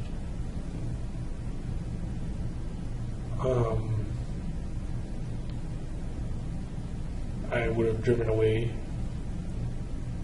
Okay, I don't know where I would have driven, though. okay, so you were, I didn't have a plan exactly. either way, you were finished with the inside of the theater. You weren't Going to go back. going to in. go back in. Okay, okay. You would have somehow driven away. You didn't have a plan. After shooting in the theater, I didn't have a plan of whether to die or not, or to drive away, or where I would go. I kind of left that all up to spur of the moment. What do you make of that? And here's what I mean. The planning for what went on in the theater was very, Meticulous. I'm sorry? Meticulous. Meticulous, good word. The planning for what would happen afterward, Was absent, completely absent. non-existent. It's like life stops with the theater. Yep. And that was definitely a possibility. A possibility, but only a possibility, not a sure thing. Certainty. So what I'm asking is, looking back, what do you think about the fact that all planning ended with the shooting at the theater? Didn't even include getting the car and driving away, except that you had some road stars and some first aid stuff. Right. What do you think about that?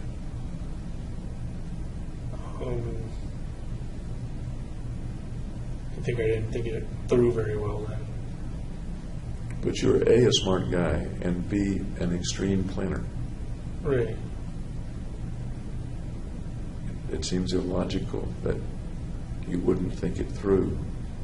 And yet, I believe you when you say you didn't think it through. So, what is it that causes a smart guy, an extreme planner, not to think it through beyond the shootings? Because I kind of figured my life would end at the shootings.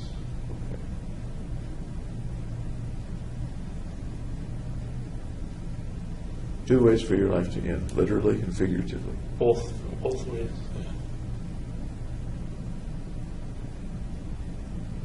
It sounds like you had no plan, no hope, no wish for things to go further, for your life to go further. Except the basic biological instinct to survive.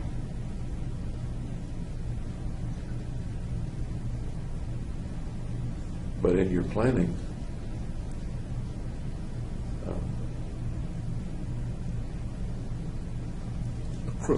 a criminal, Yeah.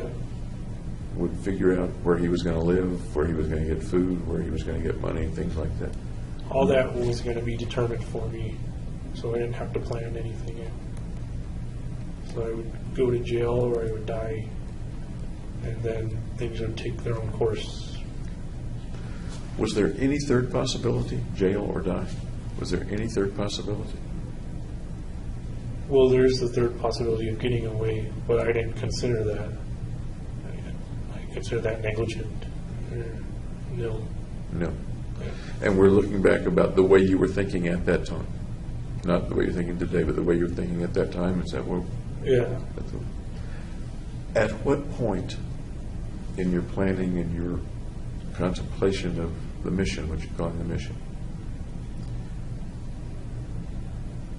did it become either jail or die and no other real possibility? At what point do you think you realized that, or do you think that was a fact in your planning?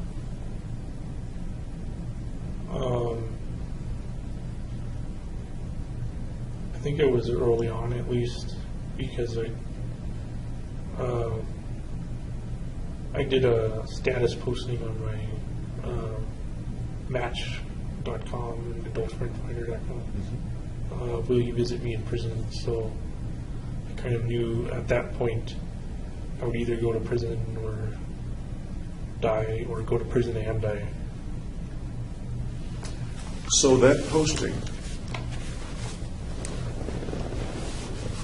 wasn't just a thought or random or for effect. That posting was anticipating, The consequences. rather specifically anticipating. Yeah. That's the way you remember it. Yep.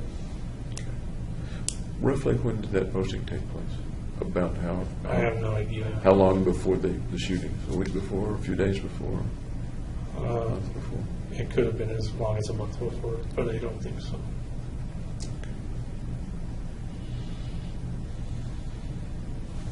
How are we doing on time? We're doing fine.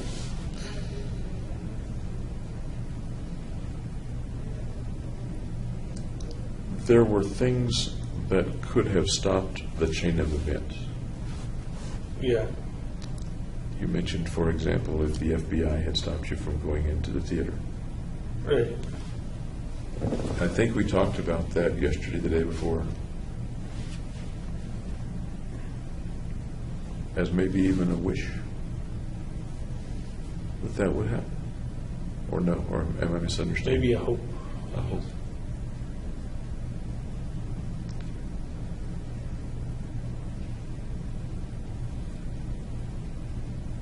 Can you describe for me, help me understand, that you hoped the FBI might stop you, or a part of you did, Right. but the person who was perfectly capable physically of stopping, namely you, Yep. didn't stop. Well, I had a purpose to fulfill.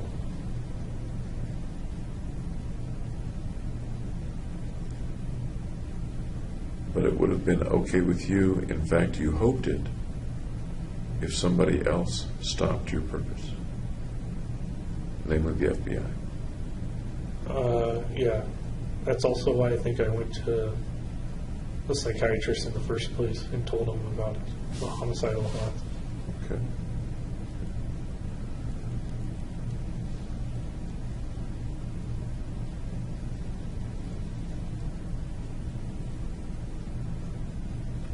That sort of sounds like there were two parts of you going on. One part that wanted to proceed and the other part that didn't. Does that make sense? Yes, there's like internal conflict. Okay. Those are big words, psychobabble crap. Okay. But it sounds like there were two parts of you, one that wanted to proceed and one that didn't. Yeah. Or am I if I'm mis-explaining it, then please correct me. Well, one I wanted to be fixed to have be normal, and the other was to carry out the machine.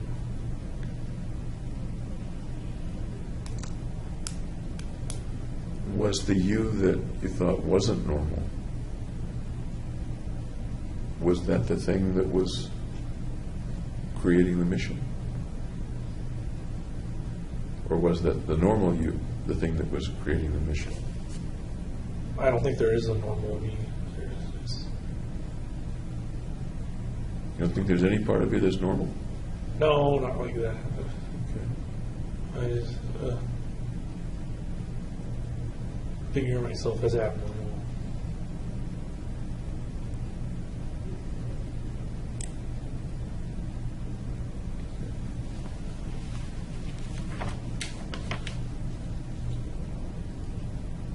The going to see Roth and then Finn seeking help or seeking something, did that have to do you think now, with stopping you one way or another? Or with fixing you, or with something else? Yeah, with treating me. Okay. What was, if you can remember, what was the thought? What was the hope in your mind? I'd get the drugs and then I'd be better. Okay. And what ended up happening? I got the drugs and it abolished my anxiety, my kind of fear of other people, and kind of maybe even facilitated it. So when you got the drugs, Yeah. your anxiety around other people decreased? Yeah, that was one of the main reasons. I'd also told her why I came to see her was to reduce the anxiety. Okay. But coming down to what happened, when you got the drugs, and I'm just saying what you said, I want to be sure that it was accurate and complete in my mind. The anxiety with people decreased. It was easier to be around people. Is that accurate? Yeah. Okay. Did it change the way you felt about the people, that it was now easier to be around? I just didn't fear them. I'm sorry? I didn't fear them. Okay. The last couple of days we've talked about you hating them. Your phrase was, like you hate broccoli. Yeah.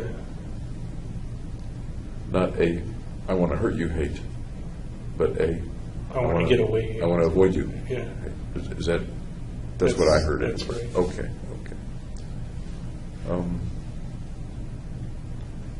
So the,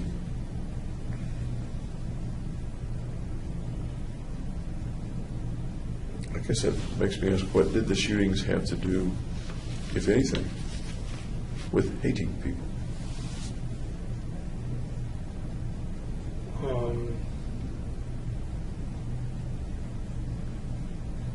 Just that they make me anxious, and because they make me anxious, I hate them.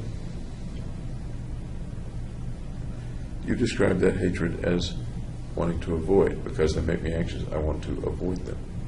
Right. And you were pretty careful, I think, to say you did not mean because they make me anxious, I'm mad at them and I want to kill them. No, because I wasn't mad at anybody in the theater. Okay. And what I'm trying to put together is and it may not go together. The shooting of the people in the theater doesn't sound like it has anything to do with, I want to avoid people. I hate broccoli and I want to avoid it. I hate people and I want to avoid them. That doesn't lead in my simple mind to a situation where you kill people. Now, this was not a simple situation, I understand. Right. But But if you kill them, then you're not dealing with them. You're avoiding them. on the other hand, you don't have to go to the theater in the first place. Right. You can. There are other ways Yeah, to avoid harm them besides killing them. Yeah. Okay. And you said earlier that the killing had to do with assuming some of their value. Right. Okay. Do the two things go together, or are they somehow put together? They're completely different reasons. Okay. Did they coexist in the killing, or was the hating like broccoli a separate thing and didn't have to do with the killing? Or do you know? I don't think it had much to do with the killing. Okay. And by the way, I want you to know, and whoever looks at the tape, to know, that we're talking about something that was 2 years ago, Right. when you were in a very different state of mind, at least in some ways, than you are today. Does that make sense? Yeah. Okay. Okay.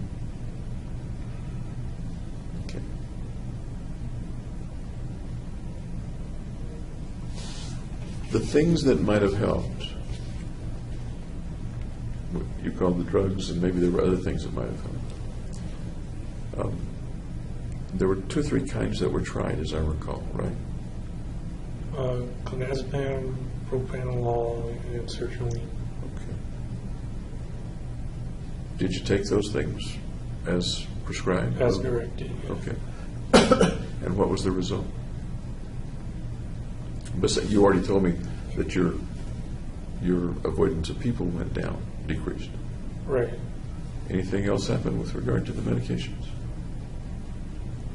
No, not really. Okay. Were there any problems with the medications?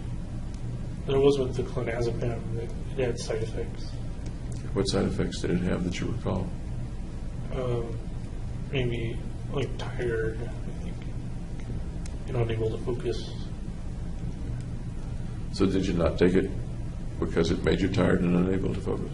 I took it for about a week, and then once I saw my psychiatrist stated Fenton, then I didn't. Then she said to stop taking it, so I stopped. Okay. You stopped seeing them at some point, and I'm trying to think of the order of the appointments. You kept every appointment that was made, as I recall. Yeah. Okay. But at the last appointment, you communicated in some way that this was going to be the last This was the appointment. last one. Okay. Yeah. And as I recall, even left a little early. This is it. Is that accurate? Yeah, that's Okay. accurate. Why did you make that your last appointment?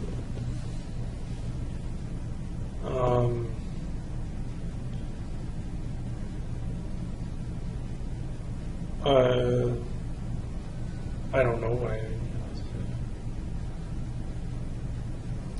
If there was a wish to fix you, or to, on the one hand, fix things, fix your mind, and on the other hand, prevent the mission from taking place, prevent the track that things were on, to stop that. That kind of overruled the treatment. It overruled the treatment. Yeah. Pretty strong force. Yep. Where does such a strong force come from?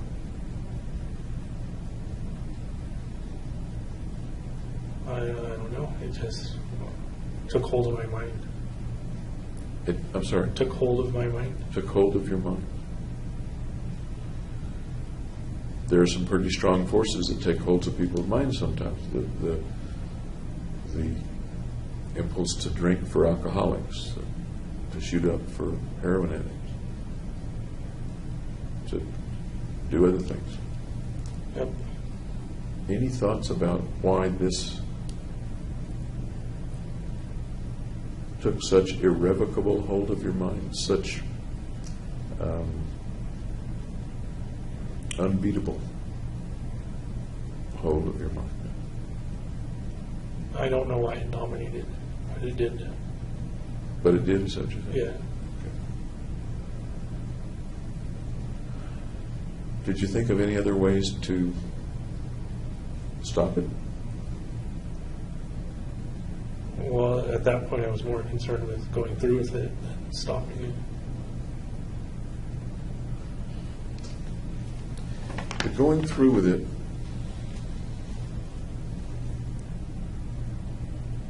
the picture in your mind was that everything was going to end with the mission. That is, you didn't plan beyond the mission. It sounds as if, and once again, correct me if I'm wrong, that nothing existed for you of import beyond the mission. Right. Okay.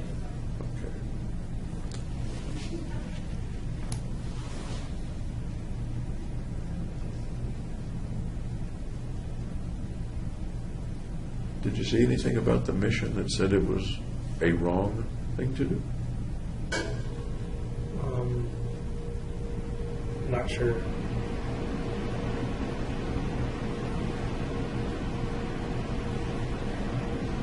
Seems like a pretty simple question. Well, I knew it was legally wrong because you get punished for killing people. Yeah. I'm thinking more about inside you. You're a person going through life at that point. You haven't been arrested at that point. You're thinking you may well be arrested or may be killed. No matter what you do, if I'm thinking right about the way you were thinking, life is going to end one of two ways. You're going to be killed or you're going to be put in prison, arrested. But between here and those things, thinking back on July 1st, 5th, 19th, 20th, there are people that are going to be killed and wounded. Right. Is there anything wrong with doing that in your state at that time?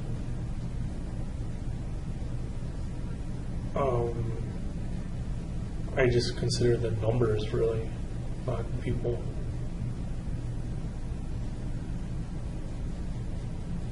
How's that? Well, I consider that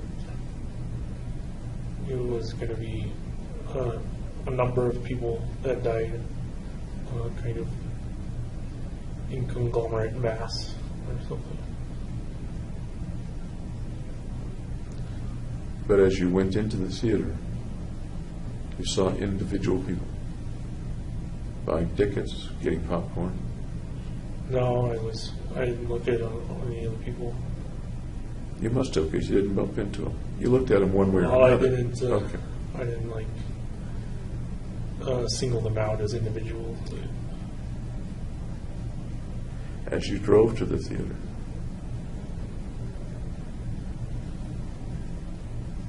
you didn't go out of your way to hit pedestrians or run over dogs. I was concentrating on getting to the theater without getting pulled over.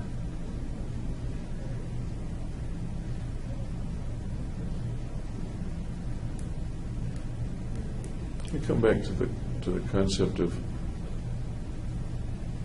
the things that lay at that point between you and dying or being arrested, those two things.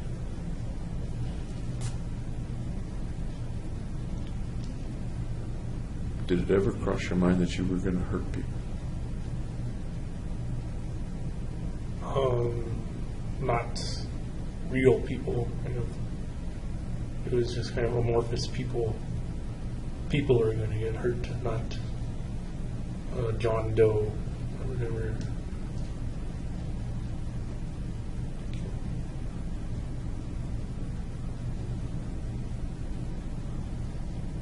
If a little old lady had crossed the street in front of you on the way to the theater, would you have put on your I brakes? would have avoided. Okay. Yeah.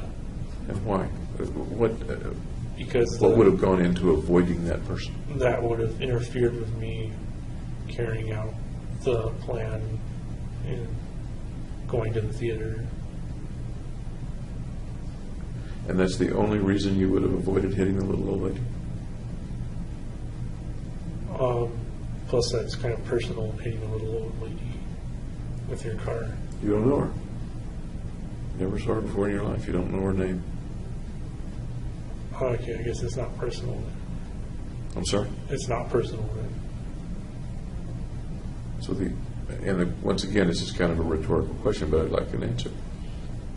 The only reason you wouldn't hit the little old lady is that it might interfere with your getting to the theater for your mission. Well, and I didn't plan on hitting the old lady.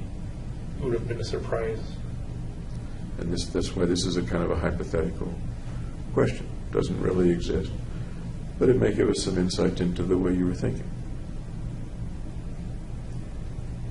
You are not saying, one of the things you're not saying, and perhaps that's saying something, you're not saying that that's the only reason you wouldn't have hit the little old lady. Right, I'm saying there's another reason. And the other reason Is I didn't plan to hit an old lady. I wasn't prepared for it. So it would have come as a kind of a shock. and so the two reasons that you wouldn't have hit the old lady, is that A, it would have interfered with the mission, and B, it would have been some visceral reaction to an unplanned situation, That sounds about right. not to hit the little old lady. Yeah.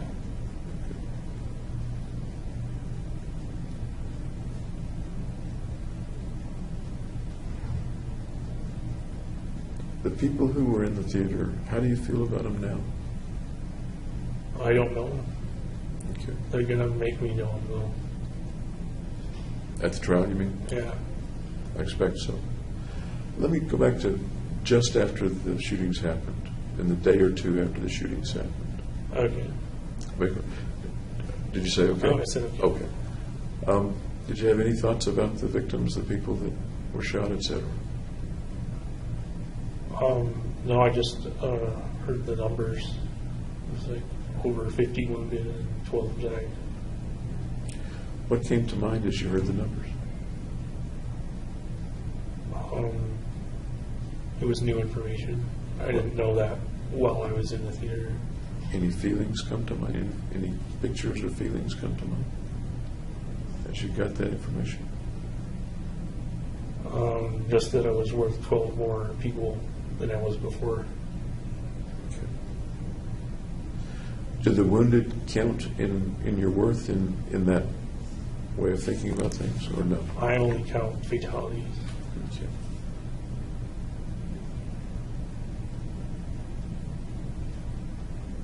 So is there a difference in the way you think about the wounded than in the way you think about the deceased, about the dead? Yes. And what are the two ways that you think about it? What are the two? What are the two ways? What are the ways you think about the dead versus the way you think about the wounded? Well, the dead can't be repaired or come back to life or be normal again. So it's kind of irreversible. And what I heard you say was that that accrues to something positive for you. Right. Okay. What about the wounded? They're like collateral damage, I guess. Any thoughts about them after the event?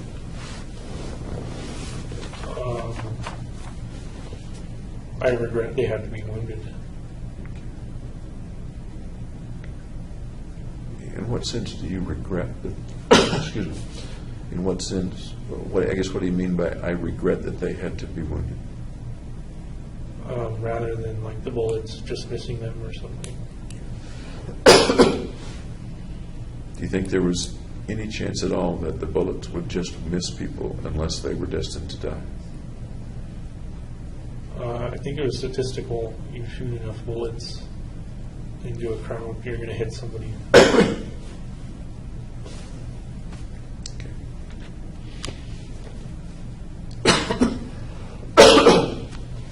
Can you help me understand the regret that you felt that they had to be wounded?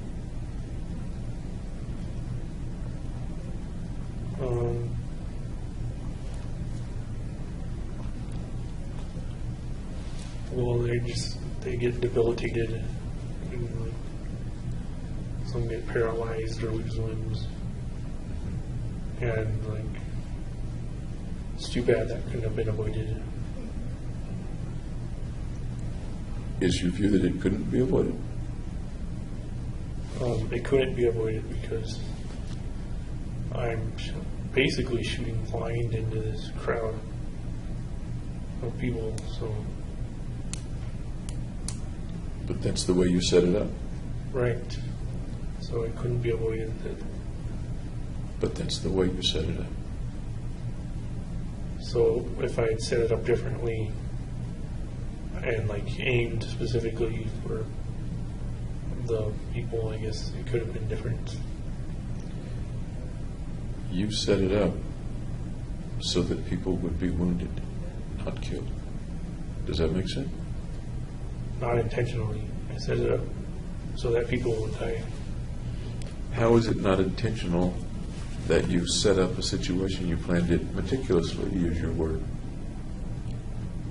that you wouldn't be able to see well or aim well? Right. So Which is the way that people keep get it wounded. impersonal. Which is the way that people get wounded instead of killed, instead of all killed. So I didn't know a way to make it impersonal and still be able to kill them. But once again, you're a smart guy, and you plan meticulously. I think of situations, and it's a hypothetical thought, of course, of snipers. We get very, very good at what they do, and tend to kill rather than wound. Right. Well, as I said, my aim wasn't that great, so I couldn't really do a sniper. Okay, we can pick a different way to do it. My point is that intellectually, your argument seems to be failing to me, that people got wounded because of the way you set it up, Right. That's true. People got Okay. wounded. because of the way you set it up. Yes, because of Okay. the way, the nature.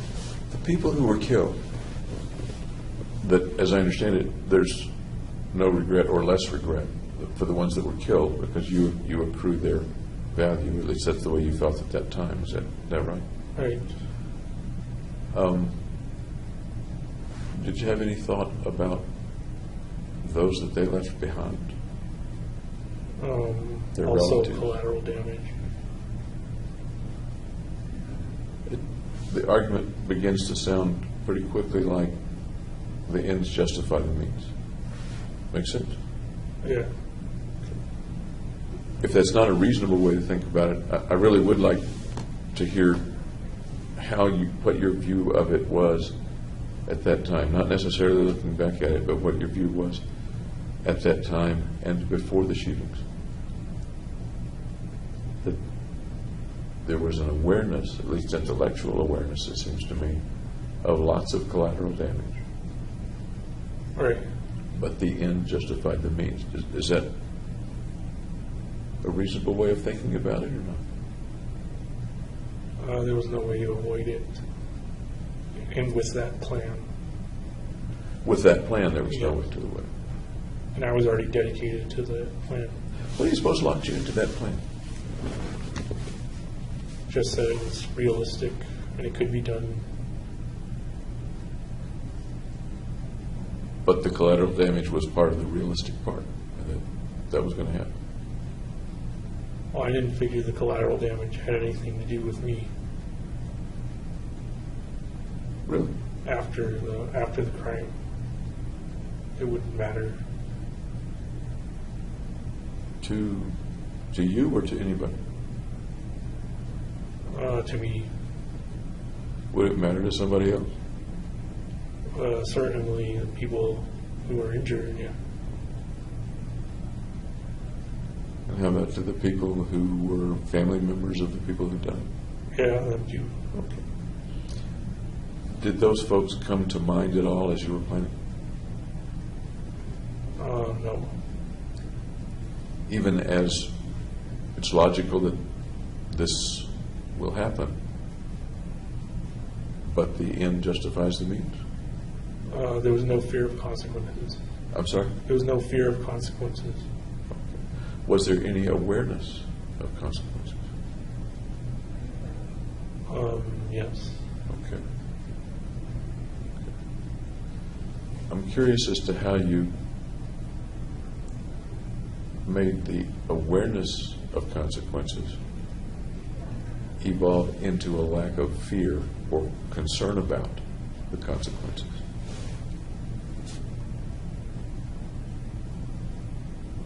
I don't understand the question. I don't think you're a cruel guy. Okay, I don't either. Okay. I don't think you're a cruel guy. You don't go out and, I mean, in the lab you may sacrifice rats, okay. Right. But you don't go out and hit little old ladies and you cry when your dog dies. You don't go and torture animals or anything like that. I don't think you're a cruel guy. Okay. But somehow, once again, correct me if I'm wrong, the awareness that other people would be badly hurt was not enough to stop the mission. And it sounds as if you're telling me that the awareness that they would be hurt somehow became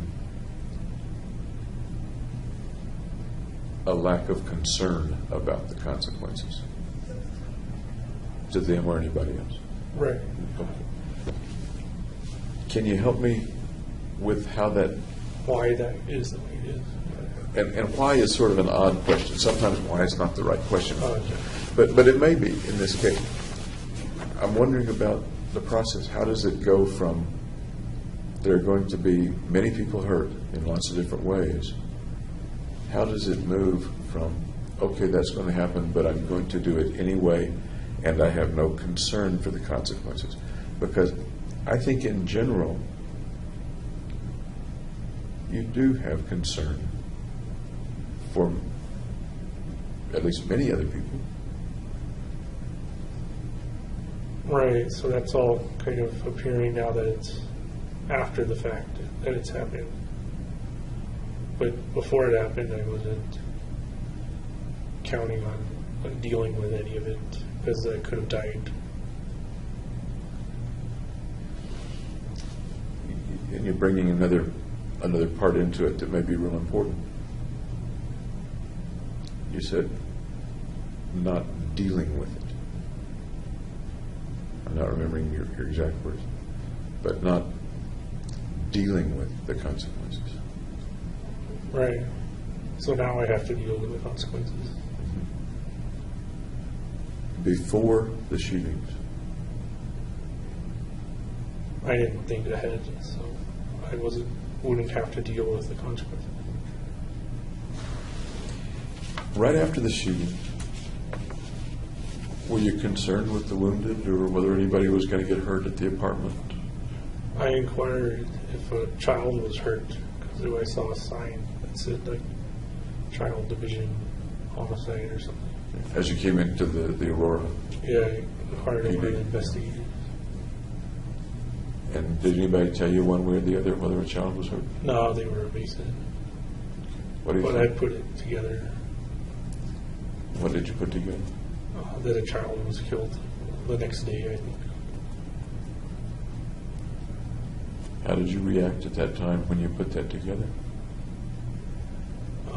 That they tried to minimize child fatalities by choosing midnight and PG-13. Okay, so it would be grown-ups at that showing of that particular movie. Is that what you're saying? That was what was intended, yeah. So it would be like, Once you learned that a child was killed, that you had killed a child? Yeah, I was remorseful. Tell me more. Remorseful is 3 syllables. Tell me more in 1 syllable words or so of how you felt. That I was sad that a child had died. Did you think much about it? Yeah. Do you still think much about it?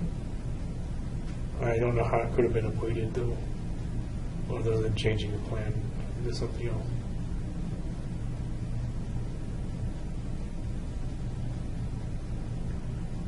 If you had known that a child was going to be killed, would you have changed the plans, do you think? No, I think I would have still carried them out. If you had known that lots of children were going to be hurt, dozens of children were going to be hurt, Then I'd have to change the plan to make it impersonal and not with children. and you were aware that dozens of children were hurt, I'm not aware of that. I didn't know this. I'm sorry? I'm not aware of that.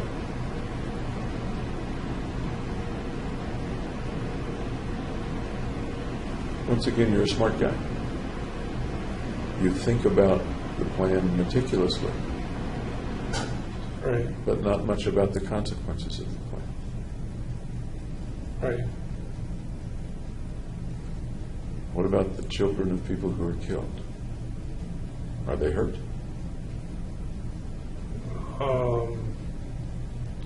I didn't consider family and friends of the deceased or the wounded. What do you think now? Are the children hurt when their parents are killed? Yep.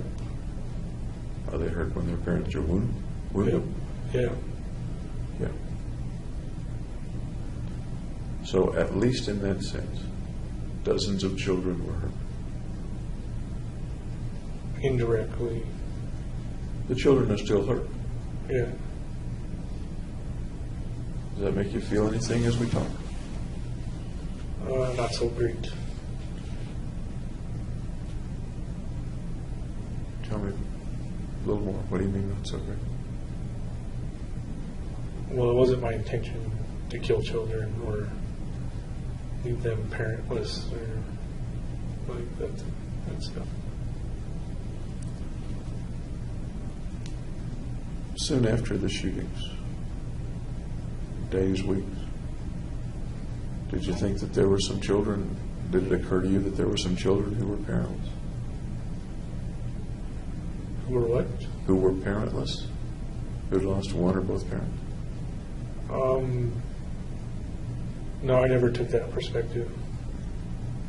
Did it ever cross your mind, other than taking the perspective, did it ever cross your mind that there were No. children who now had lost a parent? I'd only considered the children who'd been directly hurt.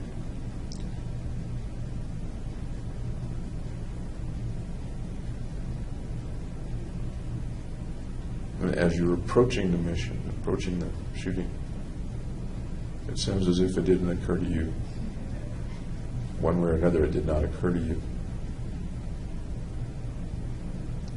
that some of the people that were going to be killed would be parents. No, didn't occur to me.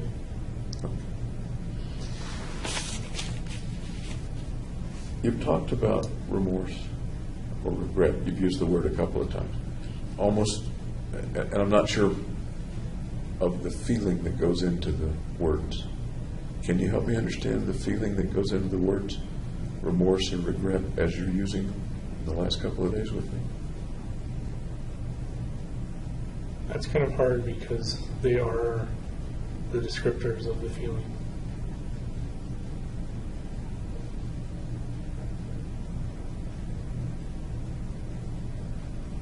What are some other ways to describe the feelings that you have about remorse and regret? If you haven't, I'm not assuming that. I don't know. Do you have those feelings? Sometimes. When did they come to you? When did those feelings come? Just when I'm alone in my cell. That's a lot. You're alone a lot. Right. Any particular time of the day or night that those feelings come to you? Not really, no.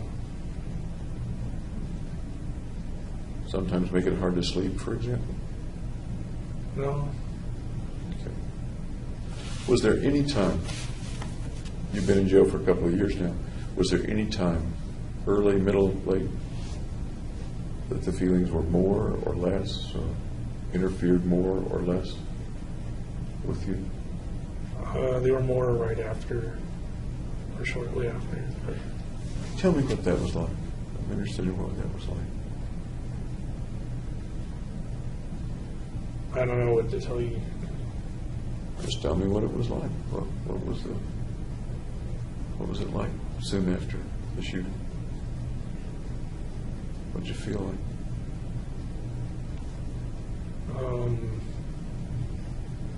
Kind of a now what am I going to do situation.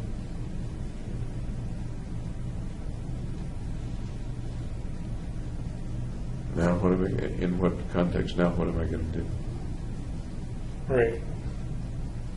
But I don't understand quite what you mean. Now what am I going to do? That's kind of how I felt. Meaning, what am I going to do for lunch, or what am I going to do with the rest of my life? Or Yeah, what? In the long term, I guess. Okay.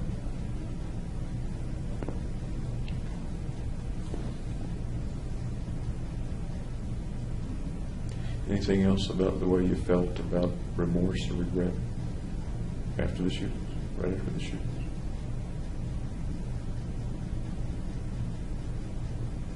No.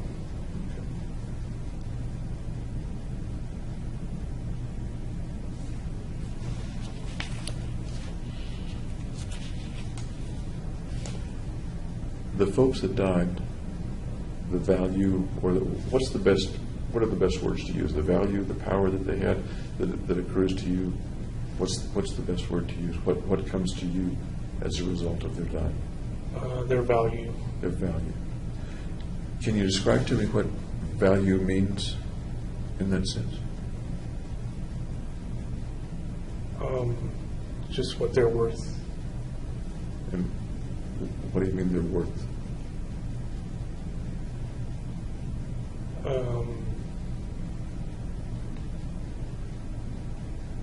I don't know how else to explain it. Lots of kinds of worth. What kind of worth do you mean? Their worth in totality. Earning potential? Value of the chemicals that make up their bodies? What do you mean? Just their value as a human being. Okay. Their value as a human being. Does that bring up any thoughts or pictures of what one's value as a human being means, or what it is? I just designated arbitrary value of like 1 to each person. I want to ask one what? 1 value unit. I don't know. Is the value unit a big thing, really, really significant, or is a value unit a little thing and it takes lots of them to make up something significant? 1 is significant enough. 1 is significant enough. And you have 12. Right. Okay. Their value as a human being. Does that seem to jibe with your effort to not see them as human beings? Or does that not I not see them as individuals, like personally individuals. And I don't mean to be playing games with you, but you did see them as human beings because that's their value. Right, is their being value human as a beings. human being. So, as a human being, they have this value, and I can take that value. Was it successful? Yes. In what way for you was it successful? I increased my self-worth and I didn't have to die. Okay. Can you talk to me about how your self-worth is increased, in what way you see that? Well, it's at a value of 13.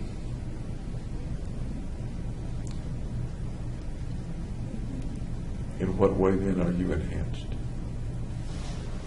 I'm worth 13, whereas a normal person's worth 1.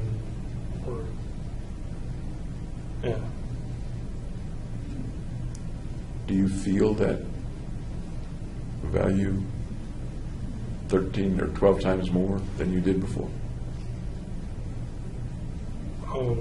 Theoretically, yes. Theoretically, how about really?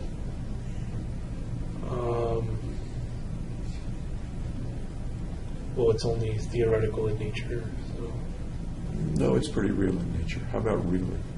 What do you feel in terms of the feeling of increase in you or your worth? right, my worth is a lot more. Okay. And what do you feel is more? What does that feel like to be more?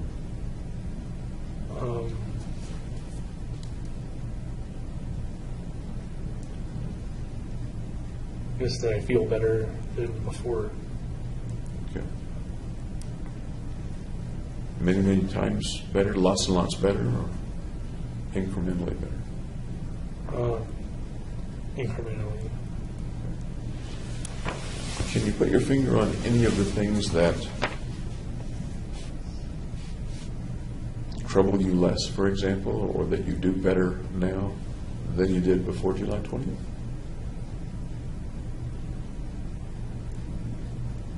You're kind of getting at what the value actually is. Sure. See, it's just in value. Otherwise, it's just keeping score. I'm asking you, what is it that is better about you, in your view, or that feels better about you? That I didn't have to suicide. Okay. Do you sometimes think about suicide since the killings, or no? Yes. A lot, or just a little? A lot. Every day? Maybe once a week. Okay. So is that better or not better or the same as it was before the killings? My environment's worse, so I'd say it's about the same. Before the killings, you weren't aware of feeling suicidal. That's what you said. I transferred them, yeah. You weren't aware of feeling suicidal. That's what you said. Did I misunderstand it, or did you misspeak? When I would feel suicidal, I would transfer that into homicide. Actually, you were pretty specific that you never felt suicidal. That what you felt, because I would transfer. that what you felt was homicidal, and you deduced that the homicidal was preventing the suicidal feelings. Right. Am I remembering that right? Yeah. Okay. And now you do feel suicidal at wanting to hurt yourself, wanting to kill yourself.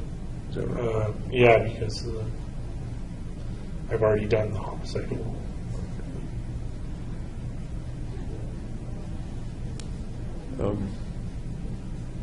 How strongly do the suicidal feelings get sometimes? What's the worst they get?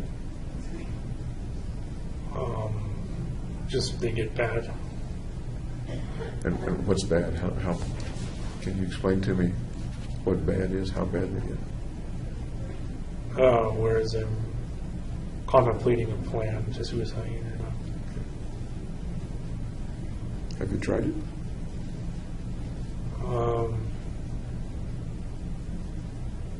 Yes and no, I guess.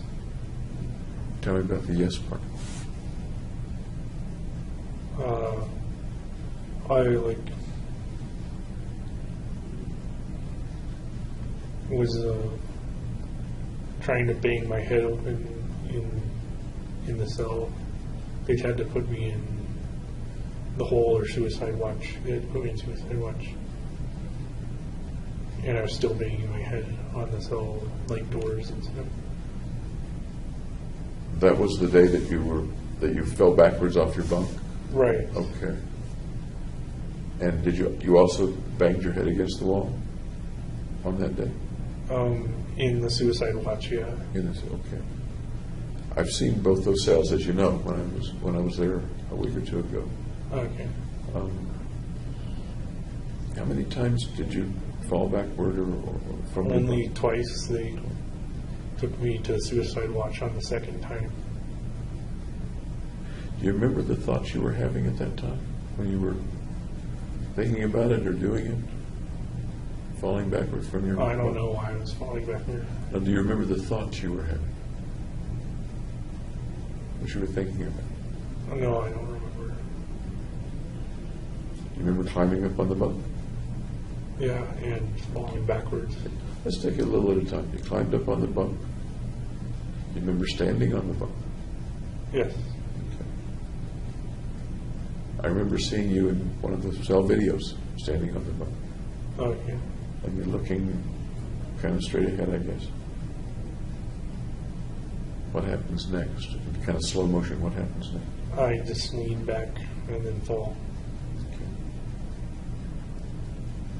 What did you think might happen, or what were your thoughts then about what might happen when you fell backward? I don't know what I was thinking.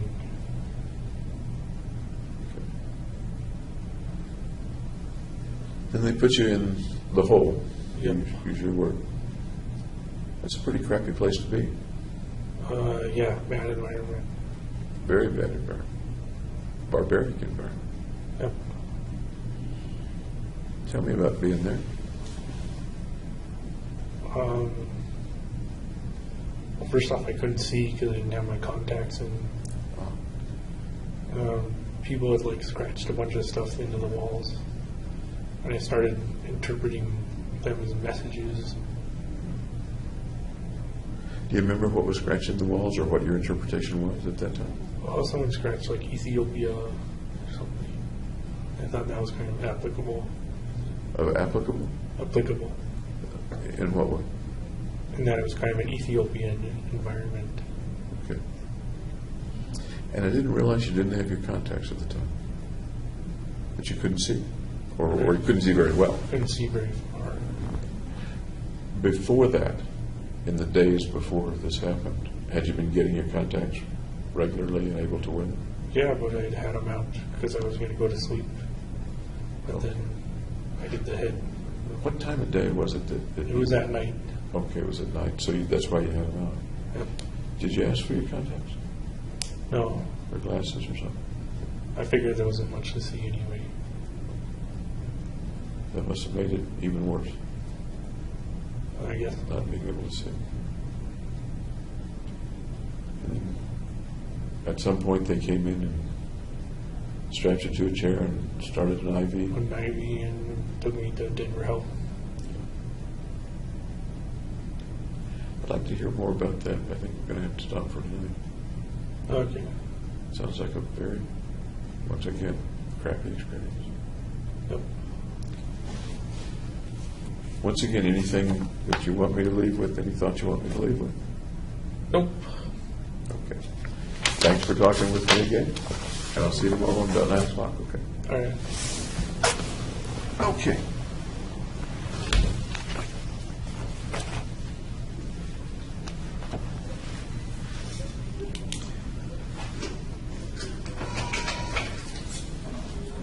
Long day. Yeah. Thank you, folks. Okay.